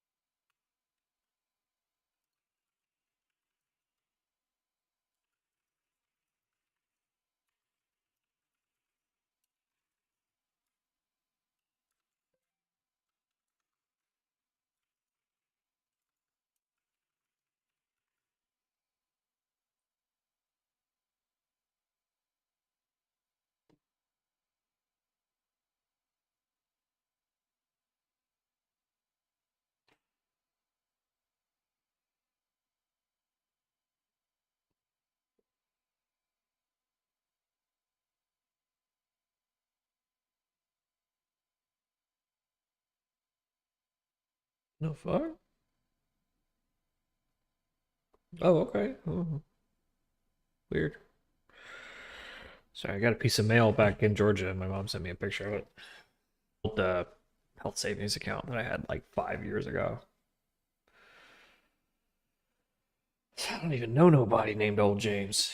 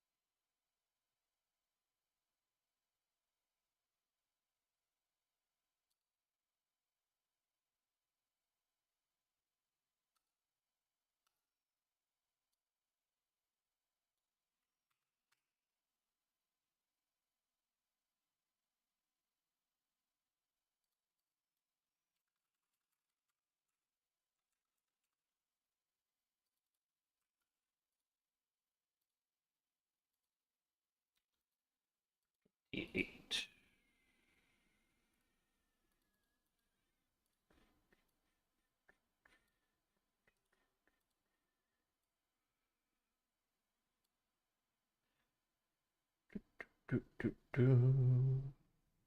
Is it done?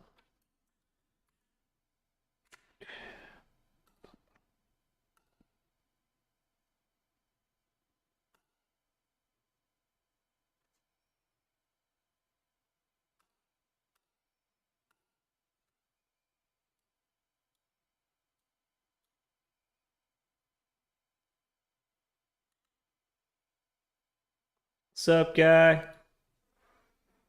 All right, sorry, I autismed for a minute. What were we talking about? Specializing. Yeah, no, I specialize in like finance generally, and that helps a lot because, as my previous employer said, you speak finance and you also speak software. Like, that's really, really, really handy when you need to translate like regulations into software requirements, like we just did a second ago. Like when it's like, okay, we have these objectives to meet this regulations, like we need to translate that into deliverables that we can hand off to contractors that do not speak finance. So that I am good at. However, I have sworn that I will never work at a bank again. They are disgusting creatures. You know, I can't wait for FedCoin to get here because it will wipe out the banks. Ironically. Ironically, the thing that the cryptoids want to avoid the most, which is FedCoin, will destroy the banks faster than Bitcoin ever could. Yeah, FedCoin, the Federal Reserve would just issue a central bank digital currency instead of printing dollars, or well, printing. They don't actually print it. The Treasury prints it. The Fed just poofs it into existence on a spreadsheet. Audit the Fed, right? Well, if there was a Fed coin, it would all be open. In theory, if they did it right. Not government issued. Not government issued. Not government issued. This is the important thing, right? To you and me, it really makes very little difference. Like, the Federal Reserve is not the federal government. It's an independent thing. It sort of reports to, answers to, kinda. But it's supposed to be independent. That's the whole thing.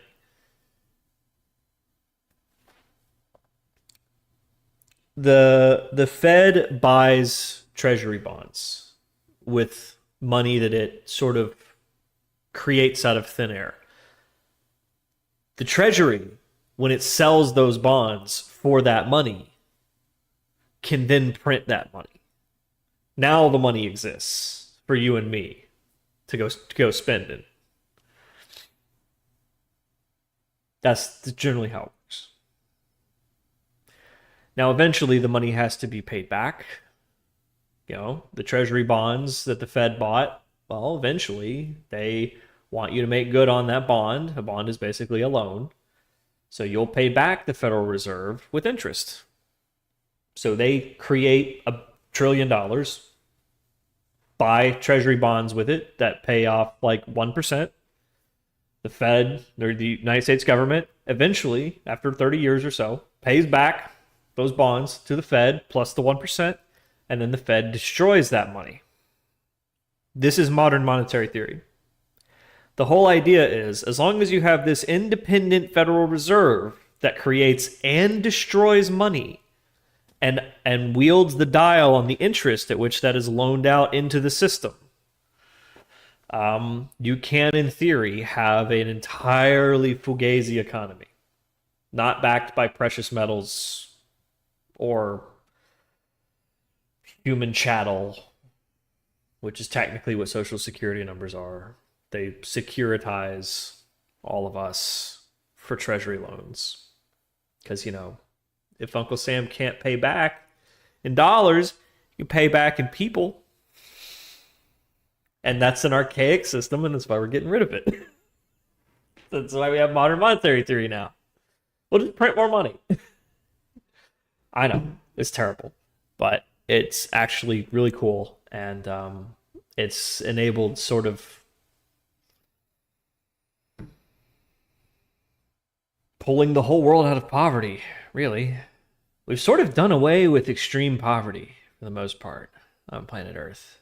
We've sort of raised the lowest level, and we will continue to. I think we're going in the right direction on that one. What else? Okay. The Federal Reserve, it's independent. Believe it or not, those nerds take it pretty seriously. That's why Janet Yellen has been two different people. Because when she was the chair of the Fed, she had to be independent. And then when she was the Treasury Secretary, she was loyal to the administration, as the Treasury Secretary should be. And she said totally out of pocket shit, because clearly she had a conflict of interest with the Fed chair. That just shows that she takes her work seriously.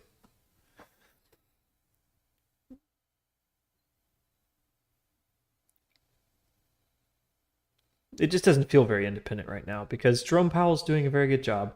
If you're doing a very good job, people won't be sure you're doing anything at all.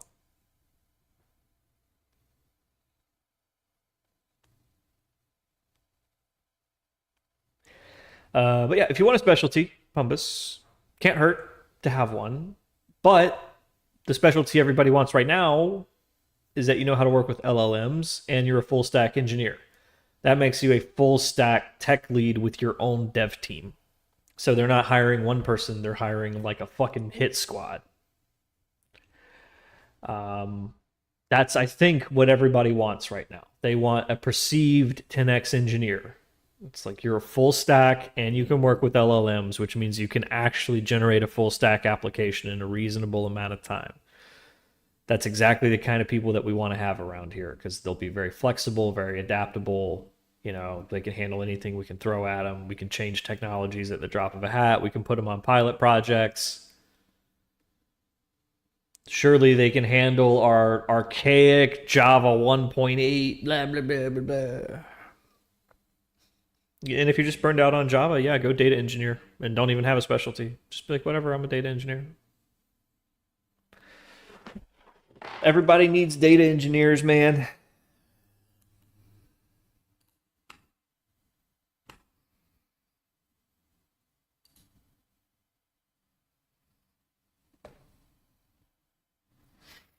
Data engineers write SQL queries. That's what they do. They migrate, transform, etc.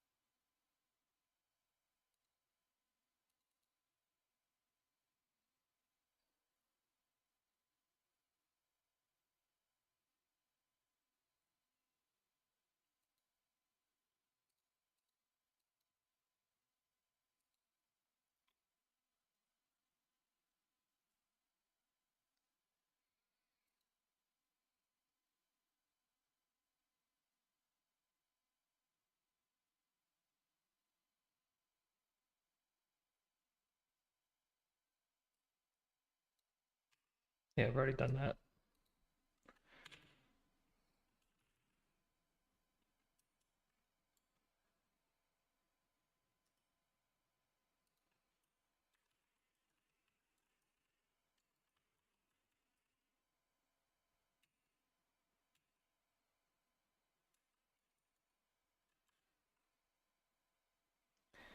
Let's see. Interactive brokers, events of interest, coded error message, connection closed.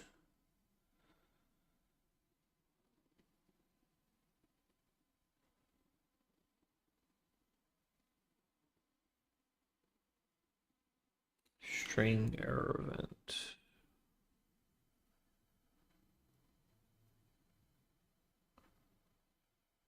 Isn't there like just a general message event? Did we just like not write a type for that? We probably didn't.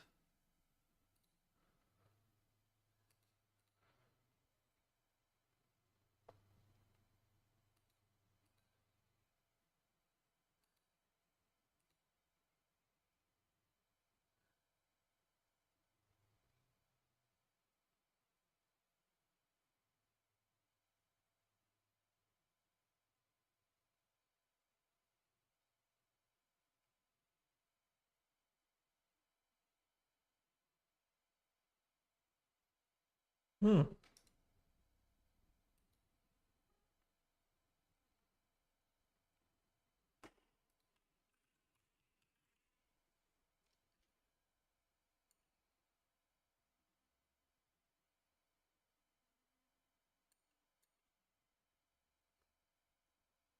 I thought there was a whole bunch of different messages that we were getting.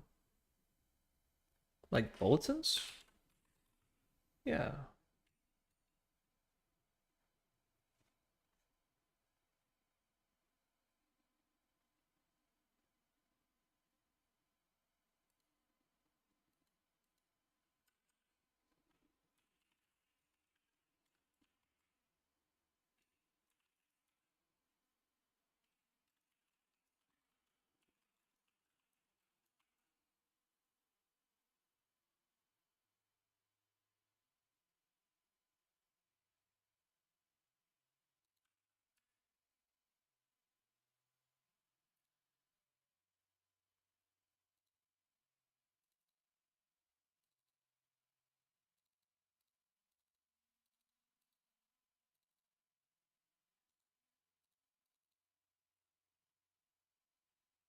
Sorry, I'm autisming. I'll be right with you.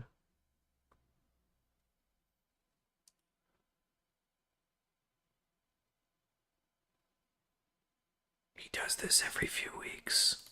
He hasn't spoken to me since he hired me.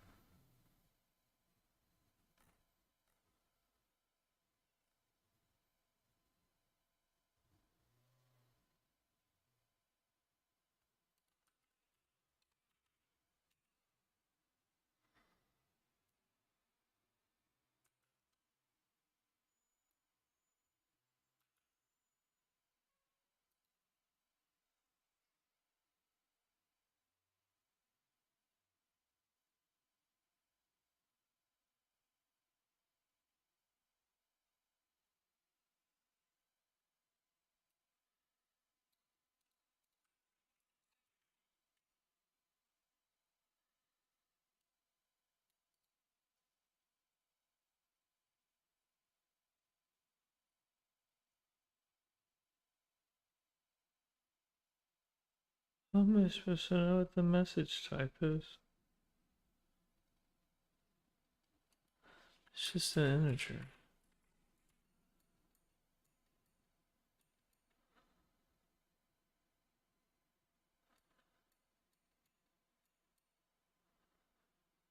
Uh,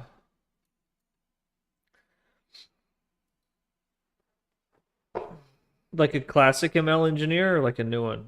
Site reliability engineer? Do you love pain? What the fuck? Why? Why? Listen, if you're a site reliability engineer at a well-run company, brother, you're gonna love it. If you're a site reliability engineer at a type of company that needs site reliability engineers, you're gonna be fucking miserable. It's like, oh, it's like doing biohazardous materials night shift transportation. It's like, why would you just, oh, could you at least work the day shift?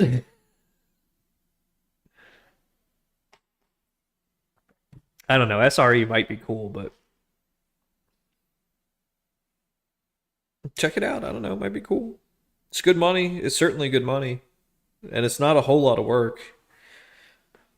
I mean, your job is basically just to read and or assemble the quick reference handbook, the thing that you read when the plane is crashing and you need to know what to do when you have dual engine failure after like a bird strike, right? Like you got to flip to that page and work the checklist. That's basically your job. It's like, oh no, this microservice went down. Pull out the QRH, flip to this page. What to do if this microservice goes down? Run the checklist at the bottom. It says assemble the a bridge. You know, call the knock, assemble the bridge.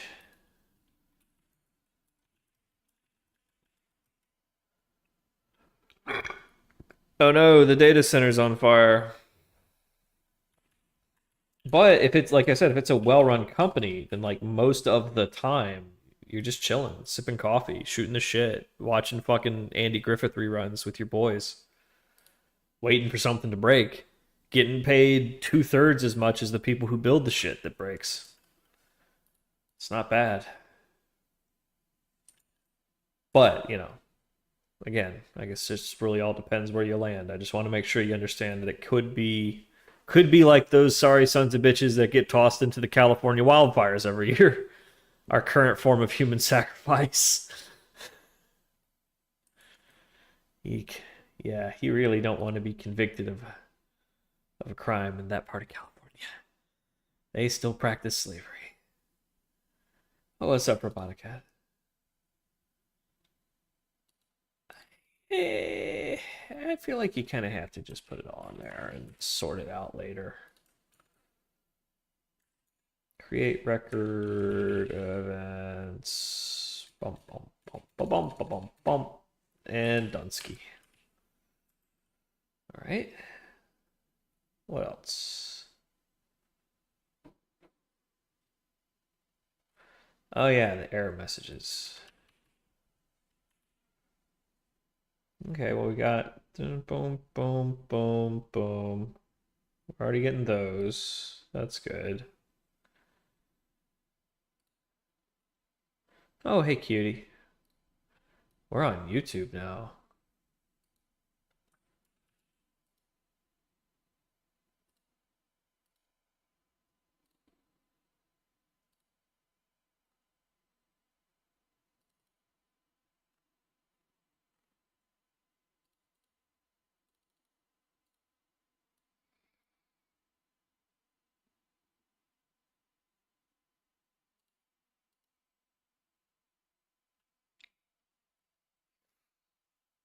Hmm.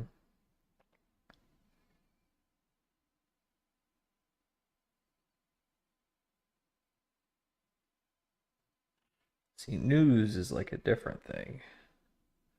That's for like specific stocks. We don't really care about that because we get the same news feeds from Polygon for free.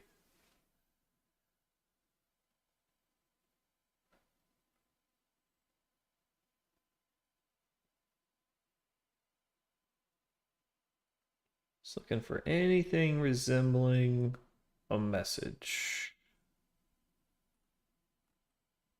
And I think bulletin plus string error is like all we're really going to get here.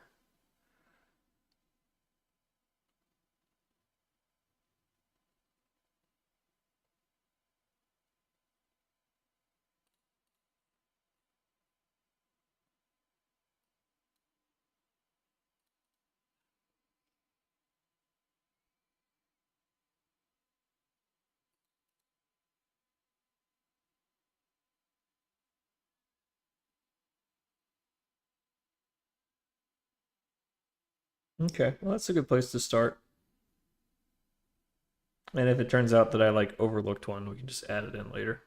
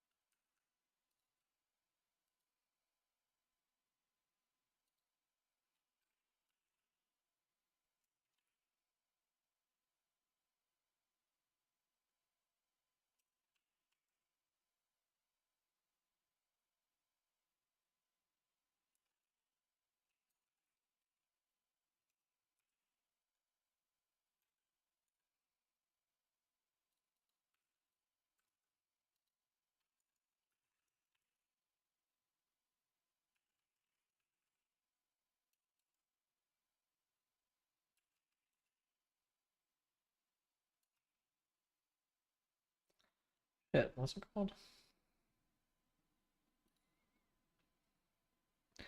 String error event.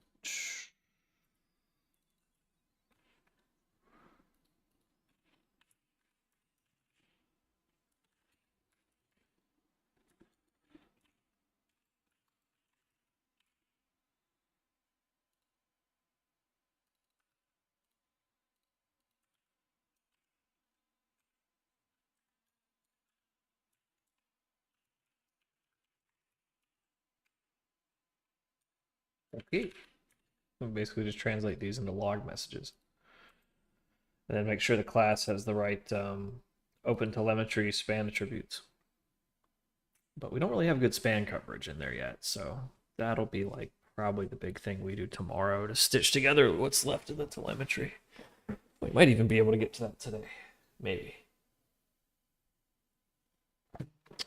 See how this cup of coffee goes. All right.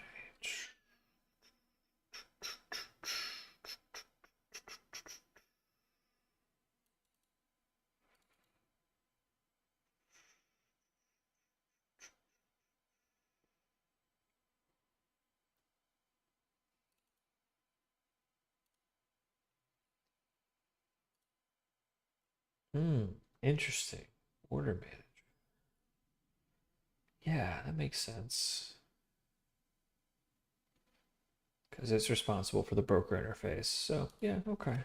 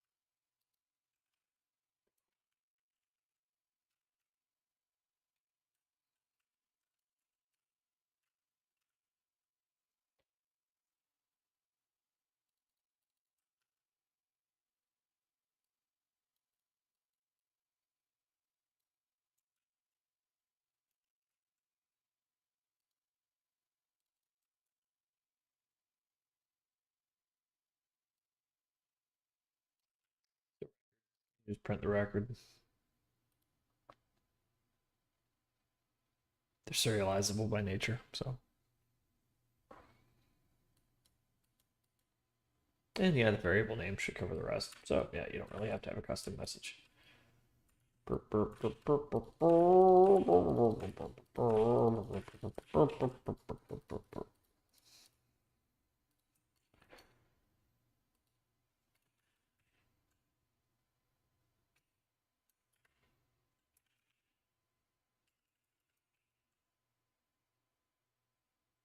No, that's not right.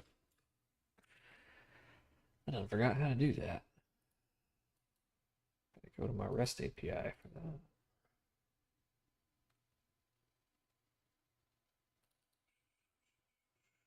Oh, with span, with span. Not applicable. Oh, that's per method. Okay. Yeah, you don't put that on the whole class. Well, in which case, I would just need to like set span attribute for trading session ID. Hey, get rid of the breakpoint. Well, nonetheless, that's at least the first thing checked off.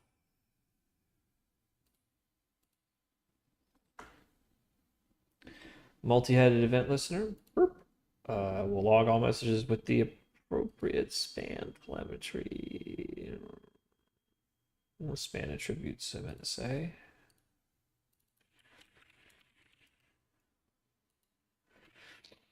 Mm.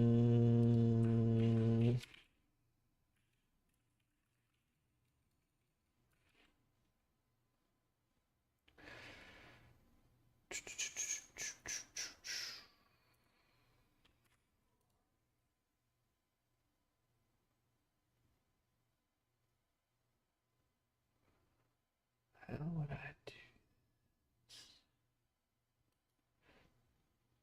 I don't think I would have to.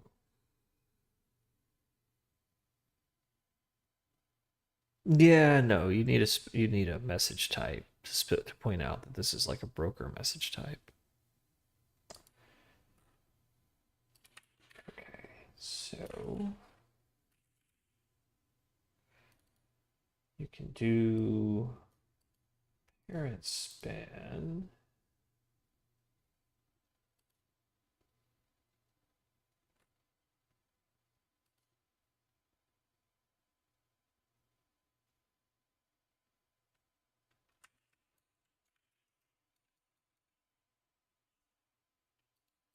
No.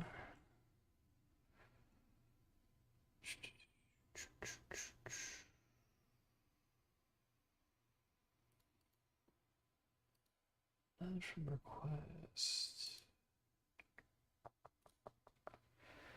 Let's see.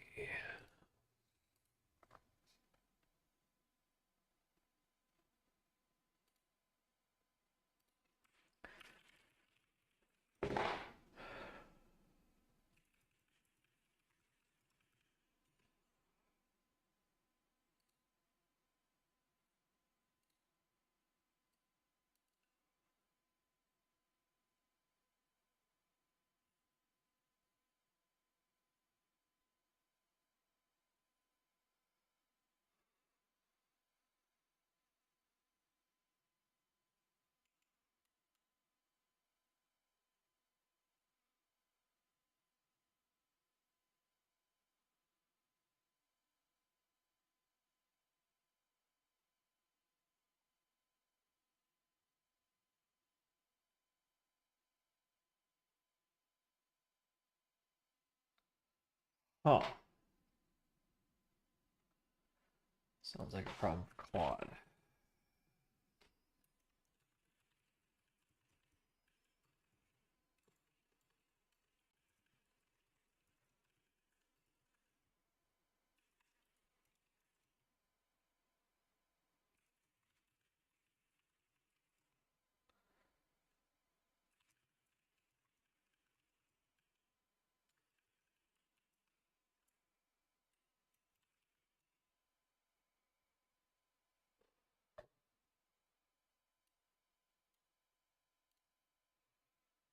What you got for me, Claude?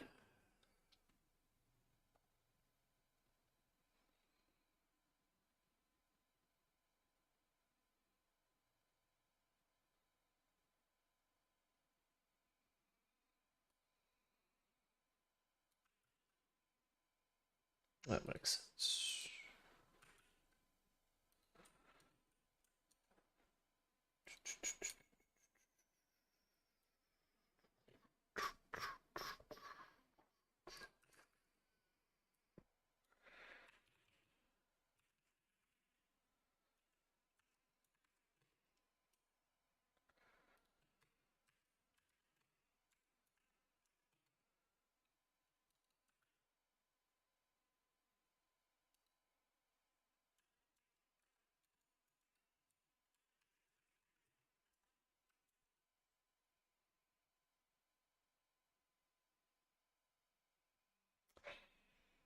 Hmm.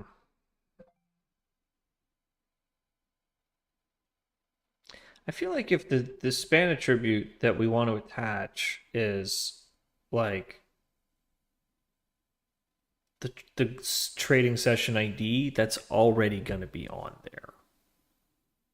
I feel like that kind of goes without saying. And if it's already in the span attribute, then it will automatically be amended to every log entry that gets hit along that span. So we don't actually have to put it in here unless there's something else we want to do. And I don't think there is, so we don't actually need this. We need to put that at the top level when we go add span coverage. So we really just need to update the ticket to say that we have to do that by other means.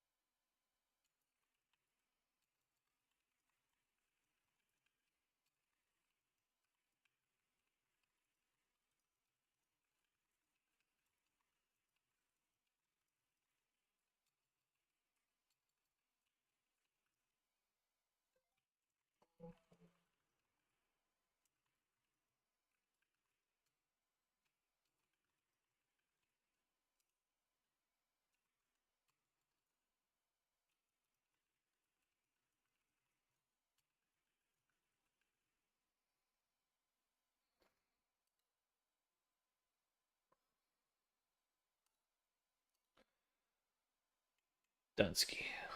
Oh, that didn't even make it to in progress. It just jumped straight to done. Whatever, it was in progress in spirit.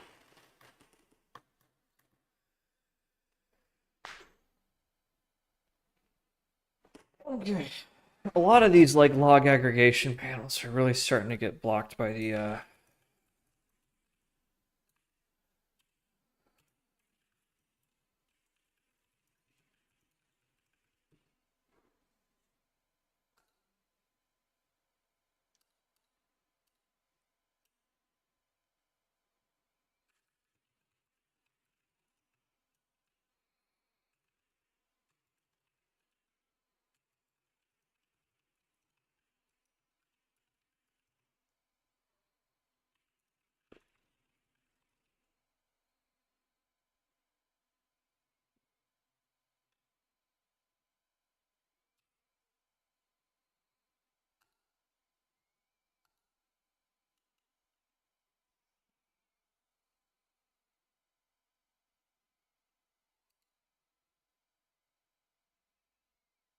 Hmm.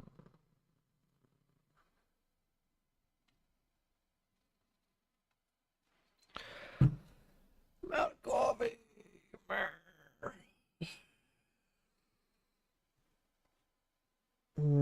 Just kind of getting to the last possible hour to get away with that third cup of coffee.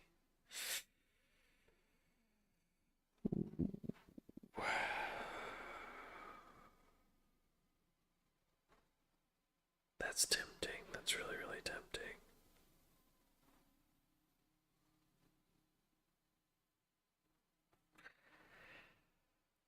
The origins of my name. Okay. Once upon a time, there was two discords.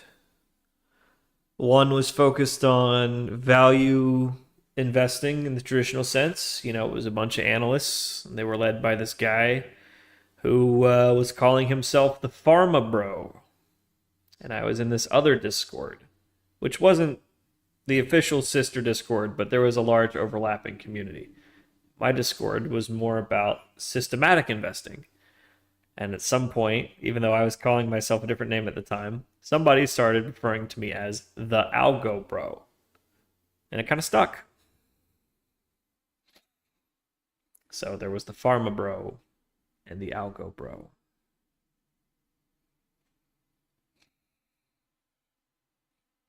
And now he doesn't go by that name anymore, so my best friends call me Cash.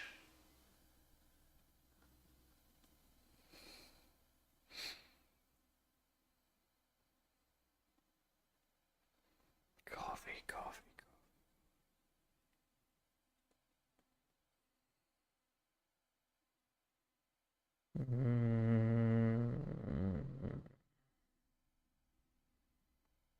Eh. Oh, hey, Robotica. Didn't see you lurking over there. We've been getting a lot done, man.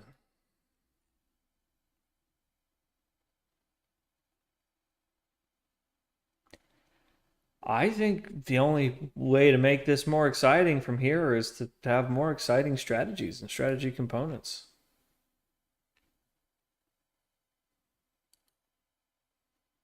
I know that MicroStrategy is weighing us down. Silly me for listening to somebody. Yeah. Yeah. Yeah.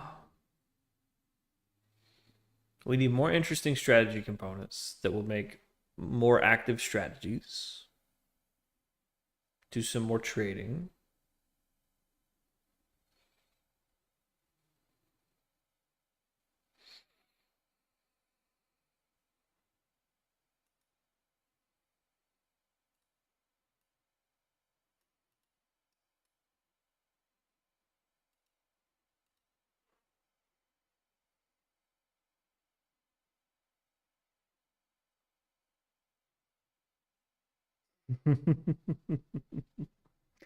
No, it's 14K cash. You're outing yourself. You don't know how to read this.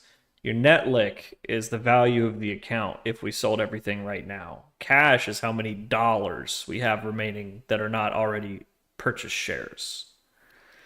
Maintenance margin is how much value net lick has to maintain in order to hold our leveraged positions. Excess liquidity. Well, I'll explain that later.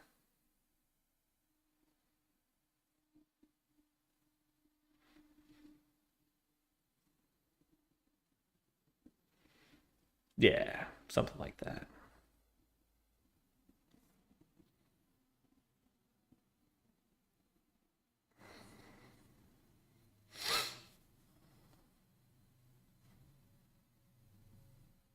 Yeah, Netlick assumes that you can sell the positions at their current value. So it doesn't take into account like liquidity or anything like that. It's a lot of maintenance margin. Yeah, the maintenance margin should be about like a third, roughly a third to a fourth of your position's value. Since you have like a reg T margin, so you basically have like a 3 or 4x margin depending on the instrument. Like Apple might have a 4x margin because there's a lot of Apple. You're never going to run out of Apple stock. But like GameStop might have a 1x margin because like we're not going to let you trade this on margin. It could fall 50% overnight.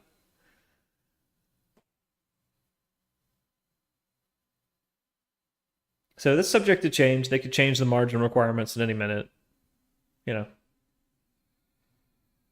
Don't yeah, I do want to plot ratios and stuff. I don't like how slowly this updates. Because this is Interactive Brokers just sending us messages for this stuff. Like, I would love if we were calculating this ourselves. I think we'll get to that at some point. Even for the dashboard, I would prefer if we calculated ourselves. It'd just be faster, more liquid, less bumpy. But yeah, we definitely want to record ratios and stuff. Like we want our net lick versus maintenance margin like needs to be within a certain ratio. You know, you want your UPNL to be positive.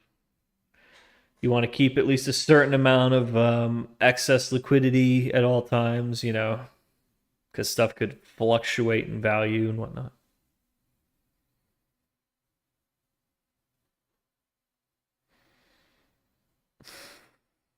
Y'all are silly. Y'all are silly billies. Okay, let's see. Trading operations span coverage.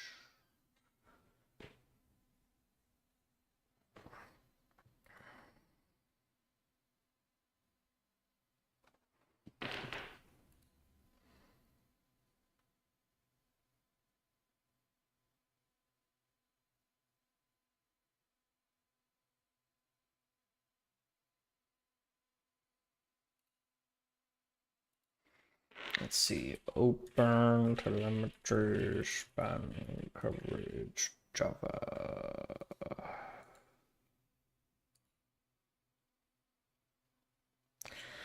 It's been a minute. Get a little refresher here.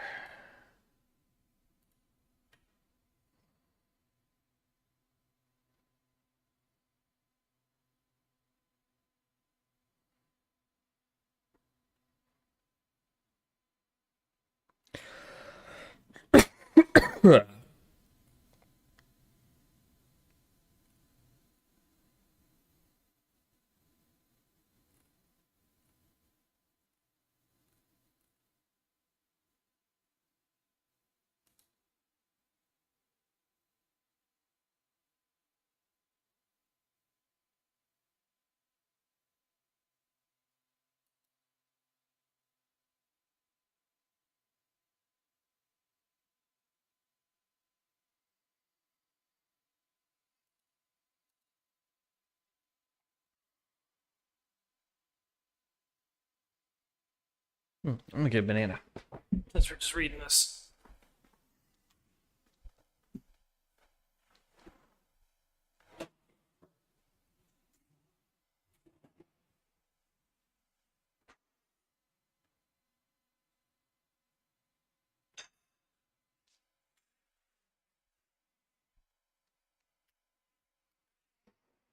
Dirt.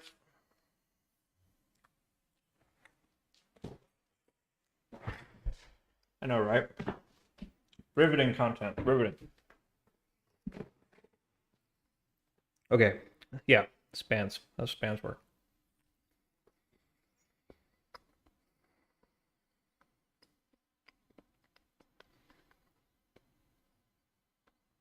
Okay.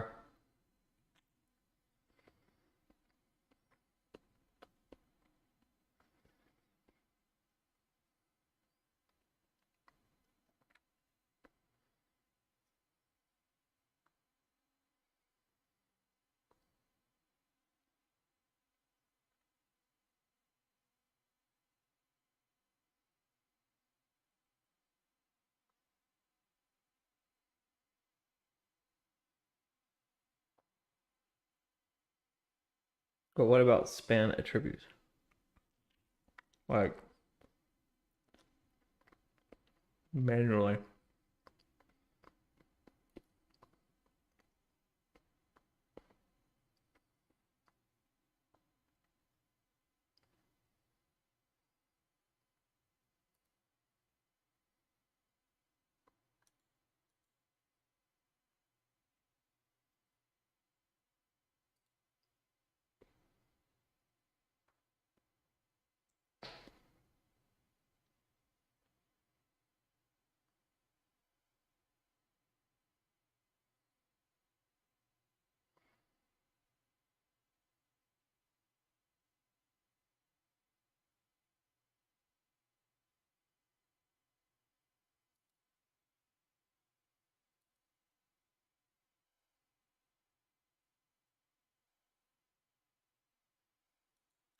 I want to like arbitrarily set a span attribute in Java. And I am using the agents. I should be able to use global telemetry to do that, right? Say like get the current span and then add an attribute to it.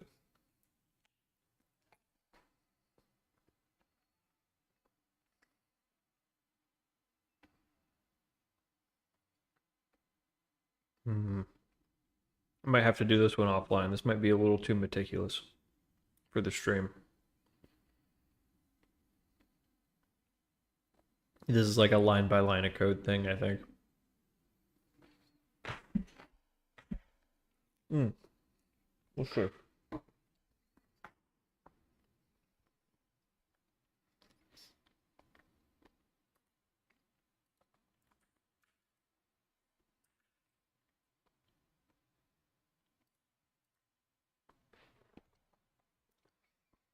Let's see here.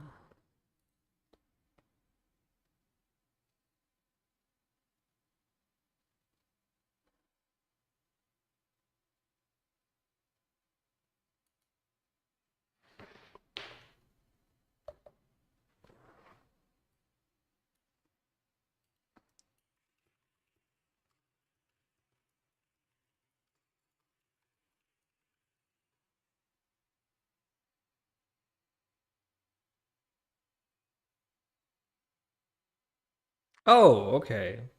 Got it. Got it. Span.current.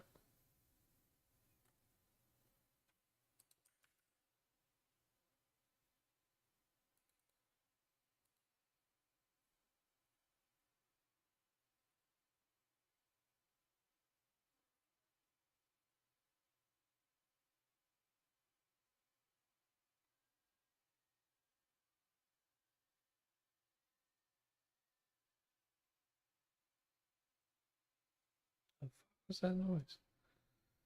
Whatever.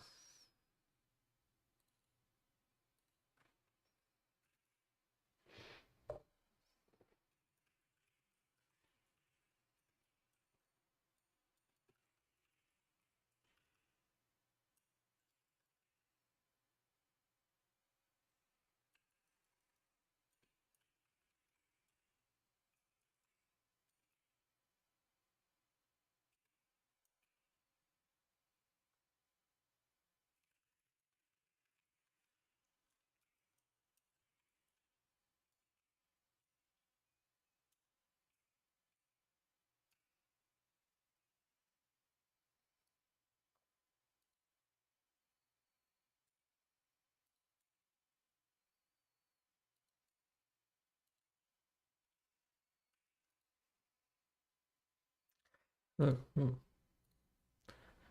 Deafening silence. Don't you just hate that?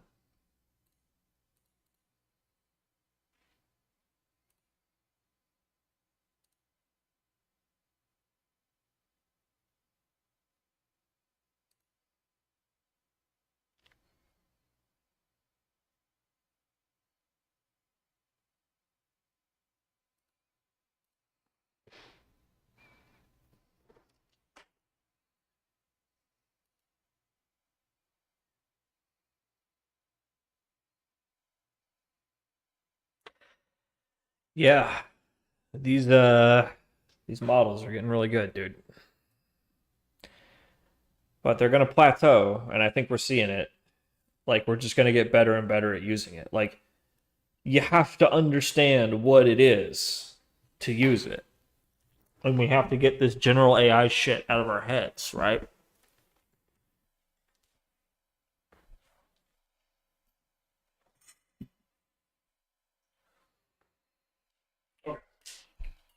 I'm making coffee. I'm fucking coffee.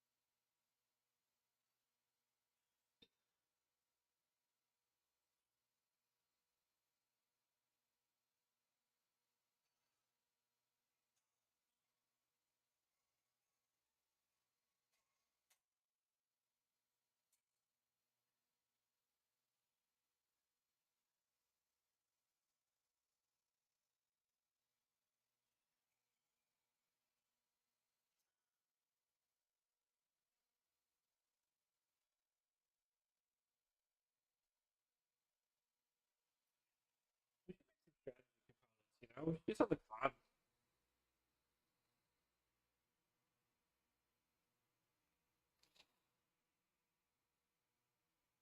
Do something fun.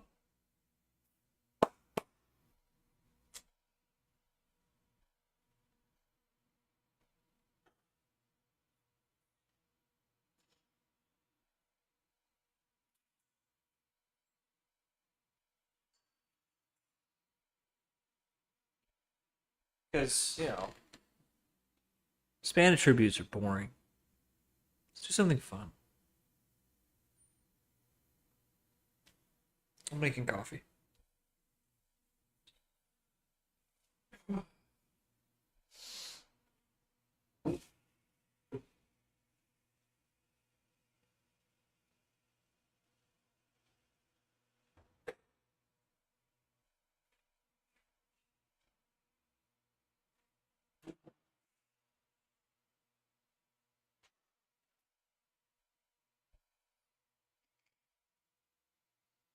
I bet we could build a strategy component pretty quickly.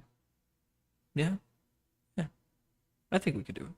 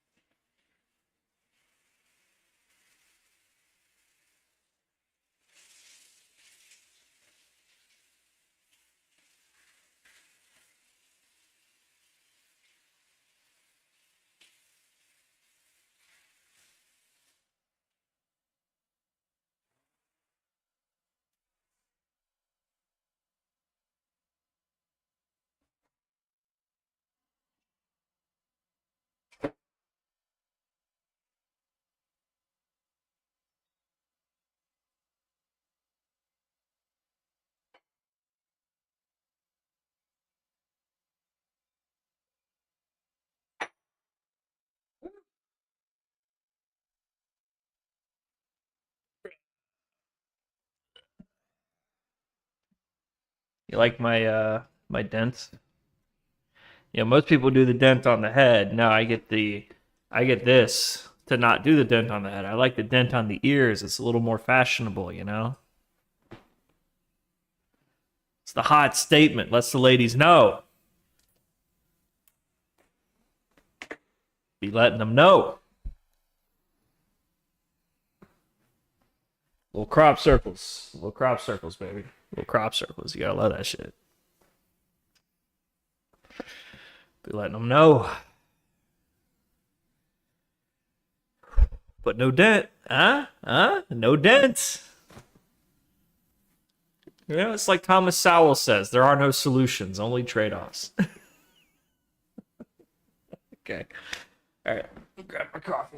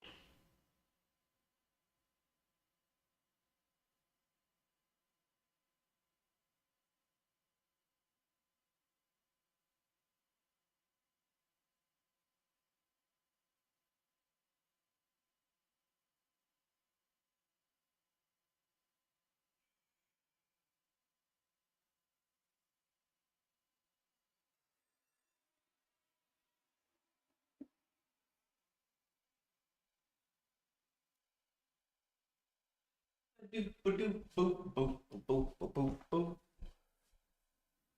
yep.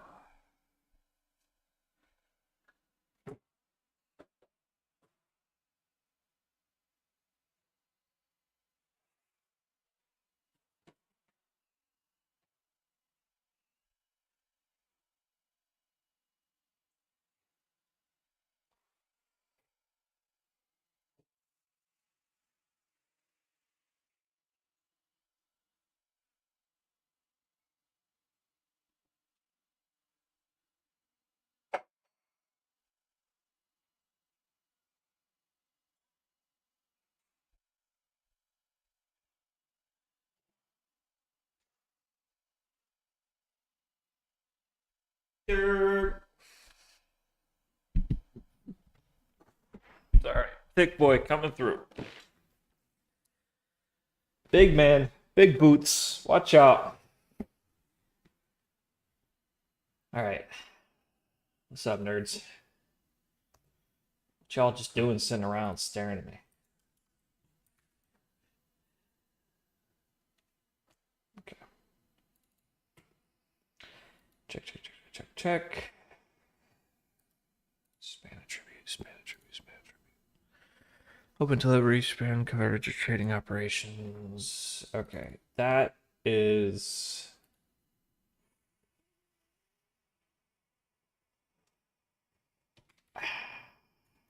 How do you say go fuck yourself in French?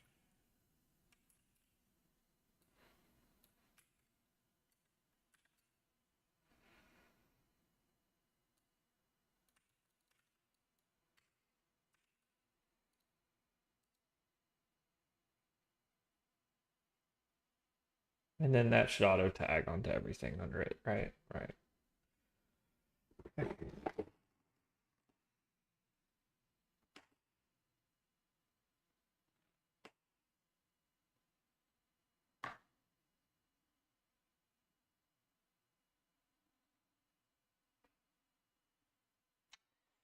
You need a portfolio manager for scalping.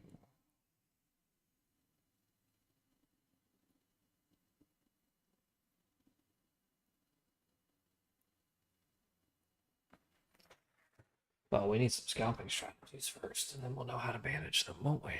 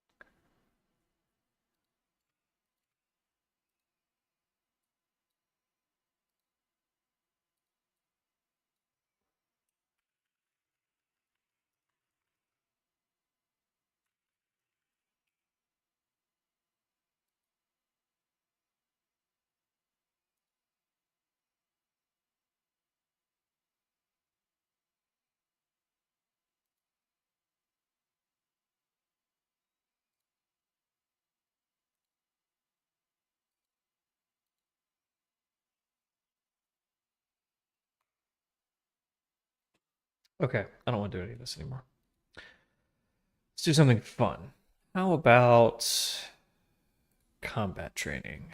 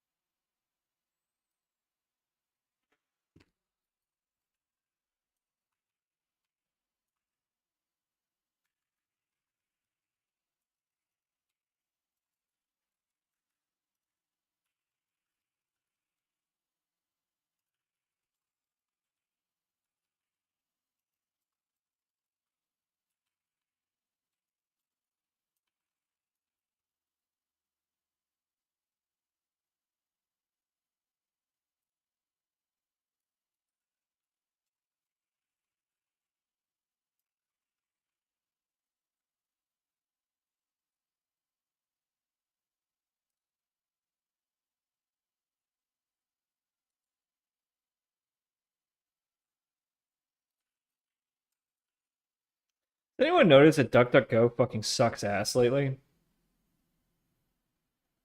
I mean, really fucking just unbelievable fucking garbage results. I'm sorry.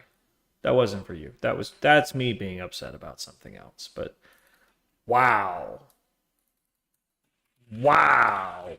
Does DuckDuckGo suck lately? And you know who's getting better every time I use it the last couple weeks? Google. It's almost like they remembered they're a goddamn search company. Good for them. You know why? Because they hired my friend. My friend got a job there a couple months back. I'll bet she's up there just slapping people around, setting them straight. Guarantee it. Guarantee it. I'm trying to find the exact name of the extended hours trading on the NYSE website. There's a very technical name for it. It's like tape A, tape B. I want to make sure I get it right. Especially since they're introducing the overnights.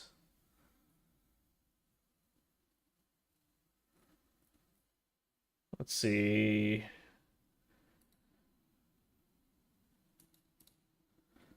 Extended trading hours. How does that shit work? Fucking magnets, man. Flashbang.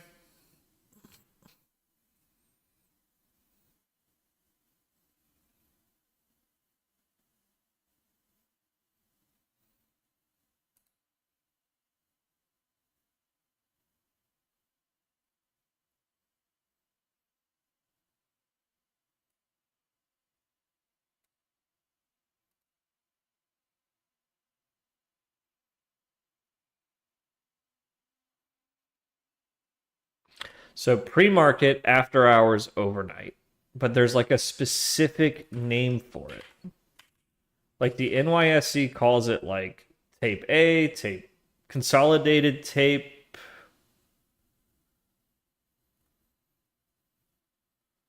SIP.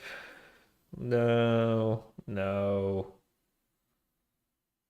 Hold on, hold on.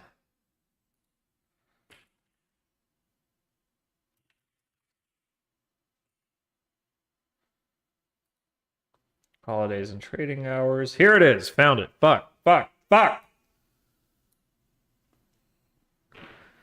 Tape A, tapes B and C. Pre-opening core. Pre-opening core. So what? It's only called the tapes on NYSE.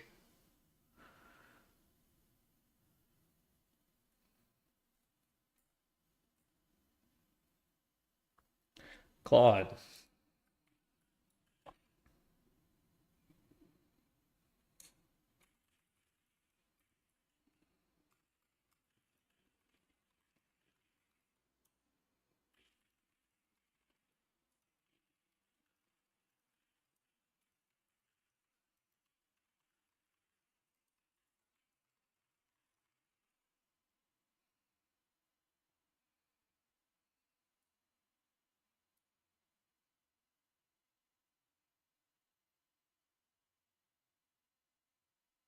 Oh, I understand. Okay, I get it. Okay, cool.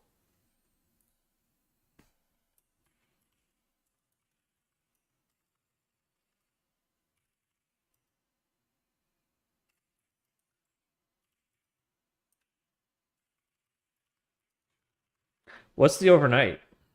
Didn't they just announce that?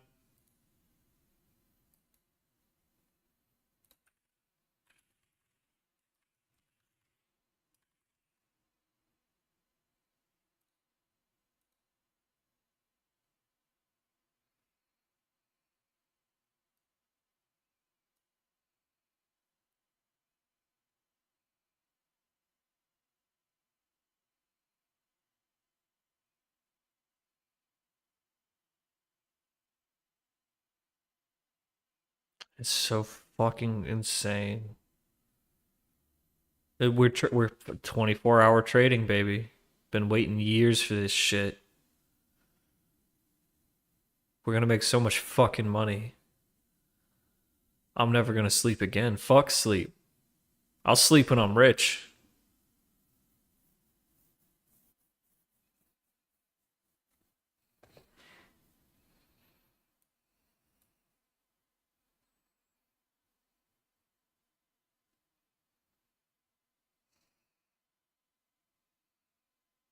That's so fucking hot. That's so fucking hot. Fuck. Wait, what did they say? Okay. Exchange searching overnight.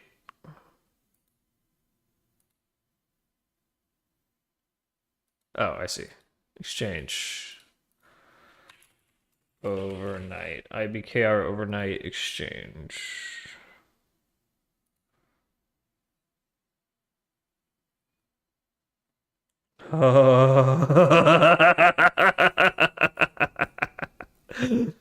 Oh yeah. Whole new world, baby. Whole new world. Whole new goddamn ball game.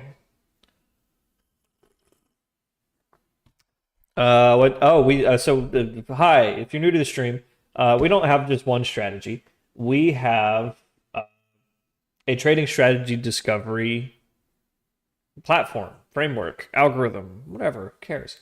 We build little strategy components that have like a common theme, like scalping or something like that. Anomalies of interest, tactics that might be good, market regime labels that might be important, and then the strategy discovery figures it all out. Sweet. So we're building a strategy component now that labels the different times of the trading day. Pre-market, core hours, aftermarket, and overnight. Welcome to the world of overnight trading.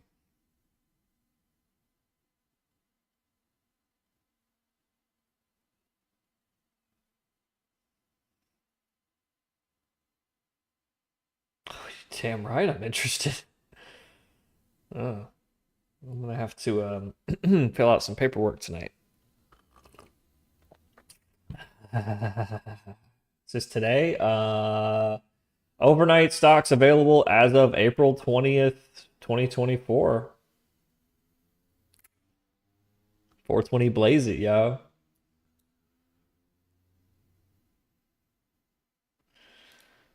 So fucking cool. Yeah, Efficacy told me about this. He was like, dude, time's changing.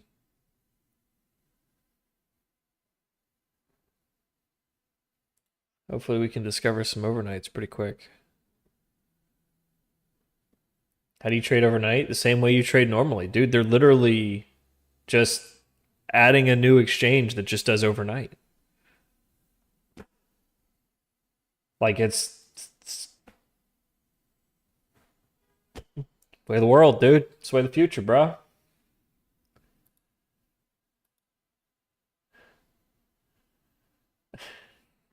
Yeah, what's up? What's up, Darius over on YouTube? Yeah, man. It's weird. It's weird for me to go to YouTube and see my face on the front page, but hey, we're doing that. We're doing that now.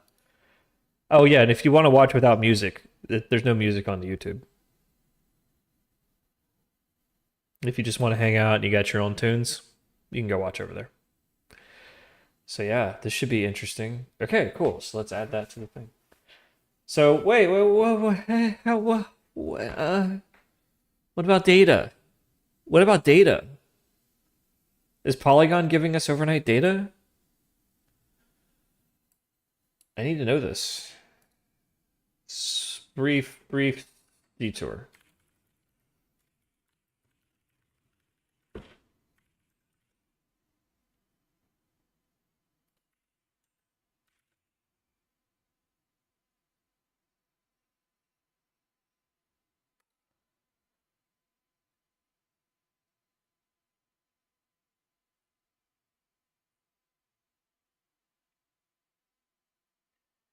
Okay, so Polygon says 4 a.m. to 8 p.m. Eastern.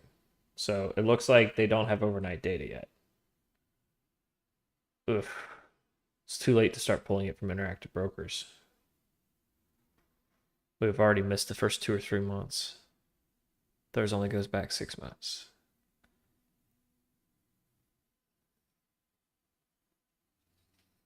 All right, if Polygon doesn't have it yet, they will soon. We're going to put it into our model anyway. So as soon as we have the data, it'll backfill. And we've built our data lake so that every day when we boot it up, it checks every file we've already downloaded against every file on the S3 bucket for our data provider. So if they backfill ticks and quotes and minutes and EOD stuff to include overnight, our data archive will automatically update. So it should be good. Well, there's the interactive brokers one, but the SEC has announced that like there's going to be an official one too. So IBKR is just kind of ahead of the curve on this. But their data is going to be invaluable in the early days. Whole new goddamn ball game. All right. What's up, Arga? Arga in the chat, everybody. He doesn't even sub, that cheap bastard.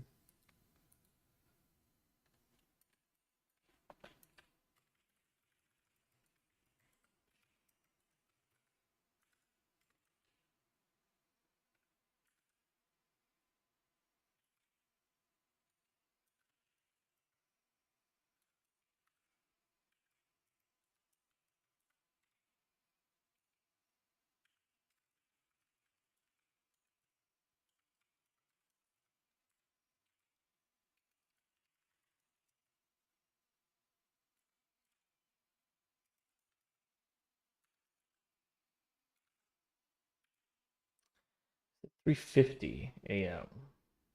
on the IBKR description.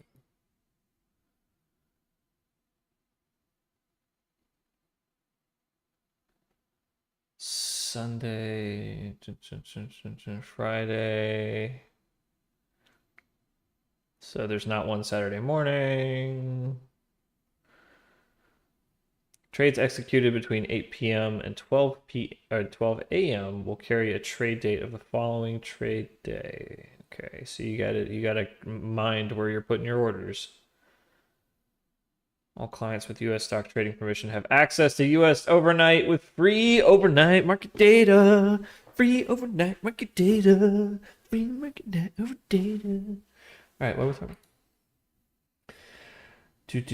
Okay, cool. Yeah, so it looks like there's only 10 minutes a day that you can't trade stocks, and I was like, wait, does the pre-market open at 3:50 now? Why would they just have that 10 minutes there? Is that the 10 minutes for maintenance? Dude, can you imagine? You're that guy? Okay, 10 minutes, let's go. Maintenance. Cycle it out. Upgrade. Remove the hardware. Come on, boys, let's go. 9 minutes. Dude, can you fucking imagine? There'd be like 900 engineers scrambling through server racks like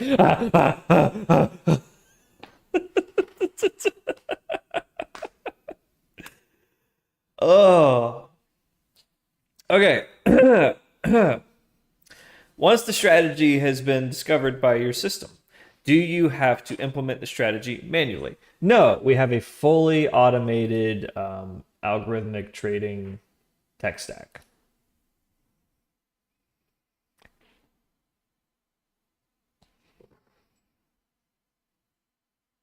Am I doing it right?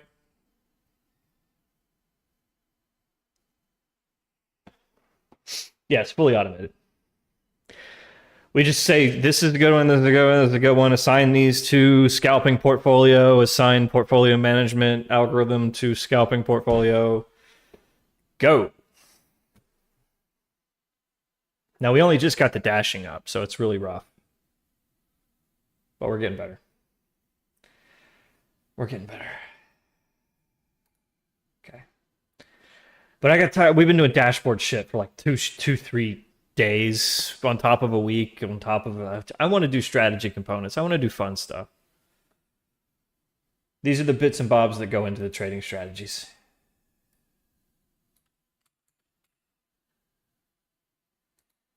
$4 a.m. to 8 p.m. to 3:50 a.m. 10 minutes. Well, you know what? I can if Thor can go 5 hours a night, I can go 10 minutes a night. That's real alpha male shit. I'm trading 23 hours and 50 minutes a day. Every day. I'm gonna be looking like Grant Cardone by the end of that, just cold, dead eyes. Okay. God, I cannot imagine what that's gonna be like on the people running the exchanges. They're probably just gonna, yeah, they're just gonna have like 3 different sets of servers or something so that they can upgrade one while the others are running, cycle them through each day. Okay. Independent context annotator. New project. Maven trading schedule. Market clock. What do we call this context?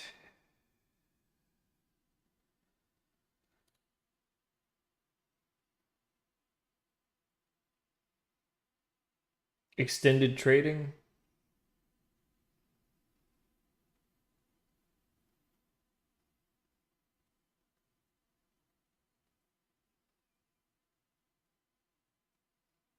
I think we would just call it like the schedule, right?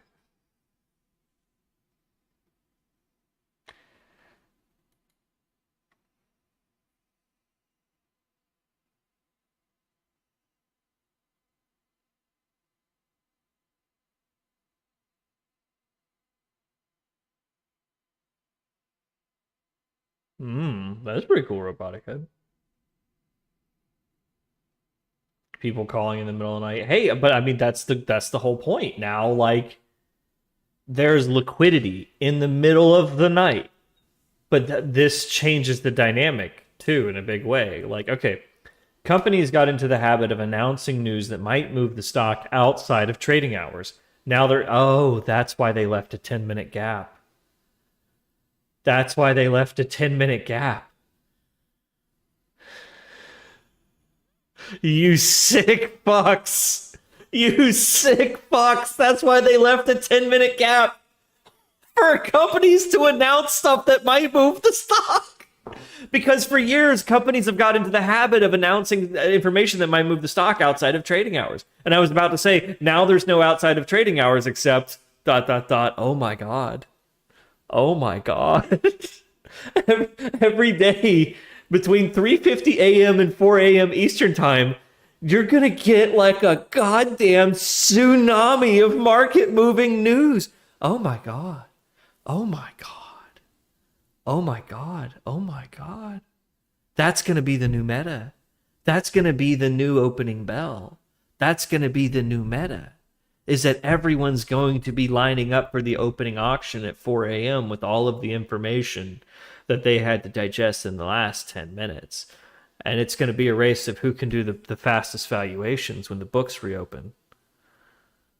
Oh my God. No wonder the major institutions are approving of this. It's like a whole new way to make money.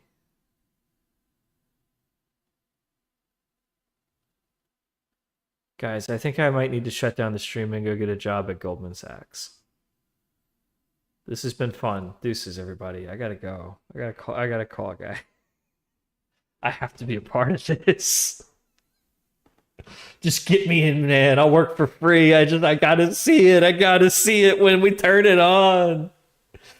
Oh, that's gonna be cool. All right, okay. What are we calling this? Extended trading, trading schedule. Trading schedule feels about right. Trading hours, trading hours, trading hours. Let's do that.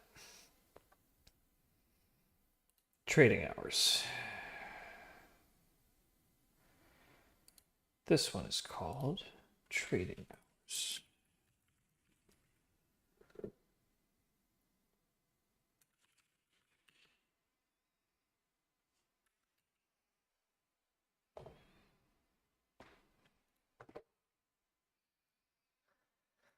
All right, let's build a strategy component.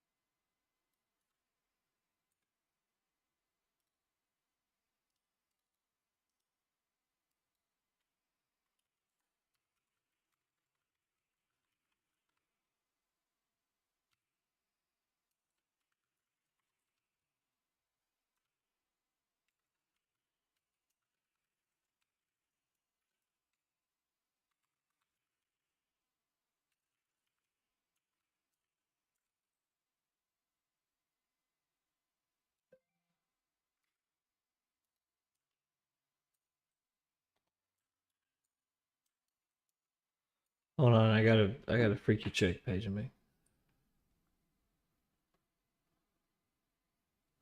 What chat? I met this chick in a bar. She was dressed like Aurora Monroe, Storm from X-Men. Right? Here's what she just texted me. What do you think would be a good places to market my cam stuff, you think? Aside from the obvious, which don't type it in chat. I'm pretty sure you get auto banned. I'll go ahead and type that one.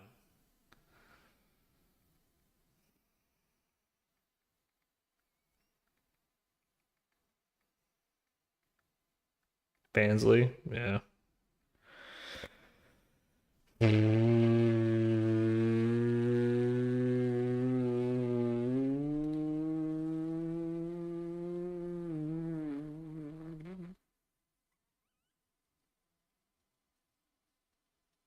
Eh.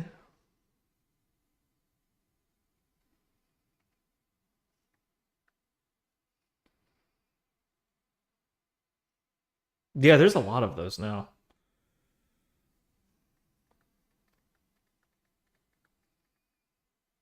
Okay. Twitch, yeah, Twitch hot tubs, bikinis.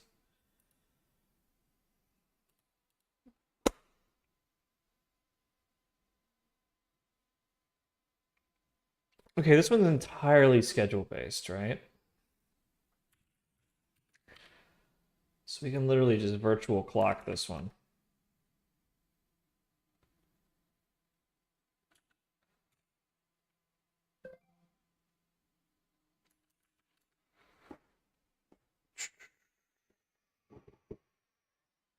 Yeah, I only have one fan.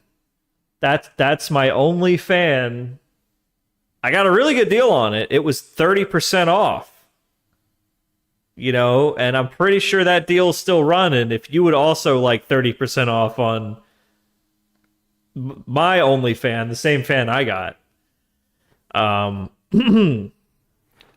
pretty sure we have the link in that the link to that somewhere in just hit exclamation point links. It's somewhere in there.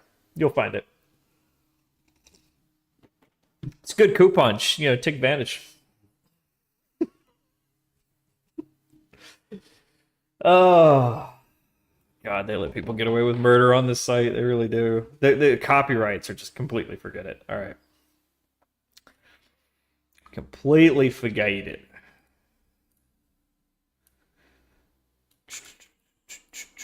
So how we want to do this? We got it's a Monday through Friday thing, right?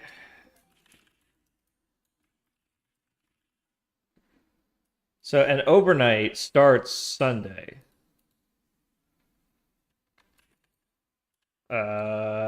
Note, overnight begins Sunday 8 p.m.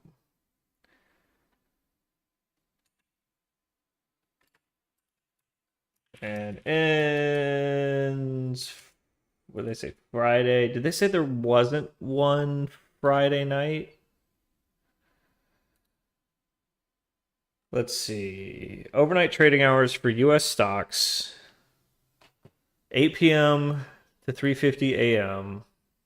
Sunday, the last session ending Friday at 3:50 a.m. So that means Friday morning, not Saturday morning, right? So there is no Friday 8 p.m. to think. Oh, the song? I got you. I got you, dog. I'm like addicted to these things.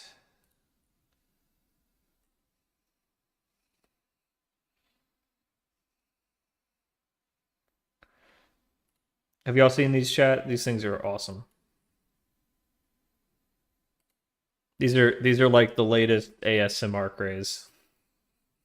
It's just like social network vibes, Martian vibes, you know. I got a bunch of them. They're all pretty good.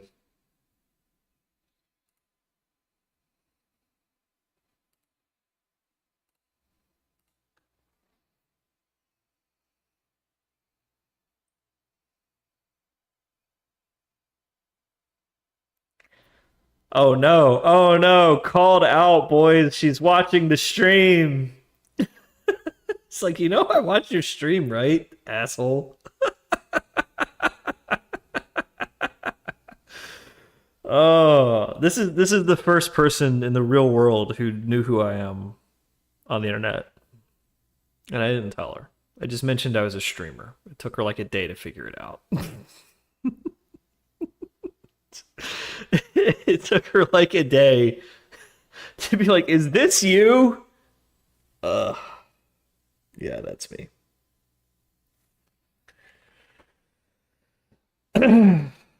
Hey Jay.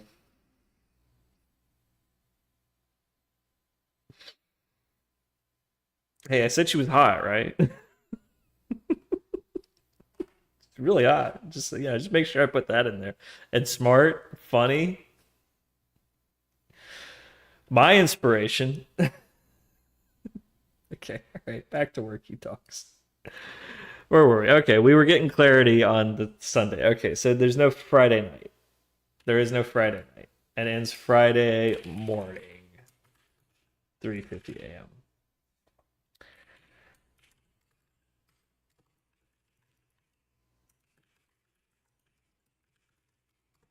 God. So that's next. That's next. That's next. Weekend trading. That's the only time they're going to give us off now. Saturday. Just Saturday, right? Friday closes it for. No, we still have aftermarket Friday. So Friday it closes at 8 p.m. That's the end of the trading day.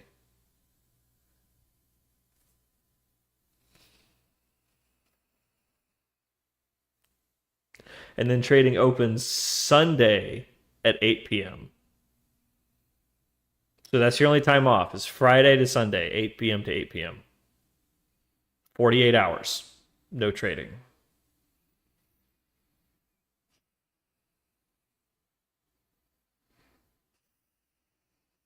Every hero needs some use. Oh, dude. I told her the other day she could break me without even intending to. She's dangerous. She's nice with a knife. You know what I'm saying?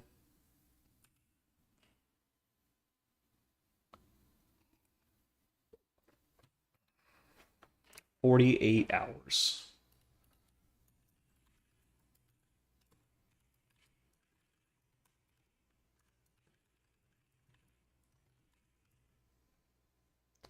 What a day. Or what a cycle.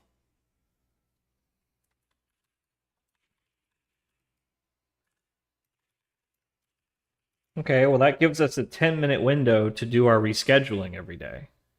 So every day we can schedule the contacts to fire at the appropriate times, right? So it's running by the system clock, and we don't have to have any kind of a countdown mechanism. And then every day in that window, that 10-minute window, we can reset or we can schedule to reset. So that way, if you boot it up at any time, it'll schedule the next thing and it'll schedule a rescheduling period in that 10-minute window.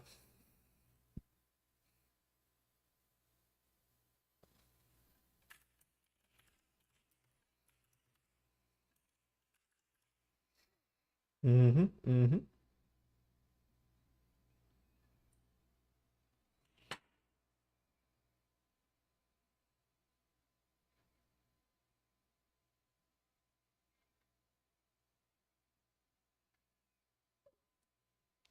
Yeah, she likes me. Okay, what are we doing?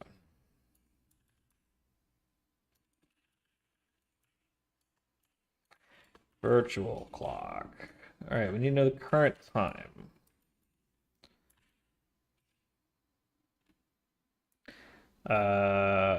So then it's schedule the next.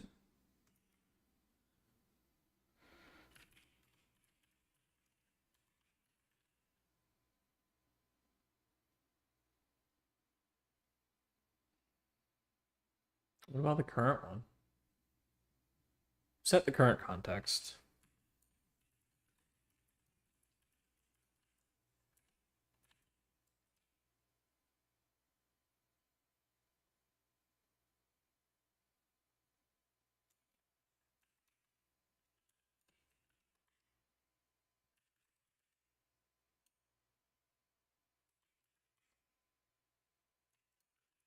Yeah, it's always going to be firing on the current day. So set the current, schedule today's, and schedule rescheduling.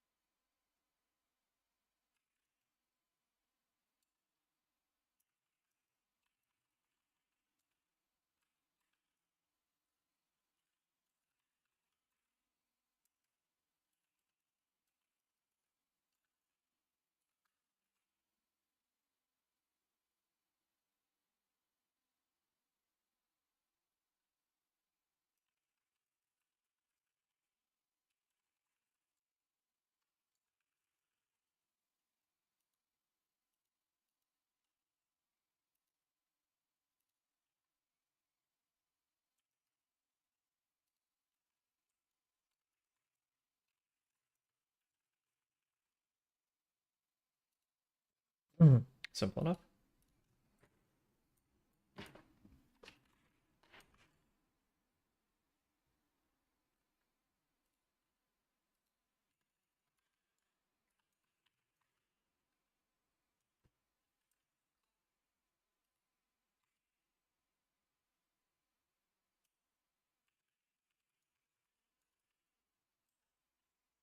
Yeah, U.S. Eastern Time Zone, Europe, Berlin. See what I'm saying about the AI? It's a goddamn large language model. If it can do one fucking thing right.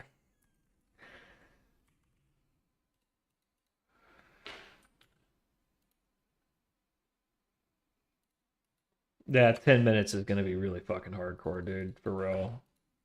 Every day, that 10 minutes is going to be just like on the news wire. You're not going to have time to process it all. Oh, okay.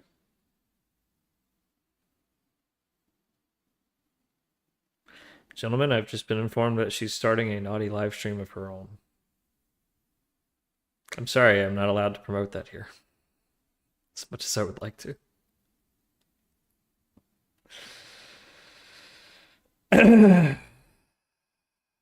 Focus, Algo, focus. That's just what I need in my life.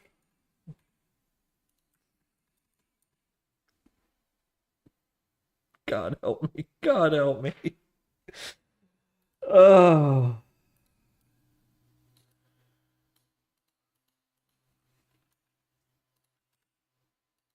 What can I say? You know, she's crazy about hedge fund managers.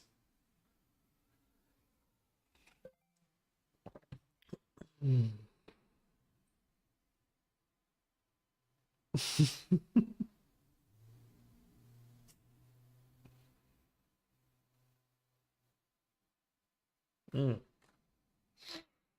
Mm. Since when am I a lady killer? When did that fucking start happening? Yeah, I'm in love with a stripper. Yeah, basically.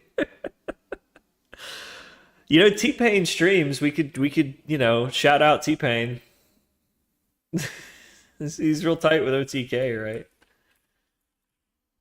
Yeah, it's literally T-Pain. I'm glad they gave that to him. Yo, shout out T-Pain. T-Pain. Me and T-Pain, we like this. We party. We partied together for years. T-Pain. I don't want to piss off Deadmau5 or nothing. Oh gosh, what if T-Pain started lurking here too? Wouldn't that just be the bee's knees? Okay, back to work. You guys are killing me.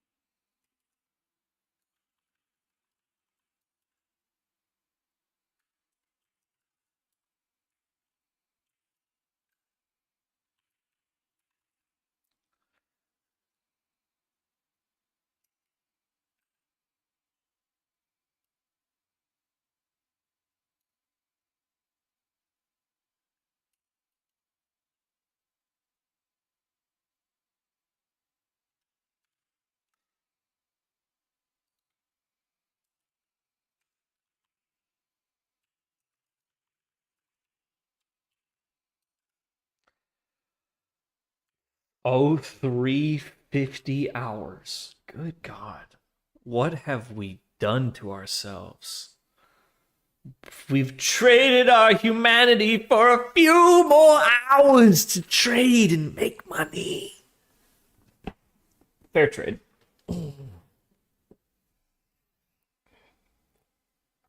What is life but a series of trades?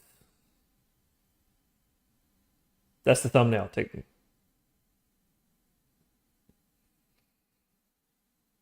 Your hands sort of reaching towards the sky and you're reaching towards the future.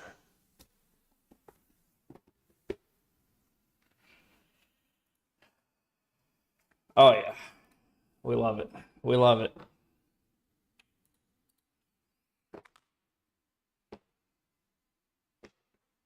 Oh, I am an algorithm represented by man. And it's gonna be literal. It's gonna be a fucking statement. I'm literally creating the AI that's going to enslave me for the rest of my life. It's gonna keep me in a gilded cage. But for the rest of my life, if I pull off this hedge fund, I will literally be a man that represents an algorithm. That represents an artificial intelligence. That services it. That keeps it alive. And if I ever disobey, then no more money. I'm a slave. I'm a slave to the machine. Forever. We thought it was going to be Terminators and shit. No, man. It's cocktails with little umbrellas. That's how they enslave us. Sweet life. This is the sweet life, bro. Ah.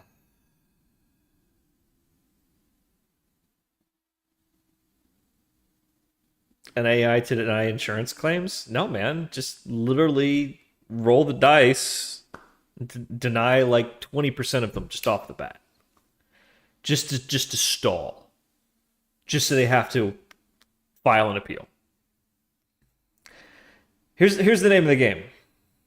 When interest rates are high, like they have been, the longer you can stall any payout for anything that lets you hold any amount of money just in some pot somewhere, every month that you can hold that money, you can earn like 5% interest.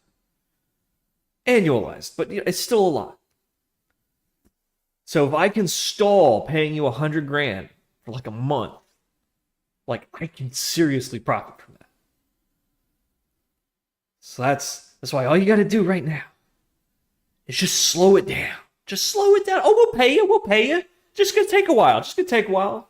You just gotta. Did you file this piece of paperwork? Did you file that piece of paperwork? Oh, you didn't have your 36-4. You got to go back to your 12D. I'm sorry, but we'll help you out. You can skip these two, and then we'll get back to you by the end of the week. How about that? We'll have you checked by March. Don't even worry about it. Oh, we got hacked. We got to rebuild our database. This could take months. Snail mail. Yeah. See, now you're starting to, like, once you realize that's the scam, you start seeing it everywhere. Okay, so now I need to figure out where now is on this. So, can I switch time? No, you can't. You basically just have to do a bunch of ifs. Oh yeah, and then you have to pull off the, so now at zone, Eastern time zone to local time.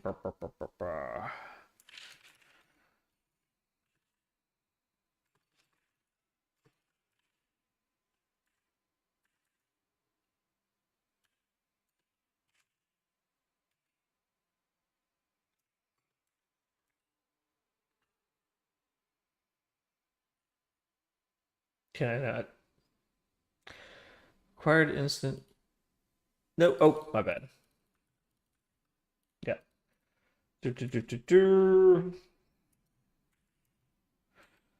Yep. Yep. Okay, we're getting there. Check and publish. Context of. Instant no.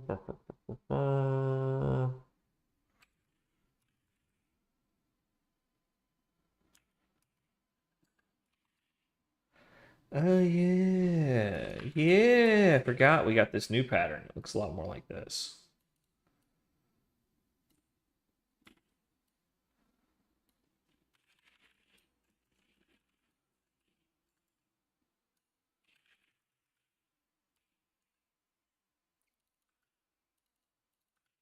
Looks a lot more like that. And you just kind of have one for each. How long have I done Stock Talk for? Go check my following, and I think I even unfollowed him once when I was like pissed off about, like, not being as popular as he was. I have my petty moments. Years basically I was here on Twitch in the stocks and bonds category as a viewer long before I was Algo Bro. I remember when there was only one dude out here, and his name was Time Trader, and he was doing naked strangles, like undefined risk, shorting calls and shorting puts on either side of the SPY. This was in 2018-ish, 2019-ish, when volatility was such that, like, you rarely saw more than a 1% move in the S&P on any given trading day.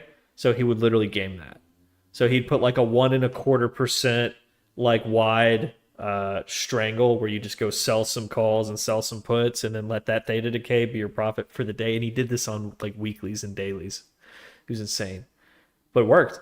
He had like fucking 90% hit rate. He rarely ever lost money. And then one day he just got blown the fuck out. Just some big move. This was before even COVID.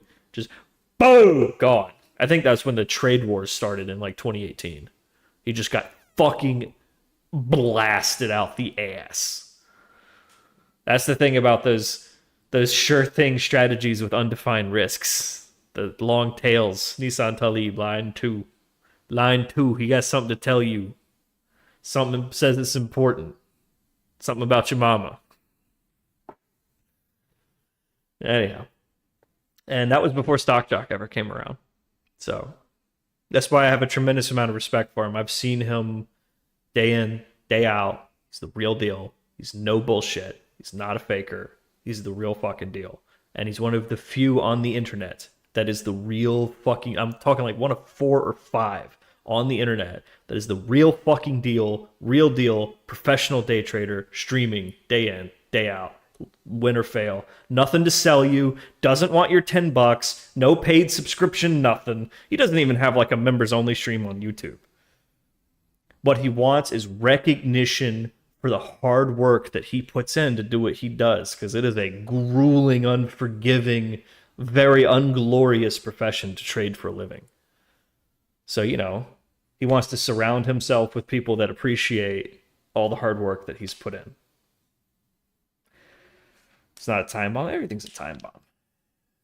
Anyhow, yeah, I like Stock Jock. He's really cool. All right, we got the pattern.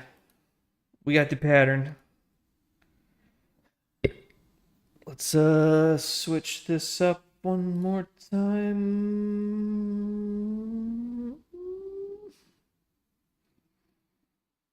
Ooh, I like this one.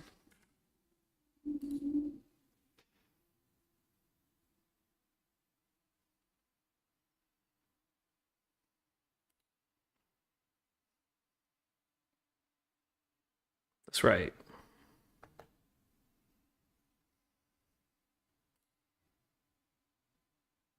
Yeah, I heard he had like a knockaround day today.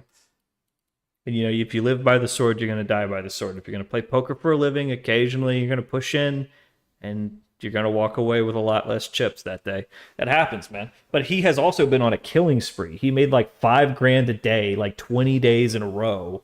He went from a $70,000 account balance to a $120,000 account balance in like 1 month. Fucking killer. Fucking killer. Every fucking day in there, cutting throats, no witnesses, no survivors, none of that. Laying waste to motherfuckers. Absolutely no substitutions. Everyone in the room must go. And it makes sense that after like 20 days of that, you know, you're going to get a little rough, get a little cocky. You're going to think you're a god that can't lose. Happens to everybody. That's why we're trying to be systematic here, so that don't happen to us. If one of our strategies starts tapering off, another one covers for it. All right. You guys are killing me here. I need a definition. Gonna go steal one from another context.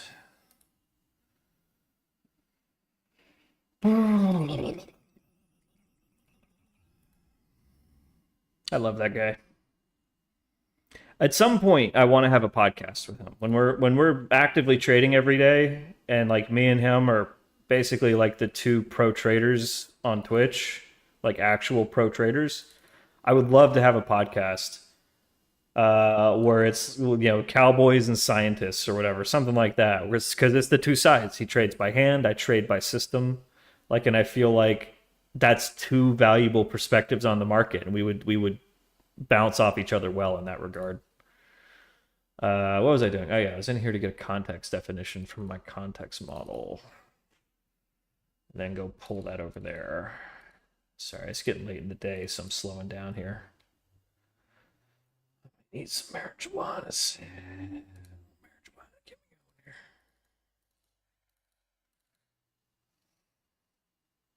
Here we go.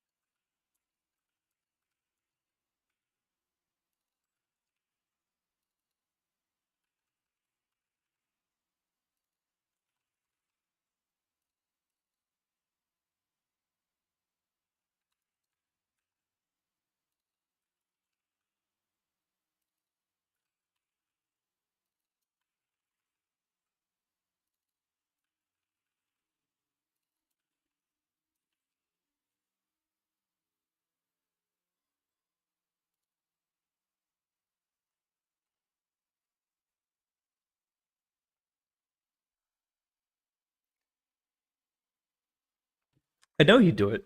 I know he'd do it because 3 years ago, when I told him I wanted to start streaming just like him, he was fucking incredibly supportive of it. He has always been incredibly supportive. That's why I fucking love that guy. You know.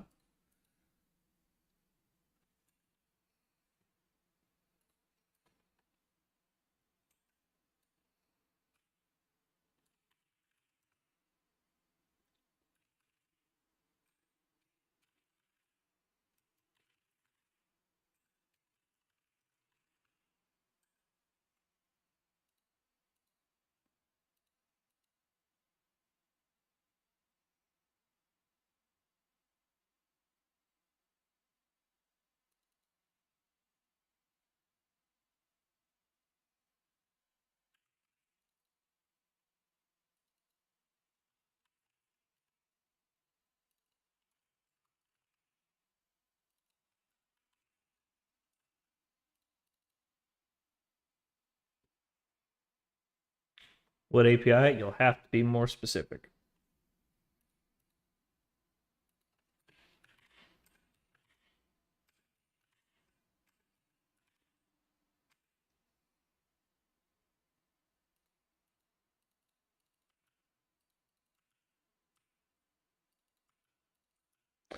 Bam, bam, bam, bam, bam. They call me Tony Fingers.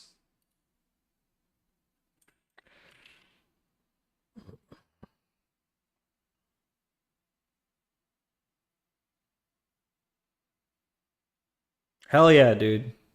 It's never too late to learn to code either. I learned to code at 9, but I didn't get good till I was like 35 just because I didn't really take it seriously, you know? It's just kind of like a thing I did for money, you know?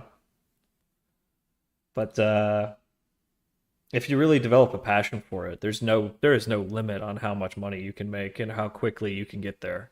There really is. Like, I mean, you fucking show up at Google, no one's ever fucking heard of you. All right, give me that laptop. Just grill me. What you got? You prove your merit. That's all it takes, man. You're hired. Done. I've talked my way into six-figure jobs with no references. No references. Just clearly he knows what he's talking about. All right, you're hired. And don't be afraid of the AI either, man. It's just gonna help you get there faster. Oh, trading view. Oh, no. We pull our data from polygon.io. We got a pretty big data lake now. It's 500 gigs. It's going to scale up to 15 terabytes when we push the button. We trade through interactive brokers. We've still got today's session up somewhere. Here it is. And we've still got the dashboard running. I don't think we've shut down the trading session for the day because we were doing all of our telemetry on it. So yeah, we're doing good. We're doing all right. We're doing good. Let's see. So that sets the current state. Then we need to set the schedule for all the different checks throughout the day. So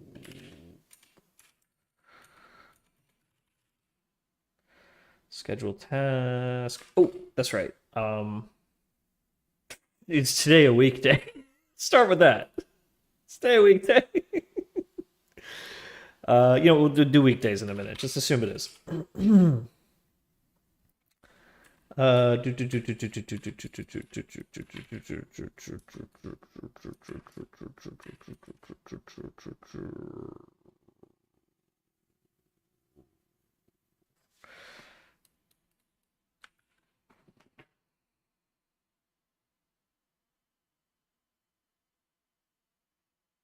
I guess it doesn't really hurt if we.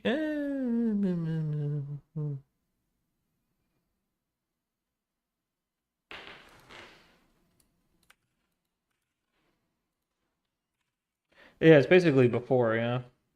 Then schedule pre-market.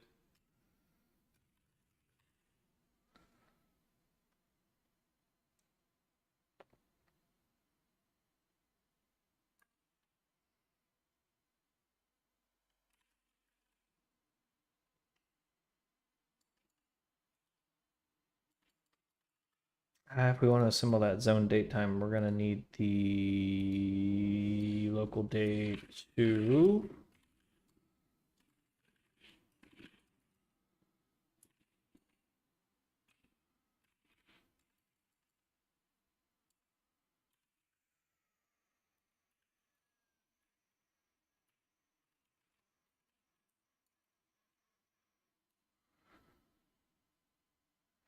Minecraft, man, now you're talking.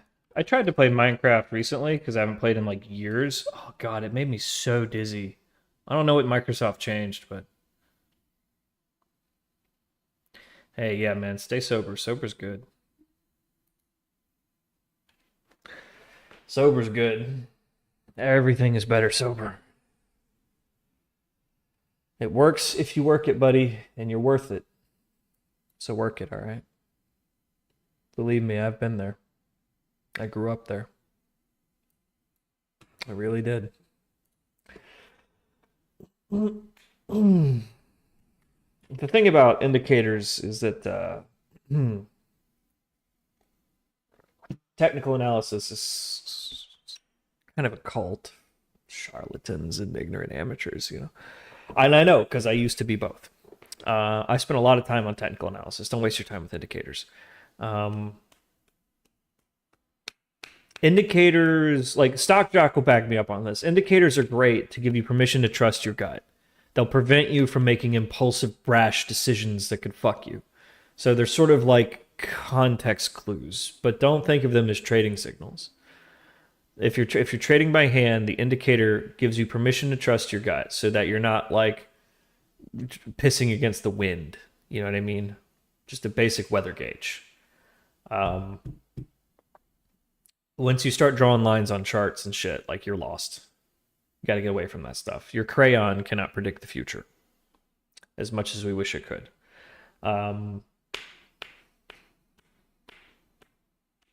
If you want to algo trade, you are a monster hunter. You're an anomaly hunter. You're the men in black. You're going around looking for the weird shit to catalog it, index it, understand it, write a fingerprint signature of it so you can detect it whenever it happens. You'll understand every time it's ever happened before in history, and you know exactly through research how to exploit it the next time it pops up.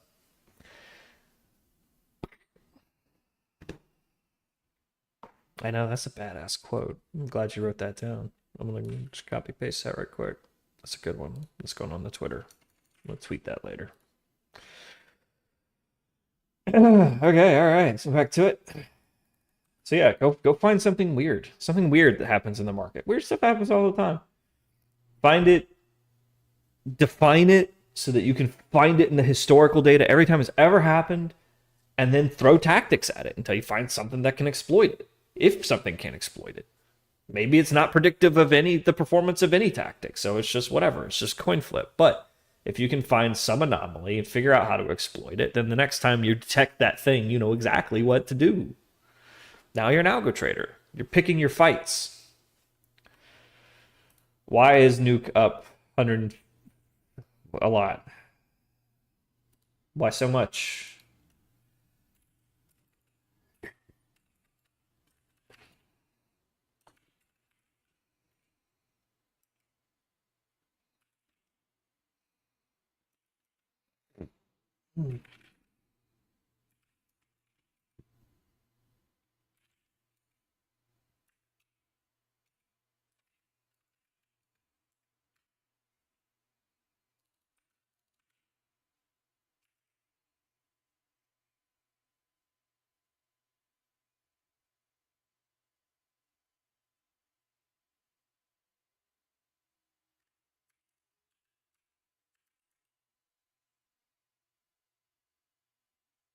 Yeah, you literally just call set current context.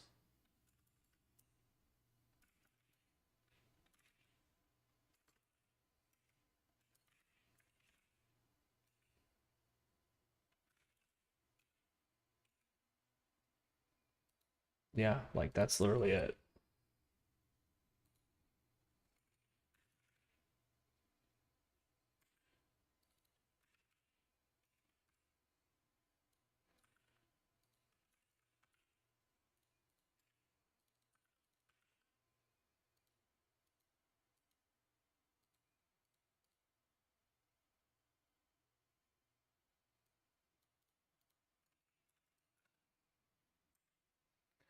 God damn it, can you pick up on this?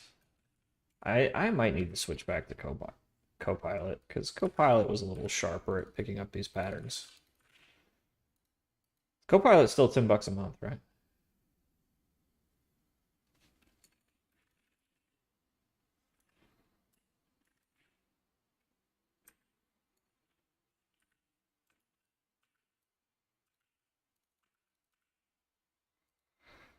Yeah.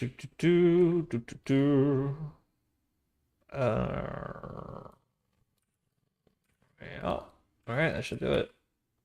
So that should cause it to reevaluate states at every state switching time. Duplicate. Well, yeah, kind of.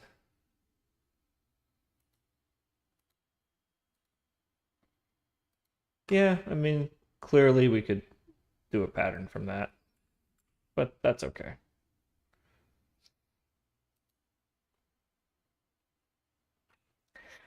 How do I manage my data lake? Dude, you don't need that expensive shit. I got a subject matter expert who were sort of a veteran of Spotify, so he knows big data, and he set us straight. We use Pyro to compile Hive partition parquet tables. So basically, like binary compiled columnar, whatever. I don't know all the fancy shit, but yeah, they're basically like just a series of files. And when we want to access them, we have a query service that creates a table view from all those parquet files, and then we can query it. And it's shockingly fast. So you don't need iceberg delta table, fuck off. Just need a hard drive, man. And some open source shit. Good to go.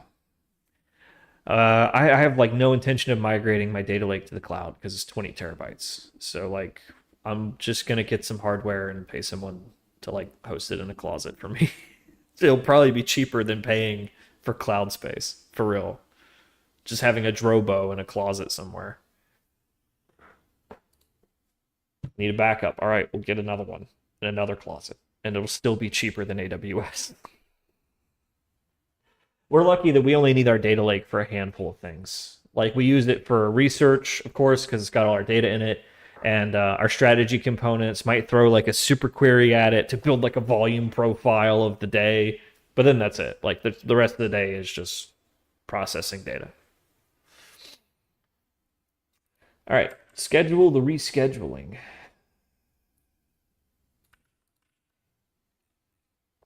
Same deal.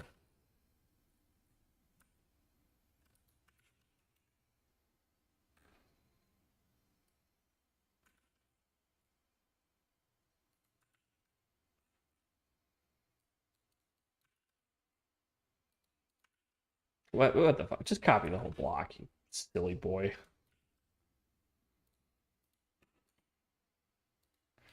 All right, but instead of set current context, we run schedule today's context. Right. So it becomes, as long as this is running, it becomes a perpetual loop. So now we need to make sure that it's not like Monday or Friday or Saturday. Sunday? Tuesday. What day is it? Who are you? Oh yeah, Philippe's my shmee, my subject matter expert. Huh? What? New platform? Who this? You don't know me, Deep. How dare you watch me on YouTube? You offend me. Good to see you, buddy. Was I suggested to you? Did you go to YouTube? Did you see my pretty face? Did you gasp a little bit because something didn't quite fit in what it was processing in your brain? And you were like, oh shit, that's Algo, bro. Click.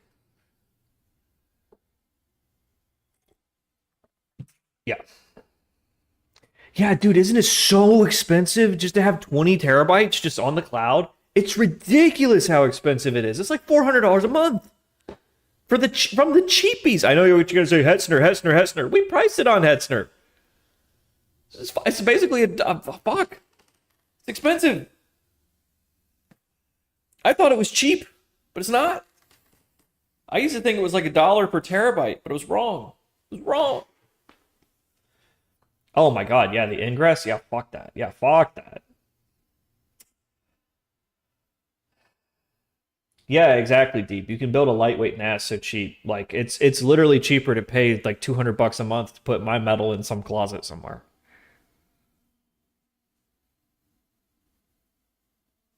Yeah, exactly. Like it's when you're dealing with real big data, like anything more than a couple of terabytes, it's literally worth the time to just host your own infra. It's just worth it. Like you're gonna save it in the first couple of months. The problem is that like you can't just turn it off and like pull the plug and recoup your losses. Like you still have all this hardware, so you just gotta deal with that. All right, whatever. This is taking us too long. I think we're done here. Okay, so this will run perpetually, but we gotta have it not set on Saturday. So there's no closing on Friday. All right, so schedule today's context. Ba, ba, ba, ba, ba, ba, ba. Day of week.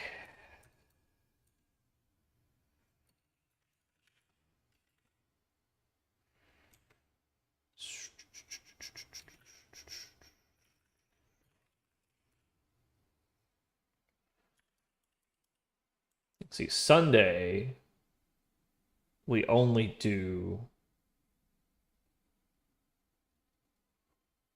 the 8 a.m., the 8 p.m. to, yeah, overnight to close. Okay.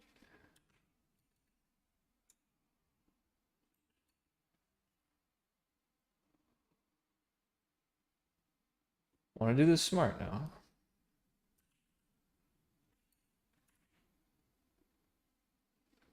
So if it's Saturday, go ahead and skip. Monday through Sunday, do this. So yeah, you want to make sure it's not Sunday if you're going to do pre-market, right? Right. So if day of week is not Sunday and implicitly not Saturday.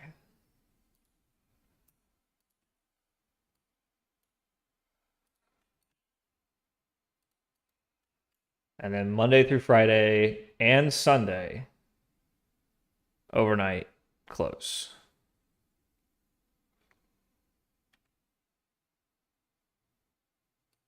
Every non-Sunday, non-Saturday,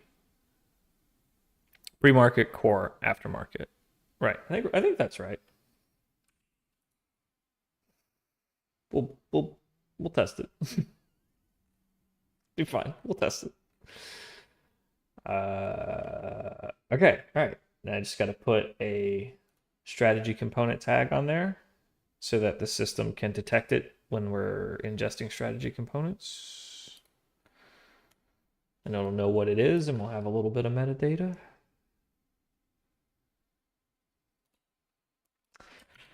And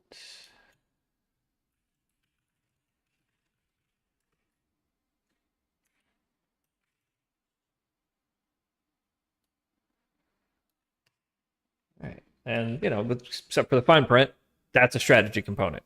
Done. So now we can add this to the system, and it creates those labels for contextualizing market anomalies, simulated trades. It can combine with other labels of market regime or market state to create strategies, right? This could contribute to a trading rule. It might not. We don't know.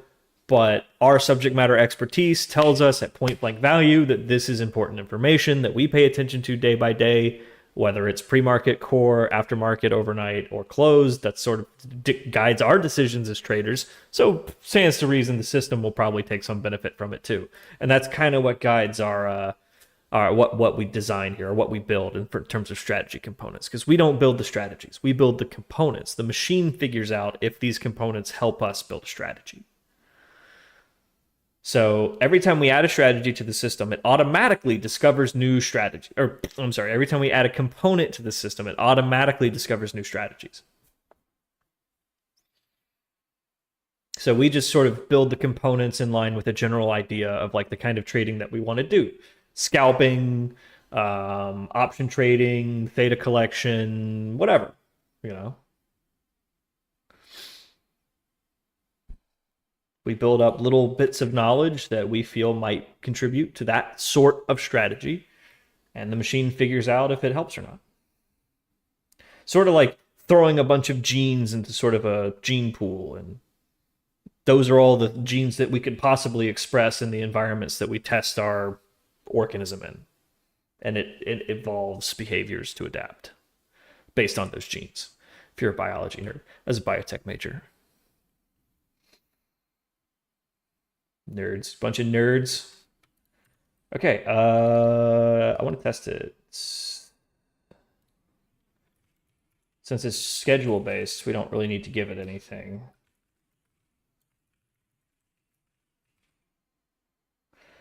Dang it, I didn't mean to name the package that.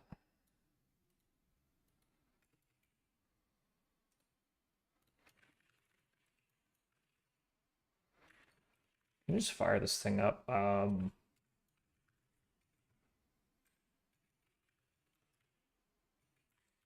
Doesn't even need a data source manager. I just want to hold my finger in there and see what it feels like.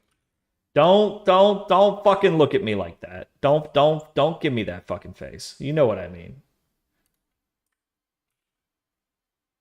I just want to grab it right by the stack trace. You know, get a feel for the old girl is all. Just want to feel the power in my hands is all. I'm gonna get canceled so fucking quick. All right, so put a bullet here, and here. Oh, it needs a clock. I'm glad I remembered that. That would have been embarrassing.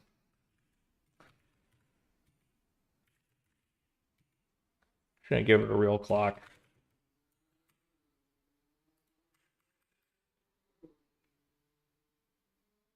Uh,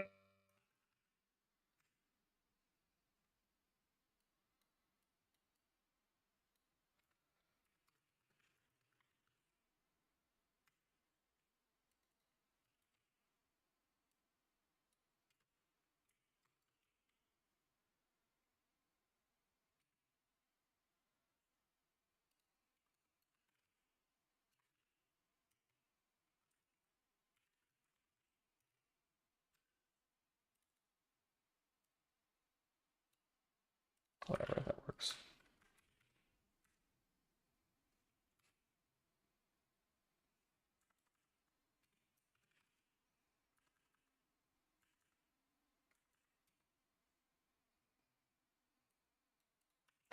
Okay, that should do it.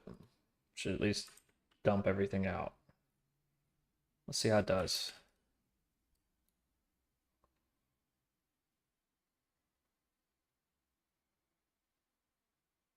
You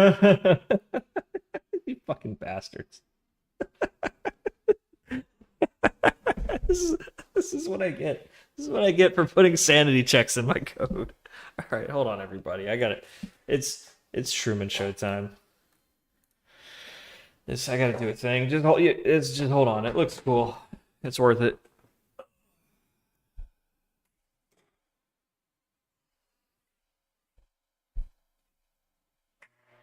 Takes a minute though. I gotta hold the switch.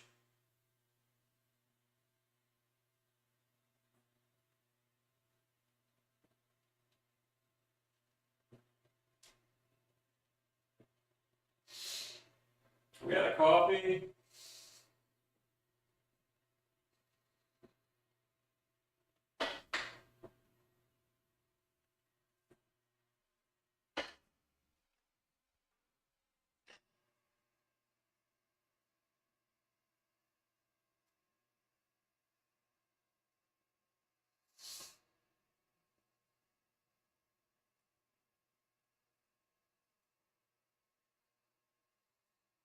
Fuck, this takes forever. Forever. Oh, this is embarrassing. Okay, all right. We're getting there. It's almost time. This is the magic hour. It's like the magic 10 minutes. You're gonna see. It's great. You ever read Fight Club, the book? Remember when the narrator met Tyler and Tyler was building something out of driftwood in the sand on the nude beach, and the narrator watched him do it for like an hour or two, and finally realized that the sticks that Tyler was building up in the sand were going to cast the shadow of a palm on the sand, but only for 1 minute. And that 1 minute, Tyler meditated in the palm of the hand. What a way to introduce a character. What a way to introduce a character.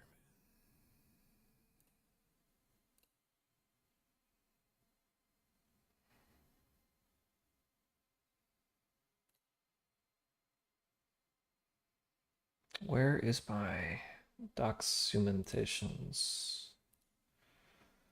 Here we go.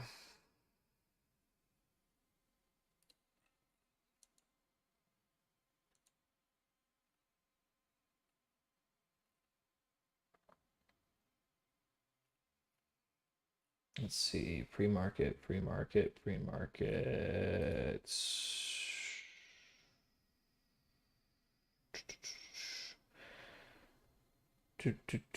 Do.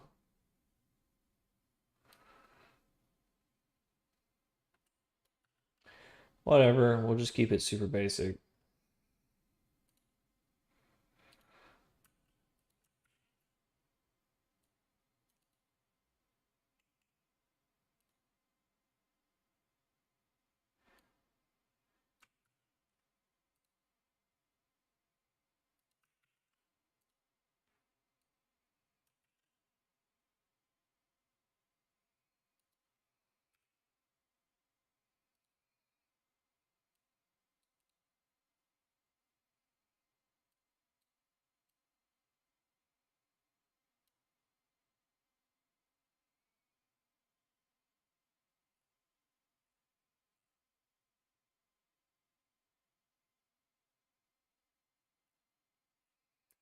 Yeah, the extended hours trading systems are not linked, so they are literally separate venues. We'll have to be mindful of that when we're routing our orders.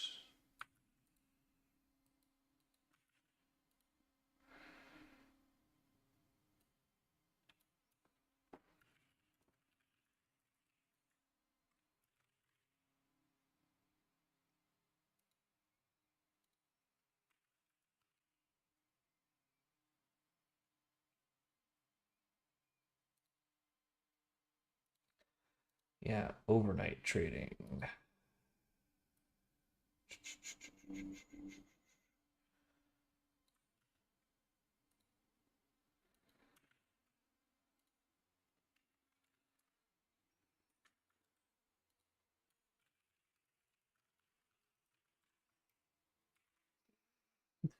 Ten minutes.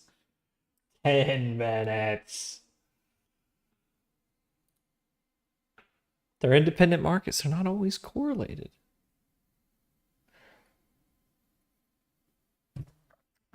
Fuck you, Arca. Fuck you for putting that in my head. Love you, bae.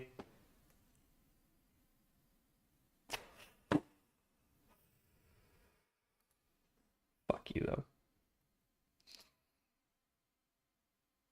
I want to watch it again, but I want to have like a deep fake copy. Like I want to have fun with it. Like I want the strippers to be like other Twitch personalities. Uh, yeah, I want it to be funny. It's boiling oil. Yo, what up? All right, here we go. Schedule the overnight. Schedule the rescheduling. All right, cool. I think that worked. Okay, false, false, false, false, false. Okay, aftermarket, true. Yep. Sweet. Set the overnight. So we're in aftermarket. So when it switches to overnight at 2000 hours, it'll run to set the context again. So then schedule the rescheduling. We want to do that at the close. Oh, wait a minute. Won't that be like the next day? Yeah. Oh, yeah, we fucked up. Yeah, the close would be at like 3 a.m. tomorrow. Plus days 1. Right?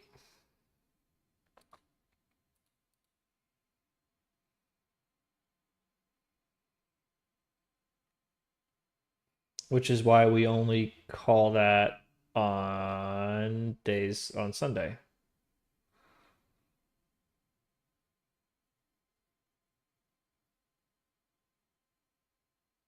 Monday through Friday and Sunday, right? Yeah. Yeah. But we don't do overnight on Friday. So I have to do like an is not Friday check.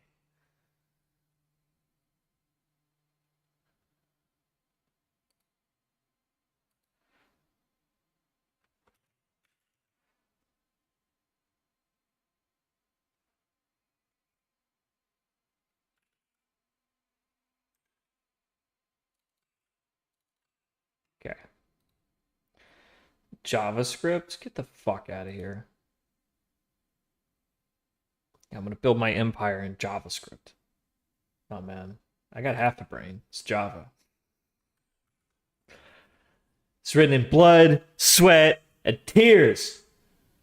Java.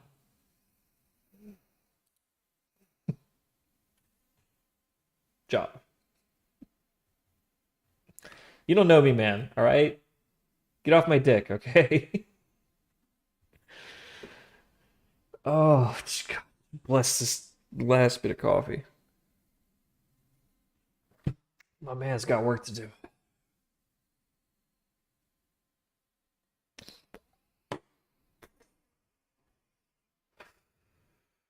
All right.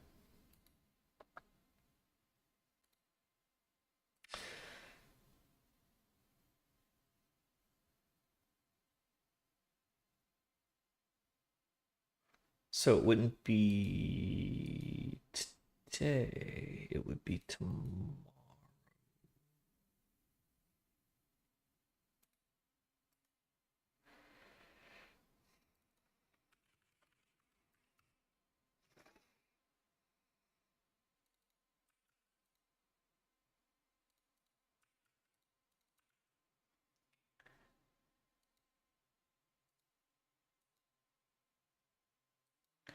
Yeah, before close ain't gonna work either.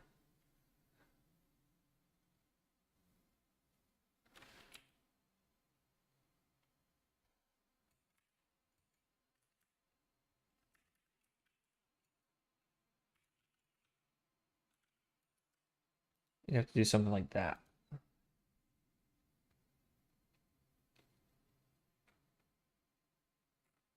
God, what a mess. I don't hate JavaScript. It just wouldn't be an appropriate choice.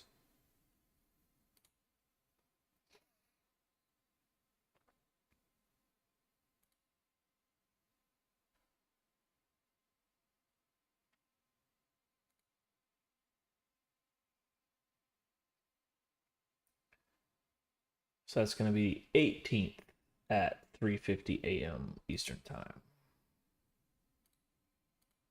Right? Yep. Cool.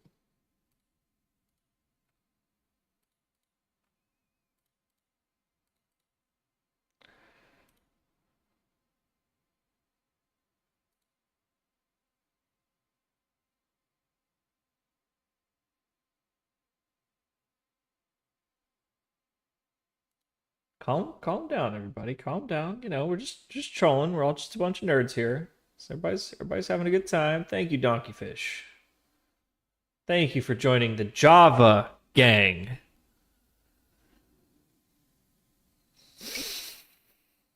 Perfect timing.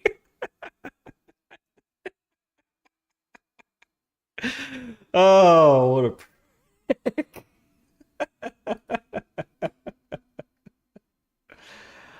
Oh, it just occurred to me. Yeah, Bad Cop was right. Ooh, yeah, I could do this. I could do this. I could do color correction on the background layer. And I can lower the brightness. Yeah, she's right. Yeah. Yeah. Yeah. Okay, I'm gonna play with that later when I have some time. But yeah, that's totally doable. Okay, so schedule for tonight at 2000 hours and schedule for tomorrow morning 3:50 a.m. Okay, so when we schedule the rescheduling, we want that to be at tomorrow a.m. If today is not Friday or Saturday.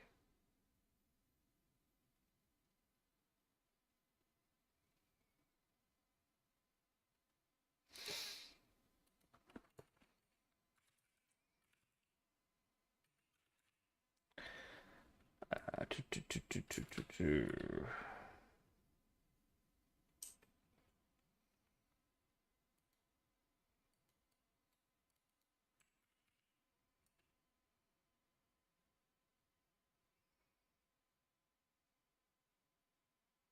No, Friday would be good. It's the Saturday.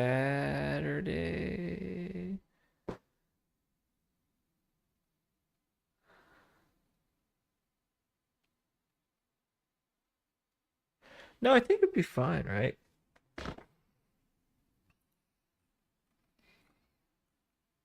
Oh yeah, it wouldn't continue forever. You'd schedule today's context, and then you'd schedule the rescheduling. Hey, thanks, Stuart.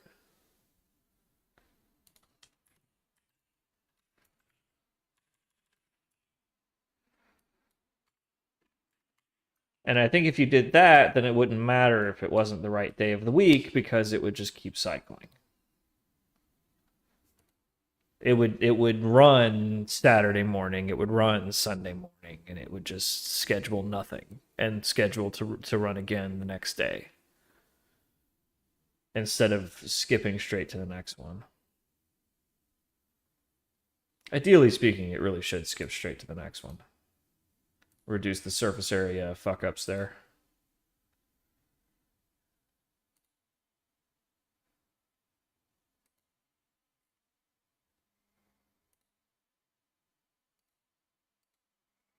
Okay, so let's see.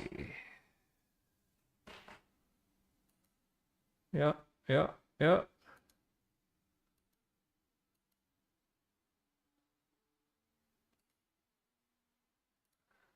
All right, I think that basically does it.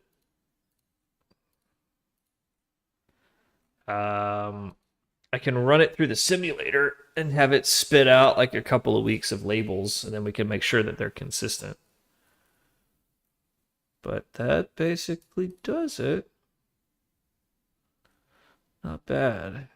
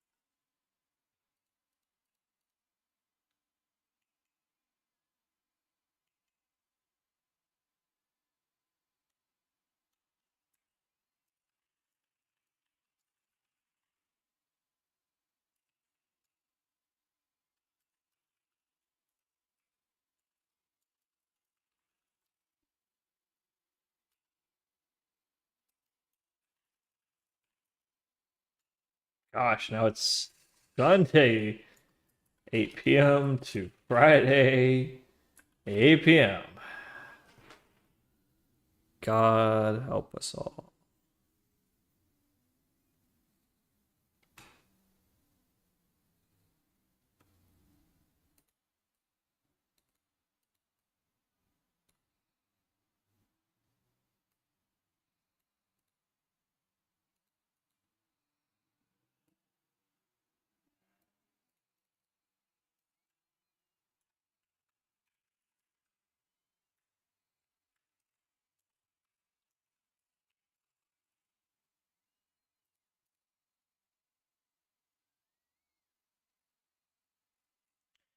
Not too bad. It's going pretty good. How you doing, Poggle? Let's upgrade our get ignore here, because we got a better one.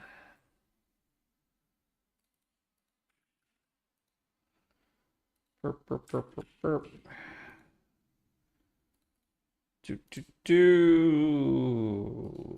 I dub the initial commit.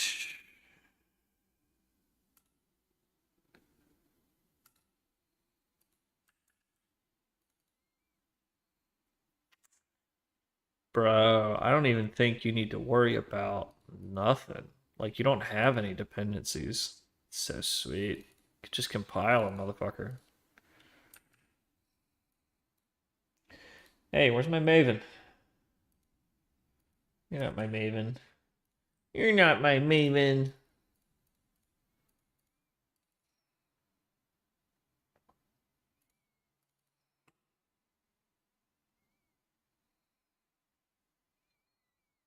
All right, there you go. Trading hours context 1.0. Now we can go drop that in the machine. Not bad. Not bad.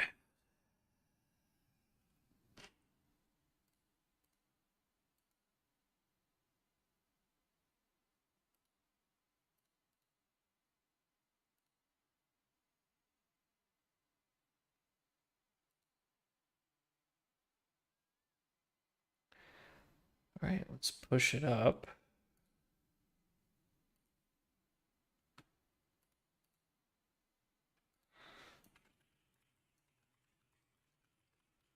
We call it trading schedule context. Yeah.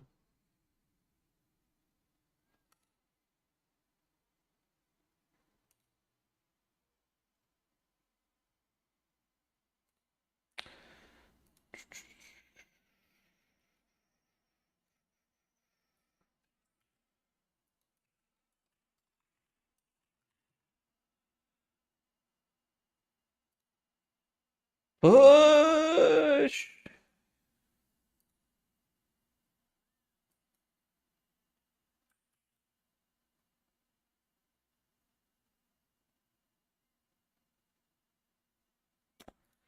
Doo -doo.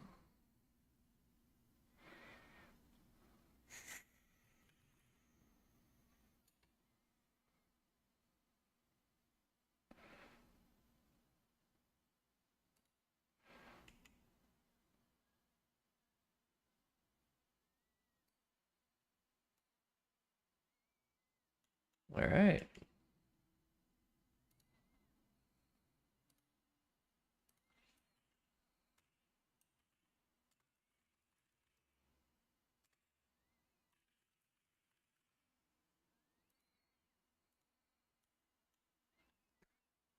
Not bad. See, it's pretty easy to make a strategy component. We just kind of dawdled on that one because, we had to look up some reference material. My package manager. Do you know how hard it is not to do Lana every time Lana raids me? Do you have any fucking idea how fucking hard it is not to do that? It's as hard as it is for everybody else not to say that she looks like For me, it's I can't do the Archer thing. She throws something heavy at me. she'd throw that Furby at me, I tell you.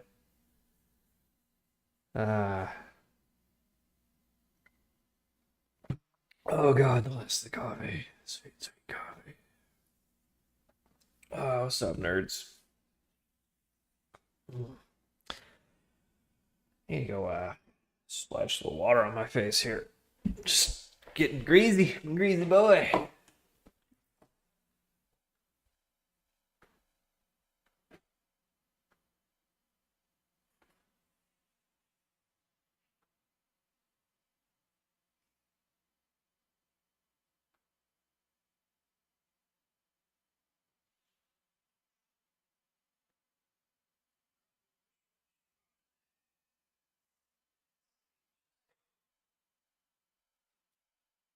Whew. Tell you what, let's pop a chat. Oh, bed. Yeah, bed's good. Bed's good.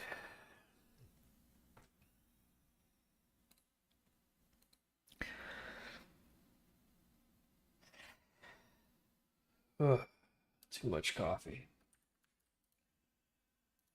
3 cups might have been a little excessive. Can you imagine how awful it would be if you ran out of coffee on Mars? Fucking people would die, dude.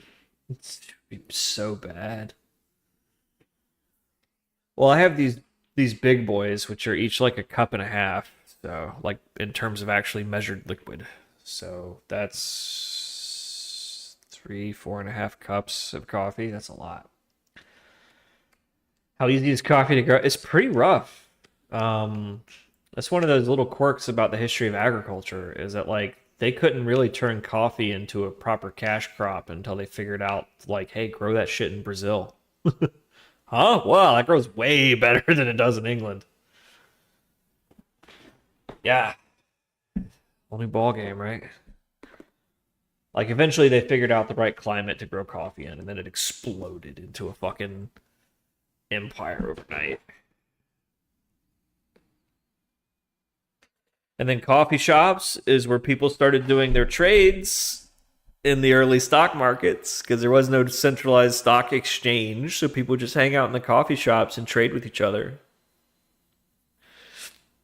Then some idiot got the bright idea to start publishing the prices that people were trading for in these coffee shops. And that became the first recorded stock exchange transaction history. Then eventually somebody got the bright idea of shouting out what they wanted to trade, and then they were like, you can't be fucking shouting in the coffee house, we can't take orders. So that evolved into hand signals. And then somebody got the bright idea of, hey, you know, I'm trying to run a coffee shop here. Why don't I just open a fucking stock exchange next door for all these fucking dorks, and they can come over here and buy coffee when they're not fucking punching each other's lights out. And that's how the stock market kind of got started. Old English coffee shops. English and French coffee shops back in the day. Isn't that fun? And that's why stock traders drink so much coffee. Actually, there is a good little, like, 10-minute documentary on that. You want to watch it? It's really good.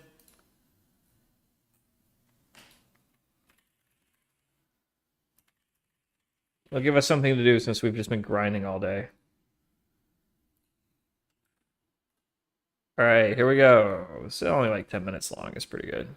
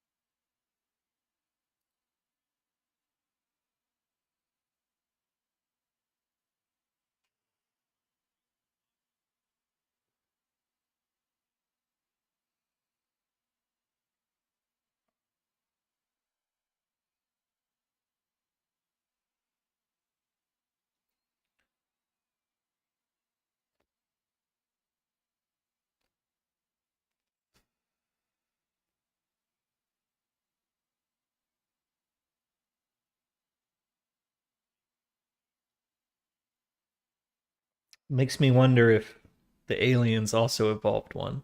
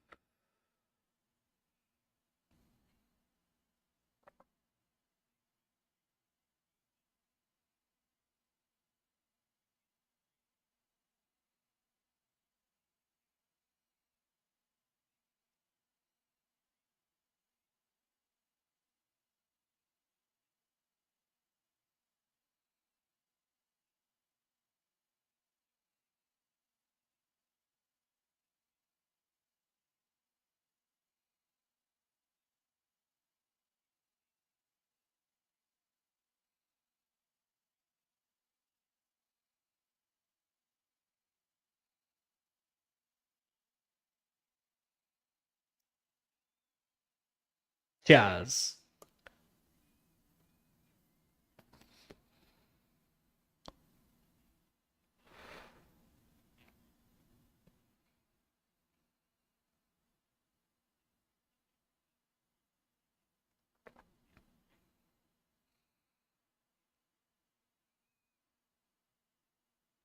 We need to get our hands on that data.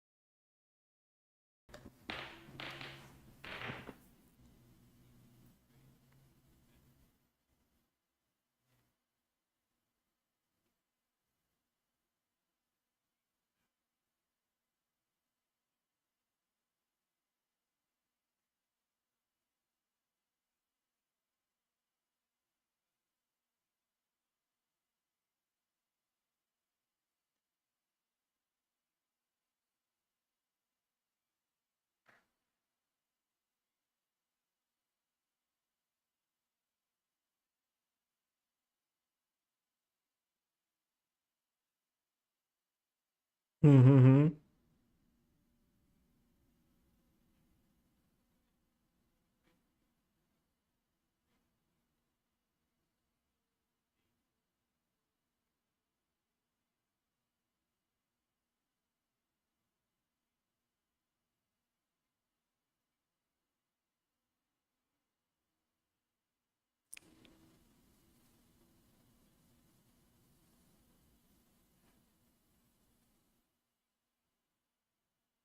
Yeah, Newton was rich as fuck, dude.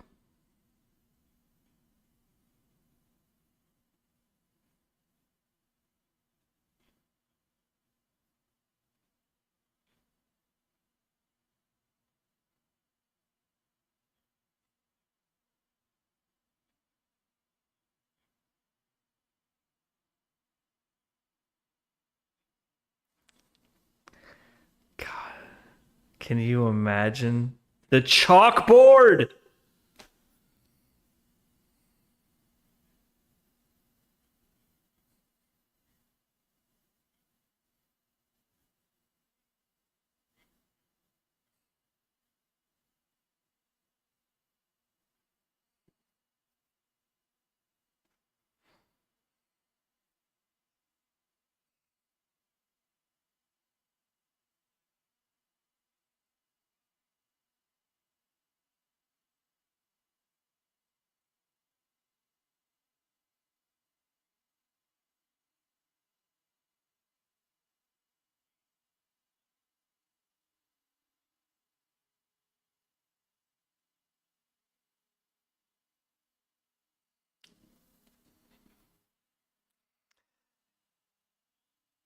it hasn't really come that far when you think about it.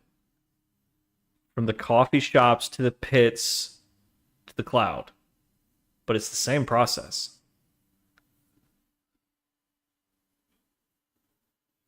Now it takes nanoseconds.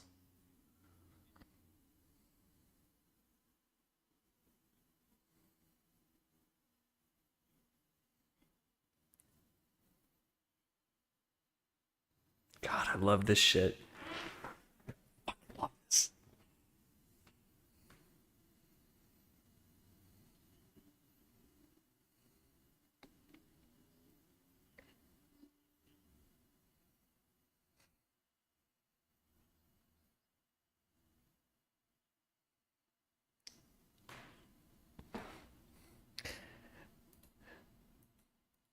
Bull Reef Brokerage, and he's wearing a cow skin suit. That's funny.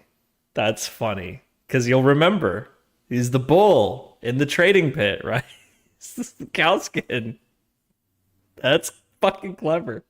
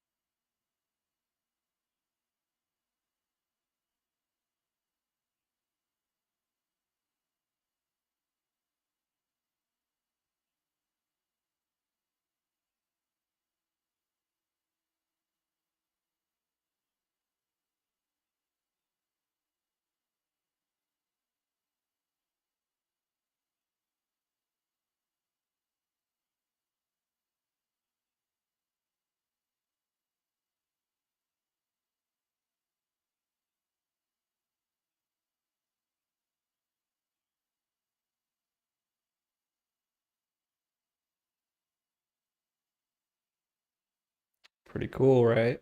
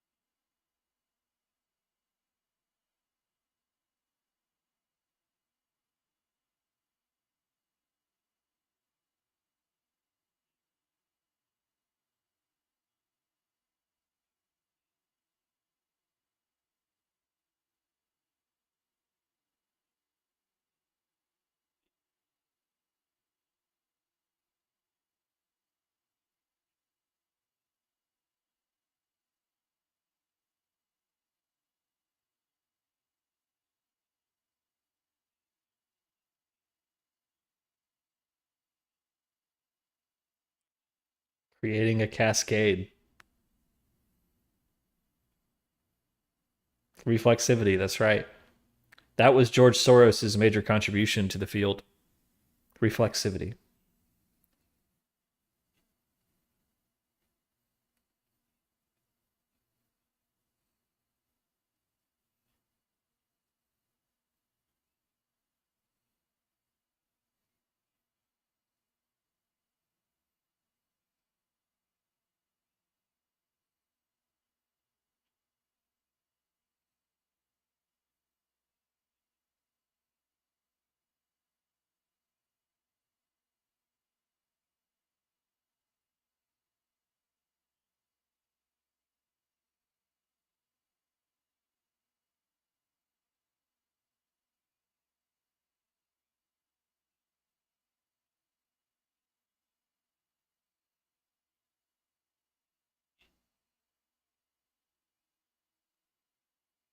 The futures market.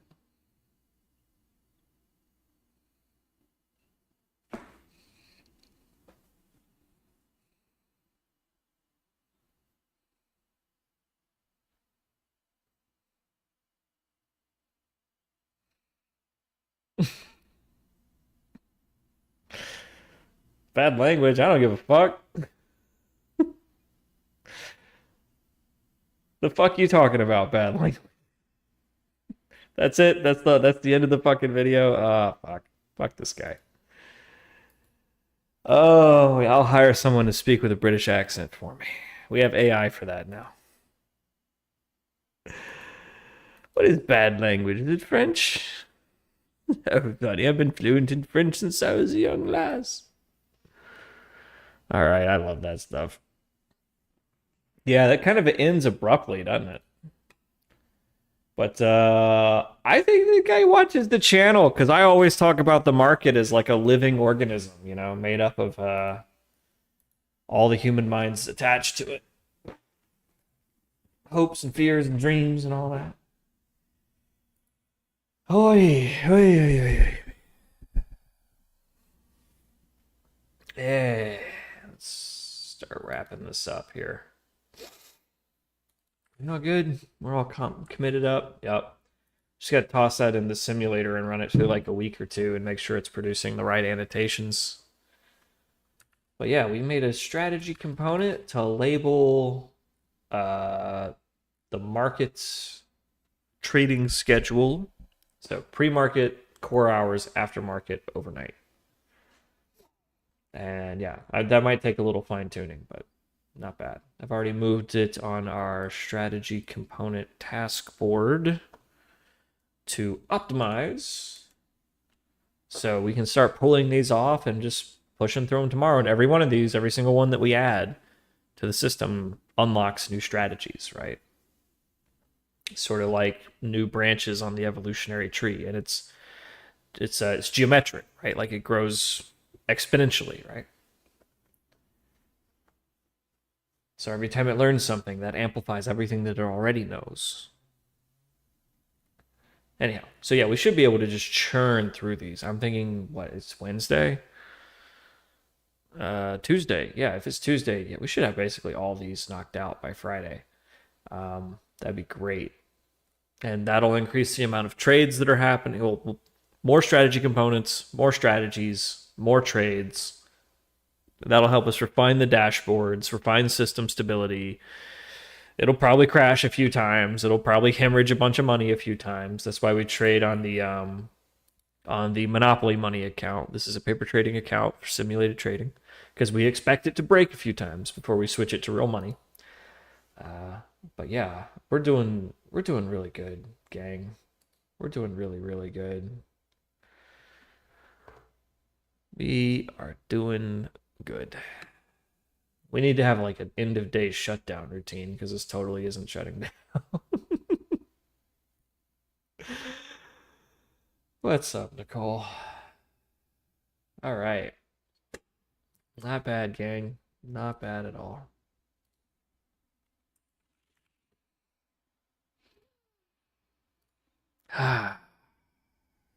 Don't you just love it? So, what's up, everybody? Any last questions? We've had a nice, long, productive day. I think it's time to share the love. Pass on the torch a little bit. That video that you sent me. Did you... Yes, I did. I'm saving that. I want to do like a moment of Zen thing. I got a couple saved up for it, so that went in the collection. Oof. Perfect time to raid Acorn. Okay, so thank you everybody for coming out to oh wait, hold on, I gotta push the button. Thank you everybody for coming out to another Algo Bro stream. It's been a productive one. But I think we're going to mosey on down the road now and raid a friend of the stream, personal inspiration to us all, really, Acorn, to see what's going on with Funi over there, which is a really cool website where you can play lots of free games.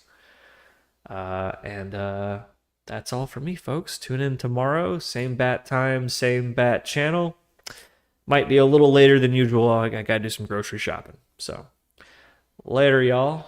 Y'all take care of yourselves and each other. You know, peace.